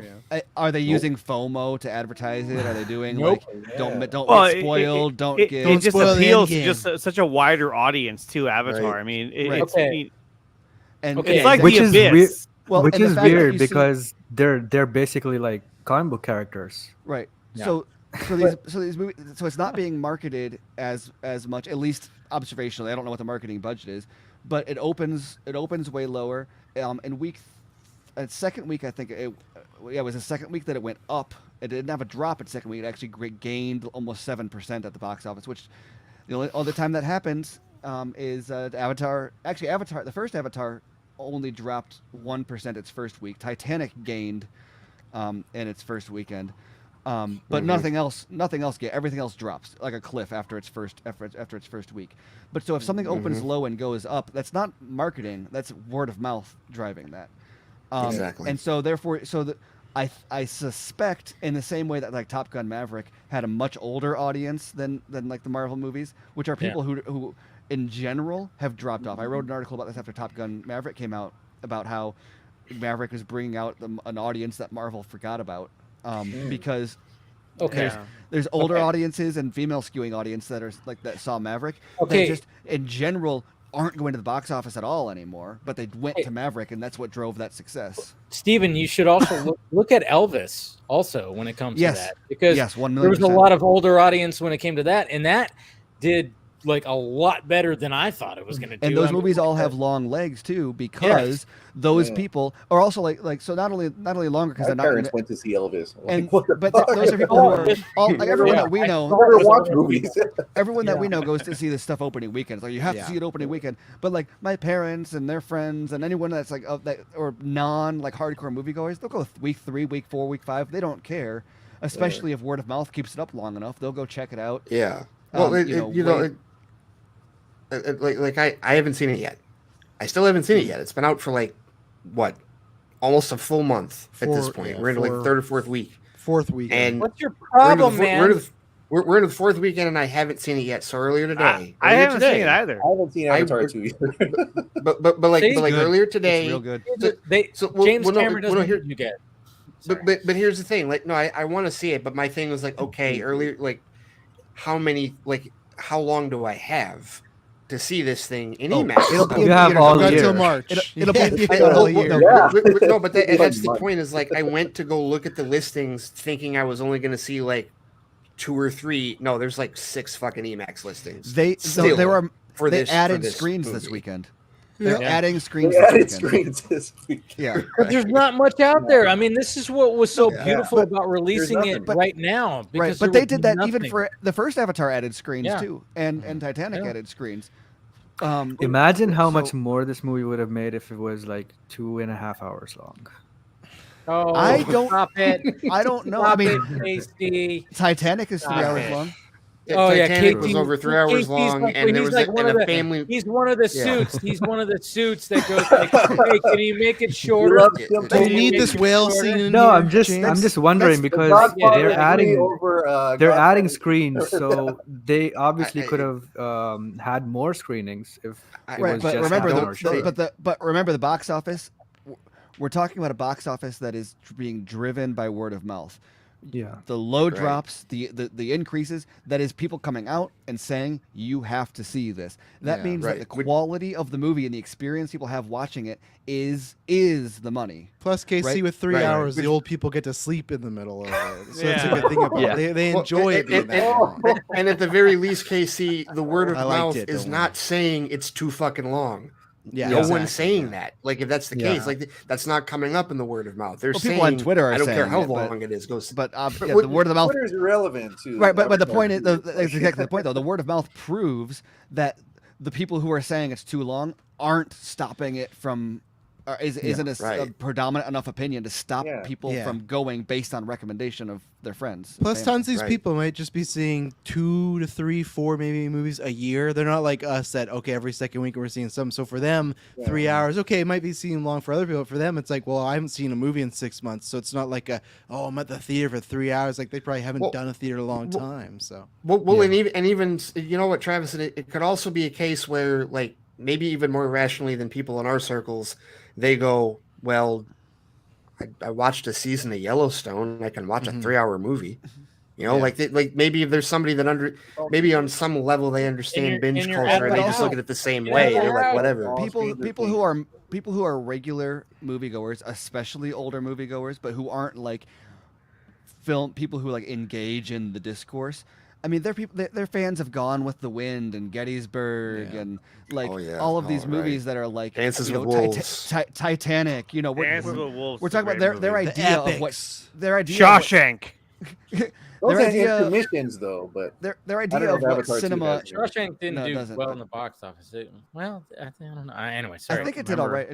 It did all right, right? But I think people hated it when it came out. Yeah, but like it got a cult. It got like this whole like following like after. Anyway, sorry. Yeah. No, but you were saying. Steven was saying. Fuck that all up. I didn't mean to cut you off. No, I don't know what was that. We'll talk about Megan. But it's when it's driven by word of mouth. You talk about like cutting it down to 2.5 hours. Sure, maybe the opening weekend box office would have been bigger, but would it have dropped more? Would it have gained? Would people have said, "Oh, it's fine, wait for it on streaming"? No, this is a theater experience. Right. This is something. Go to the theater to see it because you're not gonna get the same experience on streaming. I love that Cameron. I love that Cameron doesn't even go full hard on you have to watch it in a theater or you're not going to enjoy it. He doesn't have to. He didn't do. It's funny how he was able to avoid what Villeneuve said with the whole speedboat in the bathtub shit, right? Yeah. Or what Nolan has said in the past, right? And if you I watch love my those movie on a filmmakers, fucking but phone, you're a loser. Right. Cameron avoids that because he doesn't. I think he understands he doesn't need to say that. He doesn't need to. He talks enough somehow. Shit. Like it's not like he's just like not saying anything. Like he's saying all sorts of insane. No, he's talking shit. He is, but I mean, his projects. You already know, like Avatar. Like, man, I want to see it in IMAX. The one Black thing Adam he said came out, was, now everyone was like, I gotta see it in IMAX. Or like, I saw it in my theater. I'm like, I don't give a shit. One thing he said was about he's just confident. So one thing he said about when people were asking about the breaks was that you can go to the bathroom. You're gonna watch it anyway again the He said, second yeah, time. Yeah, you're gonna come back and watch it Right. again. Yeah, it's Yeah, just he said it doesn't matter when you go to the bathroom. You'll catch that scene when you Yeah. watch it the second time. but it's just But he's you one of laugh, those guys but where the long tail Stop box it. office, it doesn't just say good word of mouth. It says people are seeing it multiple times. And it's the Yeah. same. Anyone who was alive in 2009 knows that like their cousins saw. Like, everyone's got cousins who saw Avatar. Dude, every I single can- week. But one thing I was assuming. as somebody that was alive in 1997, I saw it happen with Titanic. I saw it happen. I Dude, saw I Titanic didn't in see the theater. Titanic until months after it released. I've got family it was who, still in like, theaters.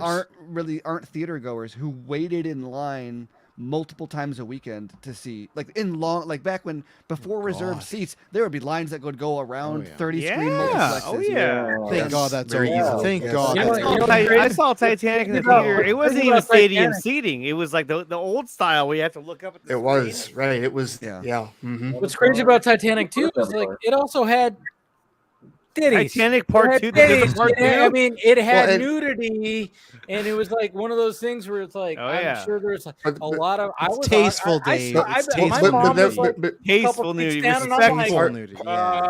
Part of Your the word grandma of could mouth, look at it and be though, like, Dave, look, he loves her. respectful tits. Yeah. that was part of the word of mouth, though. Like seriously, Yeah, it like, was the- like, oh, we're gonna do this. the- Okay. there were people James Cameron saying was that like, there you was, know what?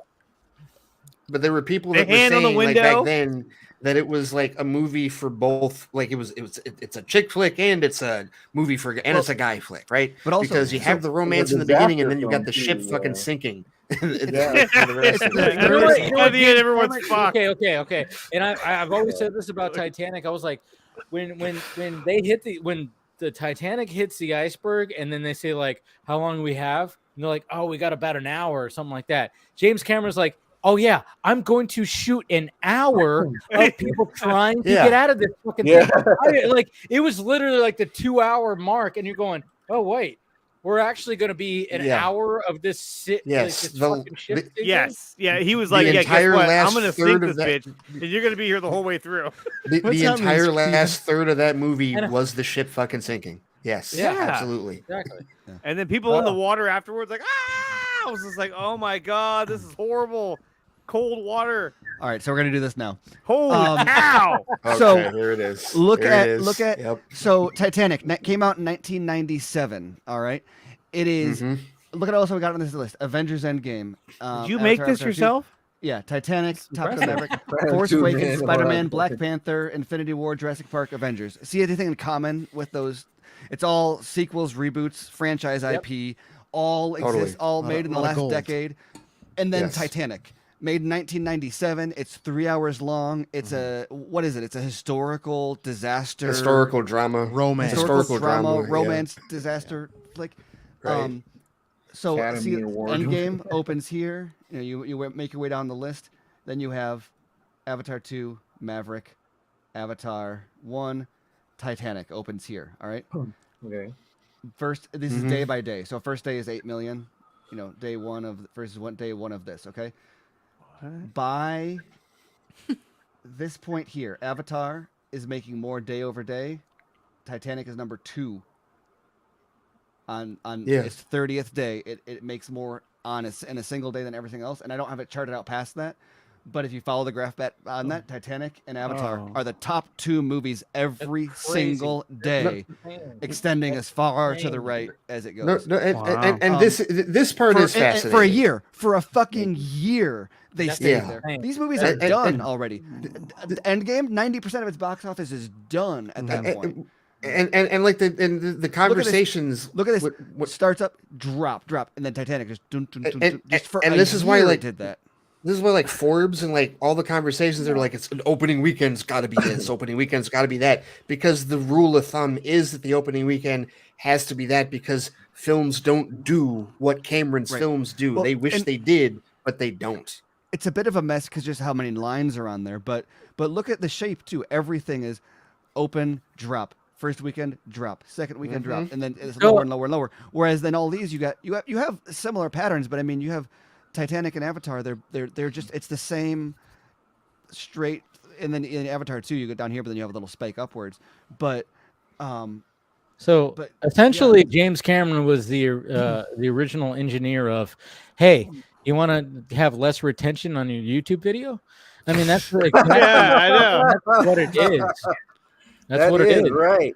You're right. Yeah. It looks like a YouTube chart page. It does. Yeah, is this Like- YouTube Studio? Is that what you use to make this? Look at the retention on Endgame. It drops. All these things fucking drop. But when it comes my to God. his fucking YouTube videos, guess what? Yeah. Not so much. They're consistent. What's amazing Yeah. is he's able to accomplish this in a post Marvel world in a way, because back then, like, Avatar and Titanic was like amazing. You got to realize. special effects. You got to and realize, Chris. everything. Like, when the first Avatar came out, the Yeah.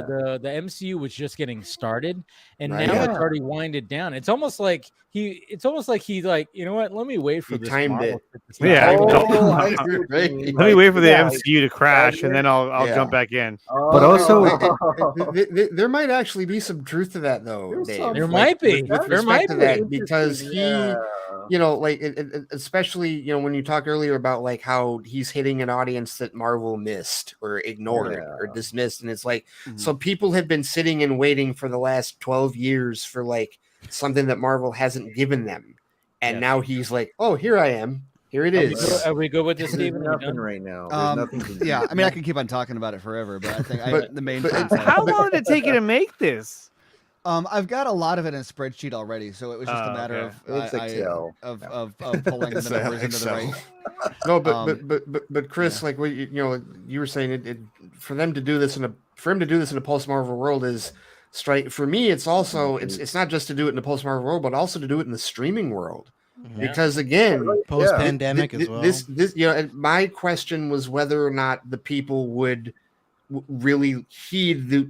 Not that he had the warning, like he was confident that people were going to go see it in the theaters, but would the general audience really say, I need to see this in the theater and not wait for streaming? And That the word was- of mouth is clearly strong enough that it Yeah. has told them, yeah, we can't wait for streaming. We got to go see it now. That was and I the under- big I catch under- with the first one because they had 3D, right? So everyone wanted to see what 3D, that movie 3D looked like. Yeah. This there's movie no doesn't have that gimmick. Yes, Doesn't it have no has like gimmick. extraordinary CGI, but usually people don't care about that. Well, This but is Nobody's the thing I debating like. if the people hand talk was about, real. like, you people know? talk about cultural impact and stuff of the first one, and I think that one of the big things that people miss with that is less the culture. What was the cultural impact, so much as what was the impact is with what didn't happen. Avatar came out in 2009, became the highest grossing movie of all time.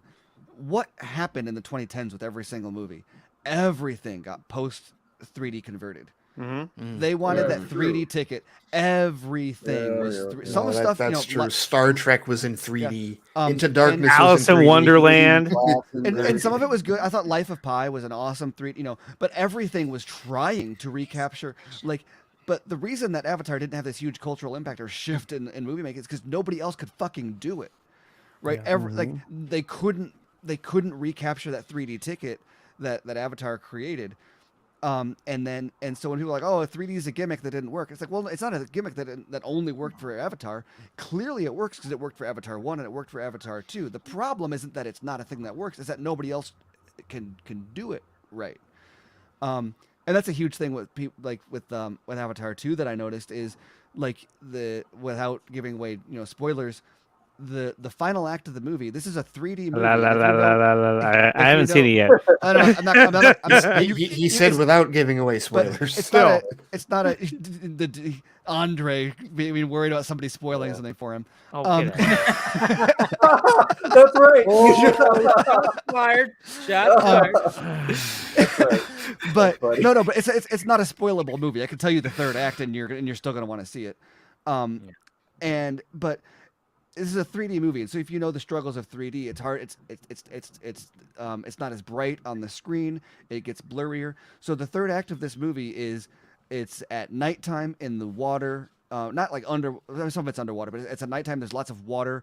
It's lit by a lot of firelight, and it's a lot of kinetic action with like fast camera moves and stuff going on. Hand-to-hand combat. The first Avatar was daytime. Aerial battles, big wide shots, daytime, big explosions, big aerial shots of the forest and all that. There's other stuff going on, but I mean, lots of big shots. This is like intimate shots, close cut combat, cutting back and forth between people, dark, dimly lit, with water and other debris and artifacts going on in 3D with like camera swipes and everything. But because they use the faster frame rate, it's very, very, very visible. Like it doesn't get blurry. It doesn't get and I know some people noticed the 60 or 48 frames per second. Is that what it is? It's 48. It's 48. Yeah, 48 and 24. It's variable. So I normally pick up on that stuff, shocker. But I didn't. I was talking to someone about it that was complaining about it, and so I guess your mileage may vary. I remember sitting there thinking though, in the third one, I was like, wow, the only reason that this scene is even legible is because they're doing 48 frames per second. Like, there's no way they could do this and make it work. But the only reason I knew was because I was watching it and I could see it, not because I felt the 48 frames per second, but because I was like, wow, this is like, shouldn't be possible to film this and do it in 3D this way. No, yeah, because lighting, as you pointed out before, Stephen, because I will never think of blue light the same way again, thanks to you. But like, but yeah, and 24 frames, lighting is a massive asshole. Careful, you're gonna fuck up. No. Whoa! It's like Tron. You did it. You fucked up his video. That's it. It's over. You're done. You fucked up your video forever. You can't fix that. Just want to make a point. That is blue clipping. Yes, blue clipping, totally. But no, like 24 frames. Yeah, lighting is massively a factor with respect to anything that is darkly lit. You're right. You can't see it. You do need the faster frame rate for that. Yeah. But it's still crazy. Like when you see the behind the scenes and you see like all of them in their mocap stuff, it's on a stage, and then you have James Cameron like doing like he's holding his little monitor thing as he's, and I guess is it also a camera? I don't know. It's like what's crazy about crazy. They do all the performances like they would normally, but they're not actually filming them. They're just capturing motion performance. They capture the performance and then like, I don't know, days, weeks, months later, whatever, they have a fully rendered scene, or I don't know, fully, but they have the environment and the characters rendered with motion, and then he goes in with a virtual camera and shoots it then. So he'll have the performance capture. Yeah, that's then so there was an interview with him where he said, like, at that point, I can decide, do I want a crane shot? Do I want it on a helicopter a mile away? Do I want a close up? And he can do whatever shot he wants, and he can alternate between takes and stuff. Which imagine Michael Bay having that. Well, the camera would be just flying everywhere. But what's crazy about it is what that allows him to do is when they're shooting, it focuses on performance, right? Yeah. So VFX gets in the way of performance so often, but this allows him to say, no, let's get the performance. Fuck the camera angle. Fuck the lens. Fuck the lighting. Get the performance and the story that you want on set, and then figure that out later because it's all virtual and you can do that whatever. And that is something that I think we might have talked about this before, but you look at like the way he's always handled VFX, T2 and apparently The Abyss. I don't know. You'll find out. His use of VFX is not just blind spectacle. It is inherent to making the story, the story work. The T1000 being that the liquid metal wasn't only a huge VFX breakthrough, but it was integral to that character, and even the casting and the performance was all related to that. That movie doesn't work the same way. And I will tell you, pursuant to what we were talking about how he's able to capture like the audience attention, like the image of the liquid metal in that movie is seared into my brain. I can't ever not see it because it was striking at the time. When I saw it, it's terrifying. It's utterly fucking terrifying. The T1000 as a kid watching an R-rated movie that you probably shouldn't be watching, but your dad's an awesome, huge Arnold fan, so of course my dad watch awesome. it. My dad was like, "You want to watch it?" Oh no, yes, seriously, I've said that before, but like the T1000 is one of the scariest fucking villains in terms of like his abilities and like what he can do and like how just that looked like the morphing thing, the weapons, like the blades, and just something about it just stuck out to the point where, like, you know, when you get into discussions like, you know, what sequels are actually better than the originals, and like for years people have said Terminator 2. It's like the first when you ask that question, what sequel is better than the original, Terminator 2 was like the first answer from like 70% of people. And the other 30% say Aliens. Yeah. Aliens is the other one. I like Aliens Did you more guys than Aliens, did you so. guys see he confirmed the what is it, an urban myth, or I guess now it's a true myth, that his pitch for the Aliens sequel was that he walked into Best the pitch boardroom ever. and he wrote Alien on the whiteboard. Oh yeah. And then he added an S and put S. vertical lines through it as a $sign. And then yeah. there's your pitch for the sequel. Yeah. Good. You have more. No, and he fucking pulled it off. I mean, that's the thing. And they like, greenlit it. It worked. Yeah, I mean, you watch Aliens, you go, I prefer this a little bit. I mean, the first Aliens Ridley Scott did an amazing job. And it was like one of those, like, it was a horror movie. It was a sci-fi it's horror an entirely movie. different movie. See, that's the thing is like when it comes to James Cameron, is like even like the first Terminator, which he did, that was a horror movie, but it had action elements. Absolutely. But it was a horror sci-fi. You watch Terminator 2, it's like, yeah, it was more action than it was horror, I guess you could say. Absolutely. You know, same thing when it came to Alien. Alien was full on horror, like even nobody can hear it. I just watched T2 a week or two ago again, and every single time I forget just how much it's like. Man, that first 30 minutes or so is like Linda Hamilton's performance is insane in that. It's like a psychological thriller. That movie was like a revelation, dude. It was just like it is unchained how unsettling between her and the T-1000. It's like that whole opening sequence, and then also I don't know what it was like seeing it at the time when it came out, or even how it was marketed. But I think I ever fully realized marketed very well. Was it marketed? But was it marketed that Arnold was a good guy? Yeah. Okay. James Cameron even said that. He said he was like in the marketing, they had to reveal that right away. Yeah, they made it very clear that was the case. Paid attention to it from this angle, but like if that had been a surprise, it was Come with me if you the want way to it plays in the movie. The movie does not reveal that at all. Because the Terminator's just acting the exact same Well, way he was in the first dude, one. I mean, okay. Yeah. So you have the T-1000 looking for John. You have the T-800 looking for John. They both have their own theme songs. Okay, they both have their own themes. I don't know who does the theme for that, but the time when they both meet John in that fucking hallway when he's trying to get away, and you literally hear both of the theme songs merge together as they're slow motion walking towards. It is such a beautifully crafted. The box of roses. Yeah. Like, yes, he does that. And you hear that boom, which is the T-800, and then because I think "Come With Me If You Want to Live" is the reveal, right? Yeah. Yes. No. I mean, because that's what Kyle Reese said to Kara in the first in that like that in that scene though, like in the scene where they come together, like the reveal is when he shoots the T-1000 instead of John.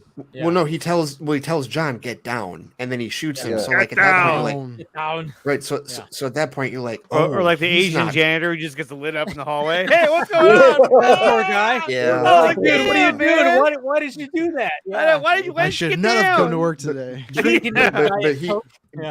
But at that point, you're right, Steven. Like it is a complete twist at that point. Like if someone is like completely in a bubble and watches that movie for the first time, like especially after watching the first one for the first time, like if they're just watching the first two and they don't know what is about to happen, they're literally waiting for he's waiting for the Arnold to kill him, and then when he says "get down," it's like, oh no, he's not. There's a scene later that even capitalizes on that too. Is like when they go to try to rescue Sarah, and then the elevator opens and he comes walking out, and she just goes, she shits herself, like going, no, and then all of a sudden John comes out and goes, mom, like that is such a beautifully crafted scene too, because all she sees is the machine that The tried to kill killer. her, 9 years ago, whatever the fuck it was, and she is losing her shit because that's what's been traumatizing her for the last whatever years. And that's part of why Linda Hamilton's performance in the whole fucking movie is just incredible, because she not only has to be like, think about what Cameron essentially asked her to do. Like, she played the damsel in distress in the first movie, where her life has just been completely and played a badass. Yeah, exactly. She's got to flip it 180. Like, okay, what would this do to her, right? And you hear the backstory. Why is she in too? And it's like, why is she in Opening Pescadero? scene, it's just her doing pull-ups. Yeah. Yeah. And the doctor's there. The doctor. Because when a kill, Earl Bowen, Yeah, may he rest in R.I.P.. peace. Yeah. Yeah. But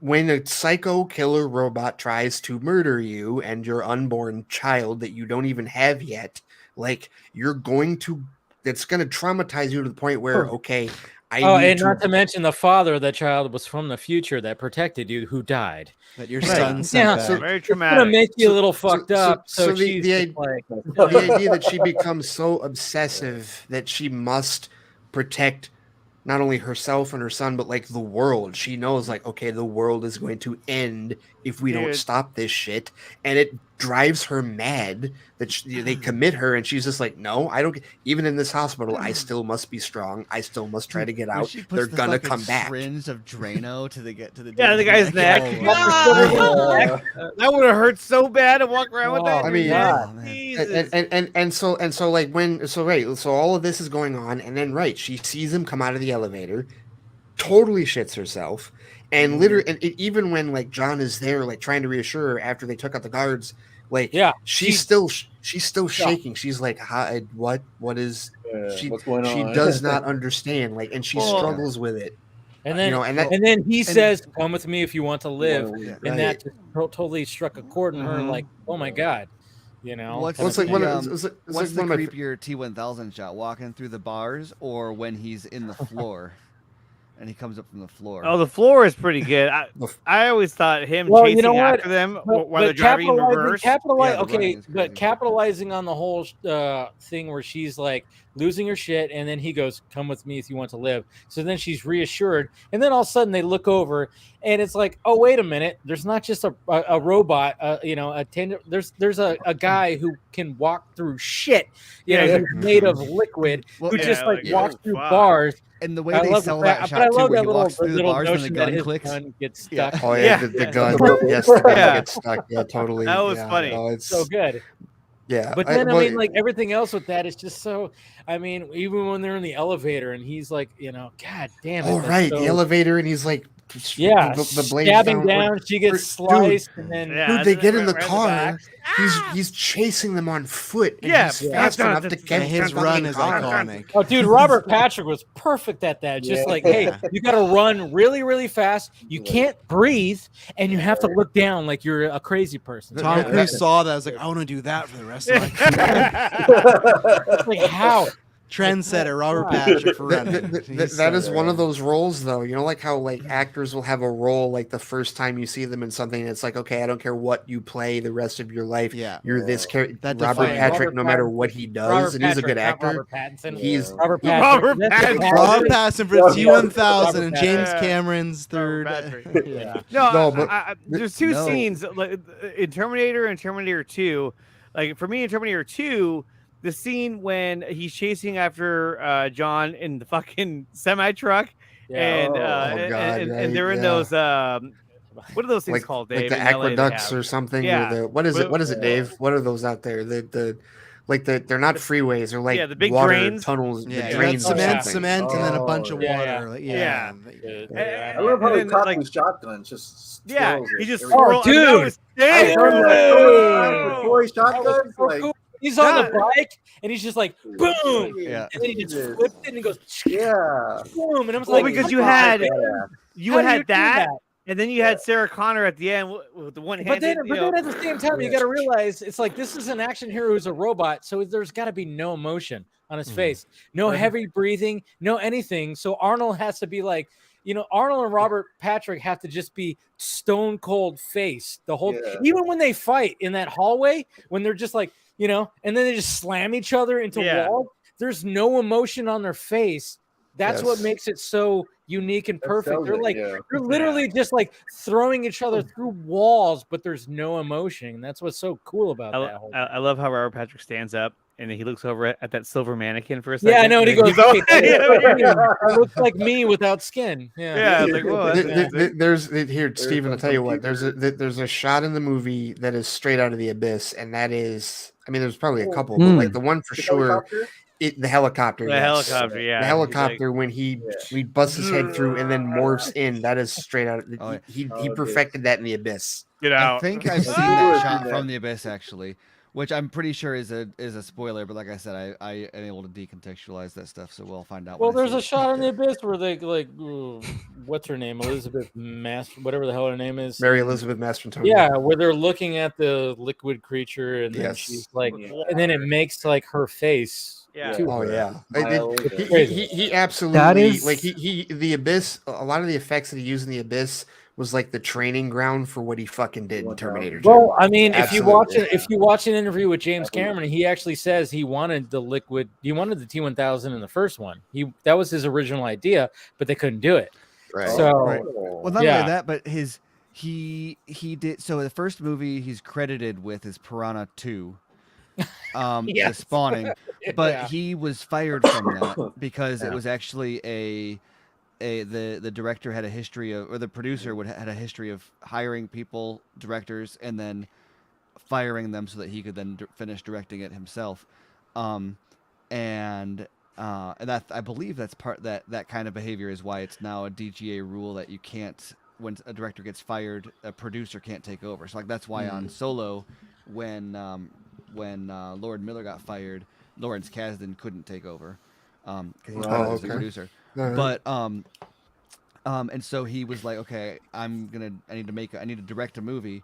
He had the Terminator script, and it was like a hot script. Everybody wanted it, but he's like, if I'm going to direct a movie, I need to use my script as leverage to get a directing job. So even though the script was hot, nobody would. He was not a known commodity, and some people were reluctant to make it a bargain deal. So he wrote the script or made the script in such a way that it could be. I mean, that movie was made for $6.5 million in 1983, 1982. And the first Terminator movie, or no? Yeah, the first Terminator, like 84, I think. 84, I think it was 84. Like yeah. And whatever. So he made this is an example of his business kind of economic savvy.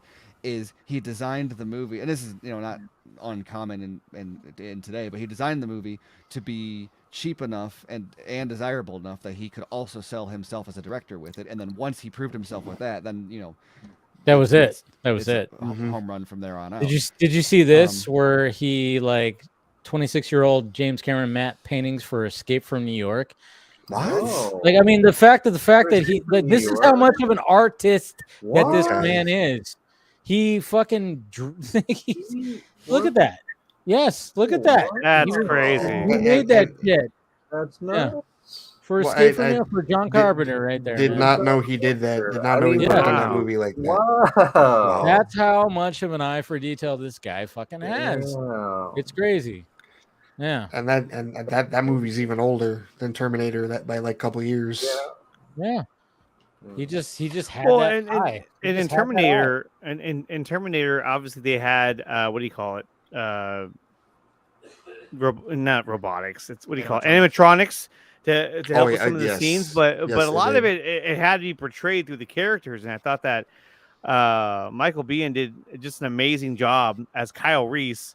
And the scene where he tells her, where she's in the car and she's trying to get away, and he does the whole breakdown, the whole line that sets the tone for the entire movie moving forward. At that absolutely point. Will not stop ever until you are dead. Yes, that is such a final statement that you hear. You're just like, holy fuck. I mean, it's just like, this is not good. There's a lot of good just application of like smart filmmaking techniques. Also, like the mirror shot is a just a classic. Oh yes. Which mirror shot? Where they're doing the one where he's like where he's doing repairing the surgery. Where he's doing the one or like, two. One or two. Part one. Okay, because one. There's a mirror shot on the second one, Dave, same- but they cut it out. I know. I don't know why They shouldn't have did. cut it out. I love Any that. fan Oh, but a good of throwback, any like yeah. Snyder fan watching is gonna know the sucker punch mirror shot that Larry Fong. Oh yeah, did, where that. the mirror where the mirrors are all just windows and they have doubles on the other side, so you show it from the back, and then so it was a very similar shot on Terminator where he's getting like his head repaired, but they they had a double in the mirror. But it's like that kind of stuff is like it was full of that and able to take and make it look far more expensive than it actually was because it's all stuff. That well, the deleted one in the second movie, they literally use Linda's sister as a body double for the mirror. So like it was, you're right. Like it was far more practical than people. And no, I hate that they cut that scene out of it. But I understood why they deleted that scene because it was really interesting because it was like they literally pulled out the chip out of him and it was like that's true. Yeah, and it was like, okay, why would they want to do that? I don't know. Yeah. It didn't really serve a purpose for the story. Yeah. It didn't. But the opening scene in the future, that was like for its time, I was like, holy shit! They made video games off of that opening scene. Yeah, I was like, that opening scene, I was like, you guys have not seen Avatar 2 yet. Avatar 2 has an Avatar version of the T2 opening sequence. Yes, it does. Where it's like, holy shit, let me see that movie too. Like, I'll totally want to see that now. All right. That early shot in Terminator 2 was just mind blowing. I will say when it comes to the future, like I actually like it better in the first Terminator because it's a lot more like horror like. It's a lot more creepy. It's dirtier. It's way grimier. I mean, like the in the second one, it's way more polished and everything. But the first one, just like the music and how it just seems darker. And then you get to John Connor, and it feels like a G.I. Joe like. Totally. Yes. Oh yeah. He's like looking. He has a gun. Because you got to remember. The binoculars. You got to remember that in the first one, and this might even be probably intentional, but like the first one, when you see the future, it's omniscient. It's omniscient that is telling you the story. Whereas the second time, it's Sarah. It's from Sarah's perspective. Sarah is talking to you. Sarah is telling you. So that's her image of her son. Or just like, seeing the machines like the machines like rolling over the skulls, like it's just like wow, this is brutal. Hunter killers. Yeah, Hunter Killers. I love the games, man. The arcade. Terminator 2, the arcade game. Yeah, that was my jam, man. Steven, that was the thing I was going to say earlier. Like when you talk about the marketing for that movie, that dude, they pushed that movie on kids. Through so much merchandise. Are you okay, Steven? Or like, are you scratching your chin? Sorry. No, I'm trying to take my shoe off. He's got a headache. Dave, he's got a headache. He's just trying Hey guys, he's gotta go check on his kids.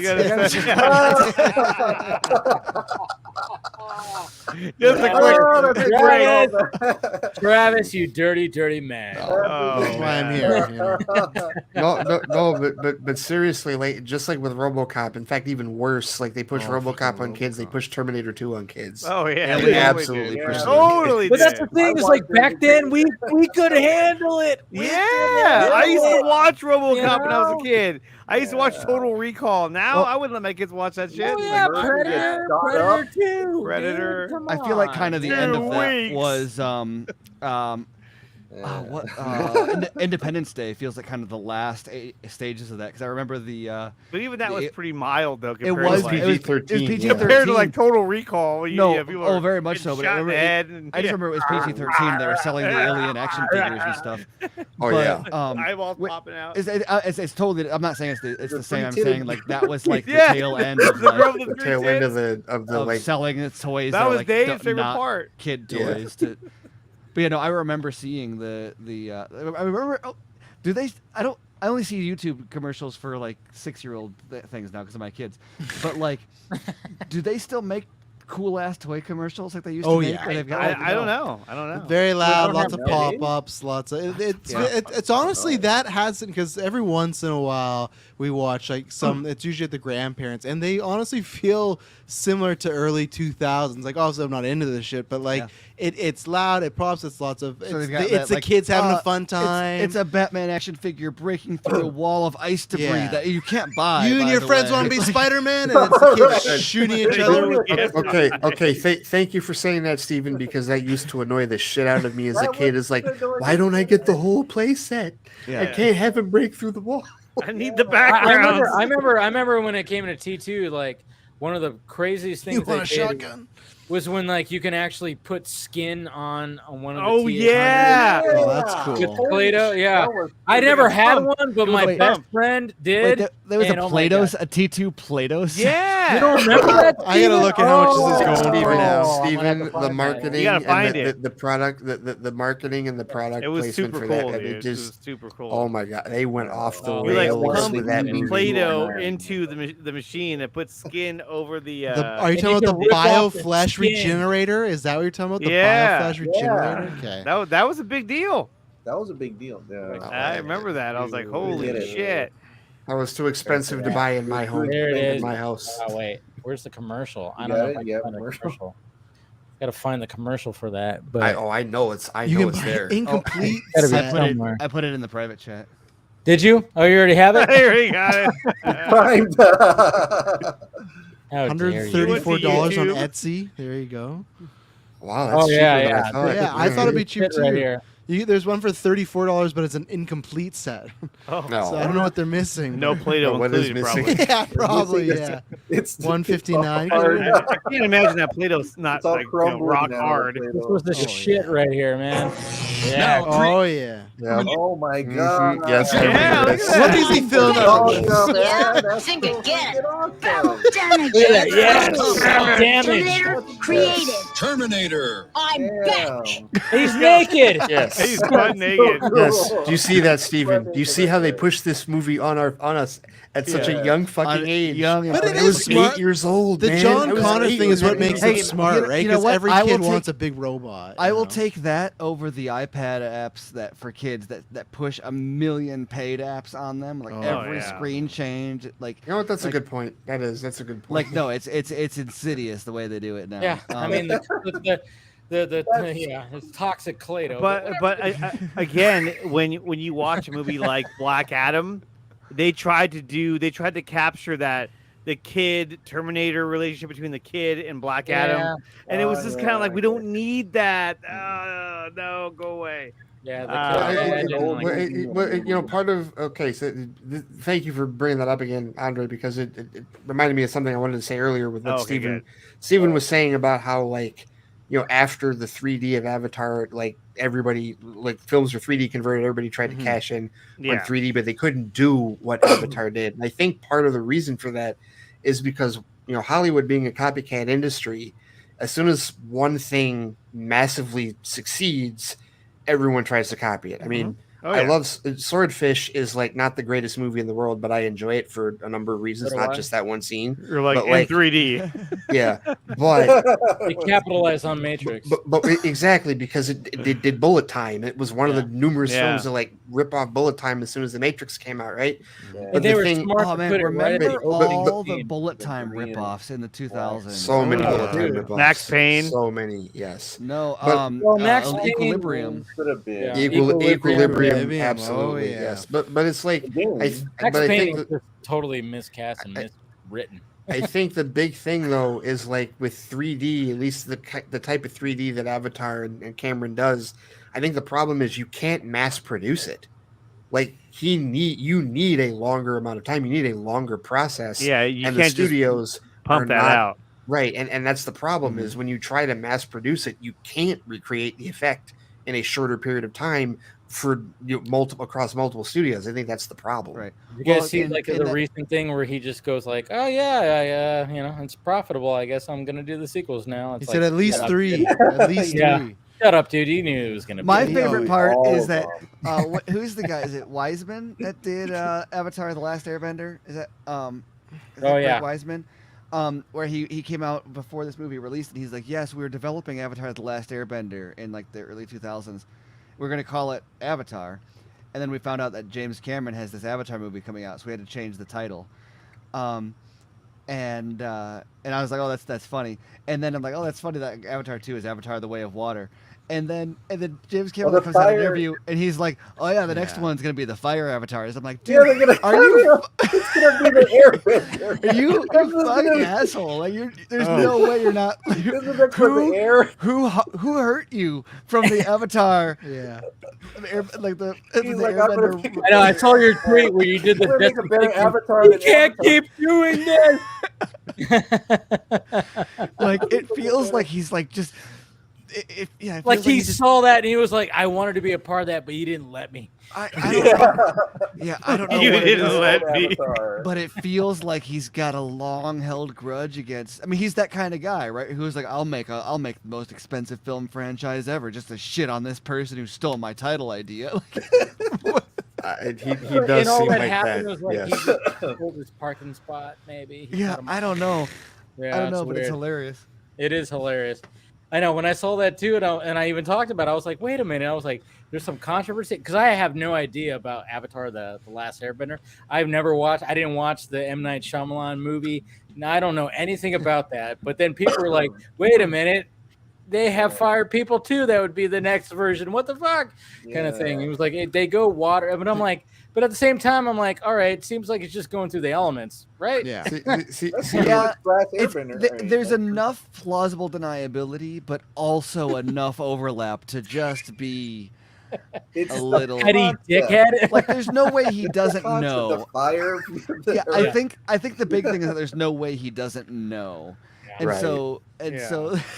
So it's like, that's why making 6 movies makes sense. Wow. Yeah. Now you got an element for each movie. I know, and I like. He also said too, is like, oh yeah, these two were just setting the table. We haven't really got to the need. I'm like, what the fuck? Can you? What the fuck? And see, and okay, so then we can bring this up because going back to Steven's graph, you compare, and I know people. I haven't looked at the thread, but I'm sure they've come after you because you've all the Marvel comparisons and all that tribalist bullshit from there. But that's the even more ridiculous part of this is that, with the exception of Jurassic World, those are all Disney movies now. They're all Disney movies now. Like it's all one. It's all. Why'd you have to piss on the Cheerios, man? I'm sorry. but because Dave, the argument, like these fanboys that are just like Marvel this and Avengers that, it's like you idiots. It's the same. I just always forget that. Yes, now it's on the. Obviously, the same studio is making the money, but one thing I was worried about these movies until I saw this one and saw the way he's handling it and some of the things that he said, but I don't doubt for a second whether or not he will retain the control that he wants. Oh, he will. No, he will. Oh yeah, they'll just. And if they don't let him, absolutely. If they don't let him, it would not be the first time that he. Well, he just something proved like, it right here. He just mic dropped. Dude, Steven, I was mic drop. It's a teabag. Dude, I was teabag. He mic dropped and then he dropped his pants and said. At no point was I ever worried about whether or not he would lose. No, this isn't going to turn into MCU. He's going to franchise it, but it's going to be on his terms. Absolutely. No cinematic television. It's crazy. He'll be the only filmmaker under Disney that has that power. Yeah. Truthfully. He'll be his own division. And here's what's interesting. I was talking to someone, and I mentioned this. They mentioned like the Marvel sort of process about because it sounds sort of similar to what Cameron's doing, but it's fascinating. I was talking about how he does the stuff with the camera work, where he does the mocap and then he like shoots it virtually later on. It's crazy because he was talking about this and he said it's not just the camera work. Like at that point you can figure out in post or in what is even post. These movies are entirely post, but you get the motion capture and then you choose your lens, you choose your lighting, you choose your angle, you choose all sorts of things after you get the performances down, and then you can do whatever. But not only that, but he said that with motion capture they can change the scene on the fly in a way that is more organic to, like, if you're shooting a movie practically and you're like on a set, someone can say, oh, let's try this, and they'll pick up a prop or they'll change it around. And he says with this, if we want to change the scene around, we want to change it from a standing scene to a sitting scene and whatever, we can just do that and then fill in the rest of the scene afterwards. So there's actually more flexibility than even if you're on a physical set.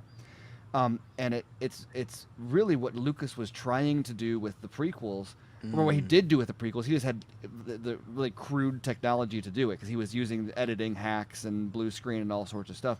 This is the full realization of the Lucas process invented with the prequels, which the MCU tries to do, but on too short of a timeline, not the same budget, not the same talent. And spread across 3 or 4 films a year. Or you compare it to like The Volume, which is almost the opposite approach to filmmaking, where you do all the VFX work first, so you have this dynamic background you can fill in, but you only have select props and costumes and stuff available to you in the moment, so you can't, like, if you're filming a scene in The Volume and you've got this whole background and then you've got like a table on set and that's it, you can't reconceptualize that. You've got to roll with what you've got, and so you lack it gives it a more sterile feeling because you on the day of it, like, if you want to be able to have that flexibility, you've got to do the full physical prep to like build a whole set and have the whole volume background so you can shift that stuff around. Where when everything is digitally added, you're like, you know what, pretend you're drinking something this scene, we'll give you a cup in post. Or if you're like, you want to sit, you want to stand, and not only that, but you can then ADR, face cap, you can swap all sorts of stuff around.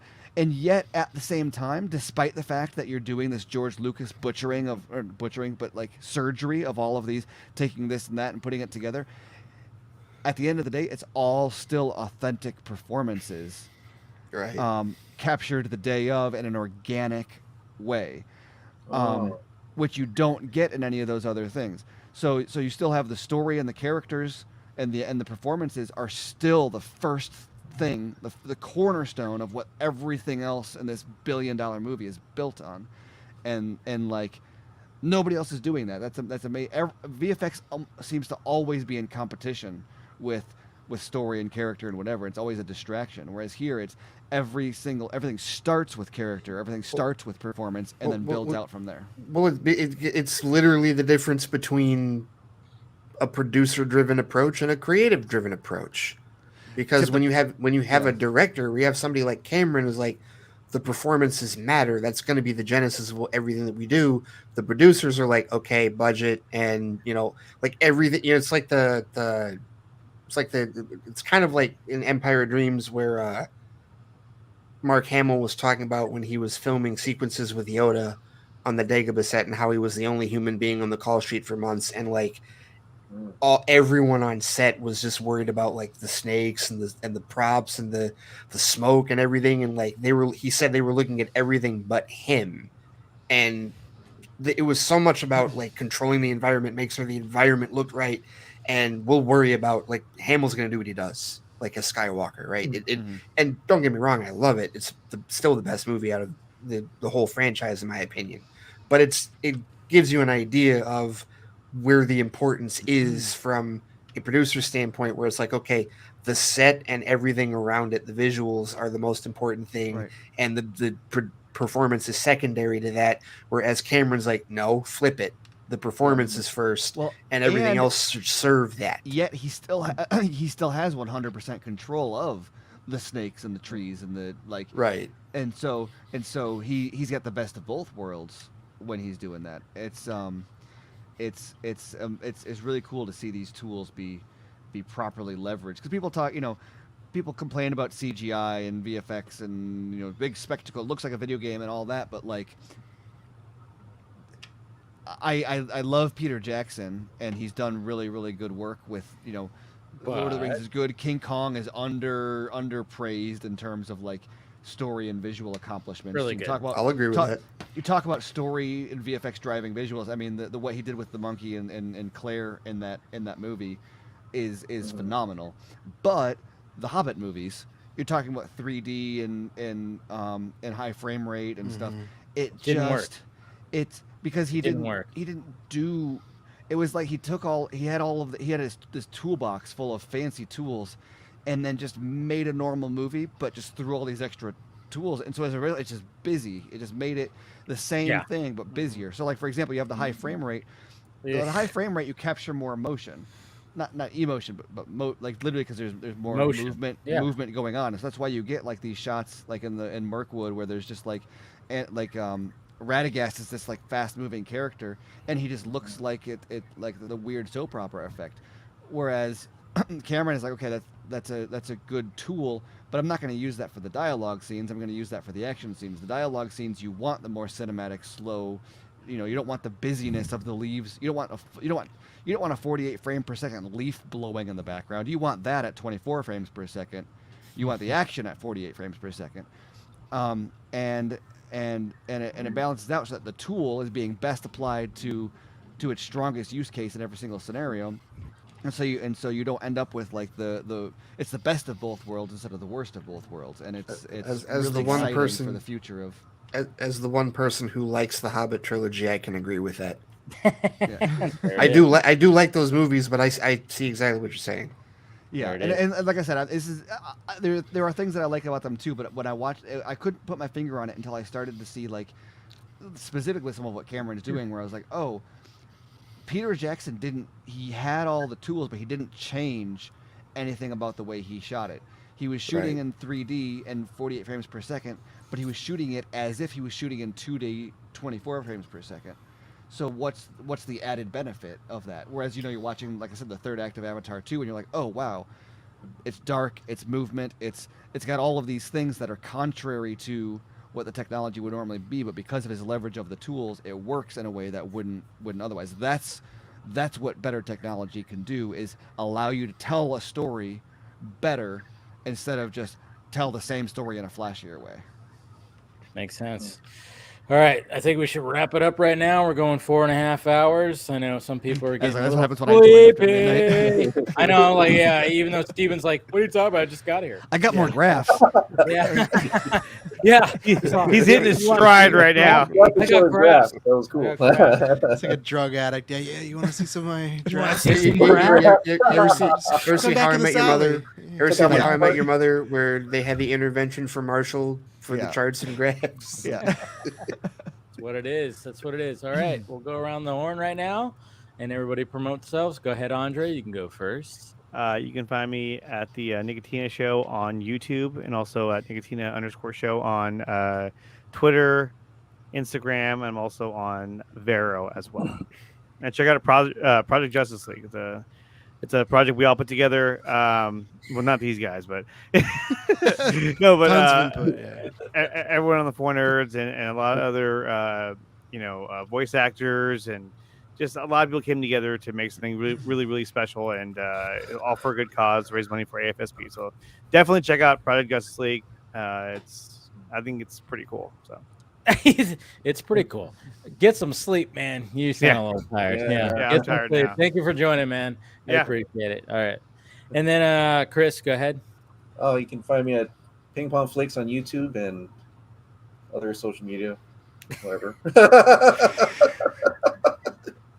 Next. Right. Hopefully, you know what? I wanted to ask you, like, who do you think should be the next Superman? We'll save that for another time.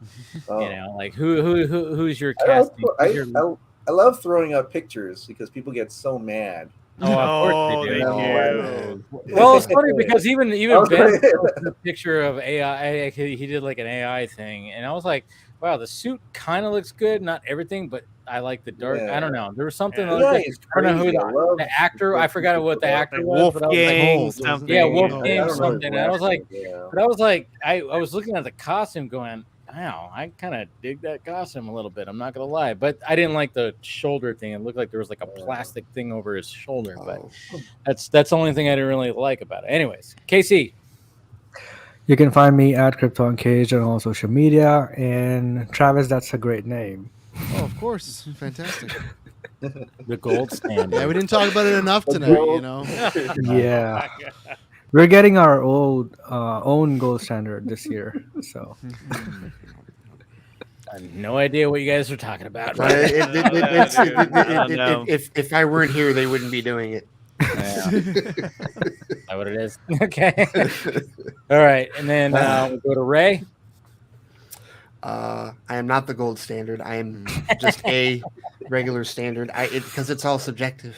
But you can find me on Twitter at the Flightcast, and you can find my blog and my podcast at theflightcast.com. I think I'm going to debut because I took a week off for the new year. I think I'm going to debut a new segment on my show tomorrow, which basically is just going to be a weekly check of James Gunn's Twitter, because there's at least something that he says. Oh yeah, that every week, causes every week the dreaded hashtags. Fire James Gunn, fire Gunn and Saffron, like just on a regular It's basis. the only way. Yeah, right. Because they're gonna see those hashtags and go, guys, we gotta fire them. Mm-hmm.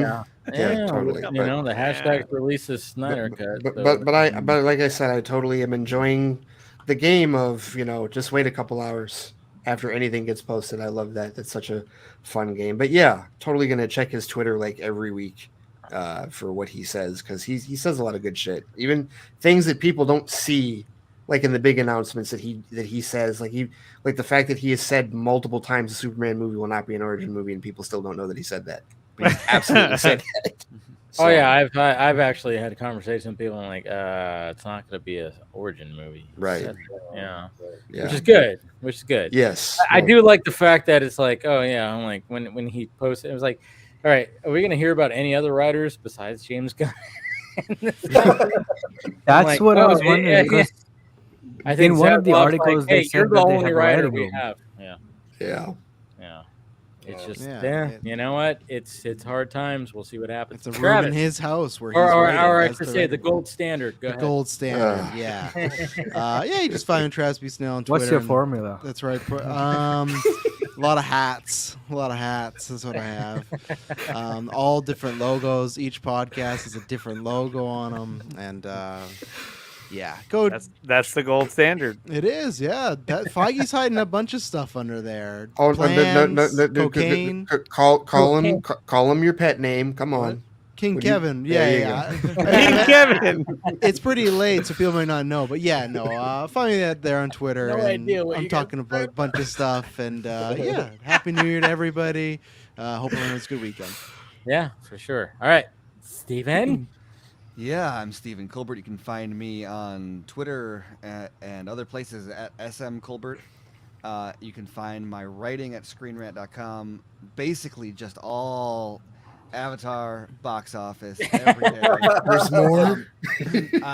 Today I published why all the Avatar box office predictions were wrong, and got into kind of the systems that box office metrics use, and why, while they're often accurate, they don't apply to Avatar. Did a breakdown of James Cameron's filmography and why it's different than others, and a bunch of stuff like that. Check it out. I've got another one coming up soon.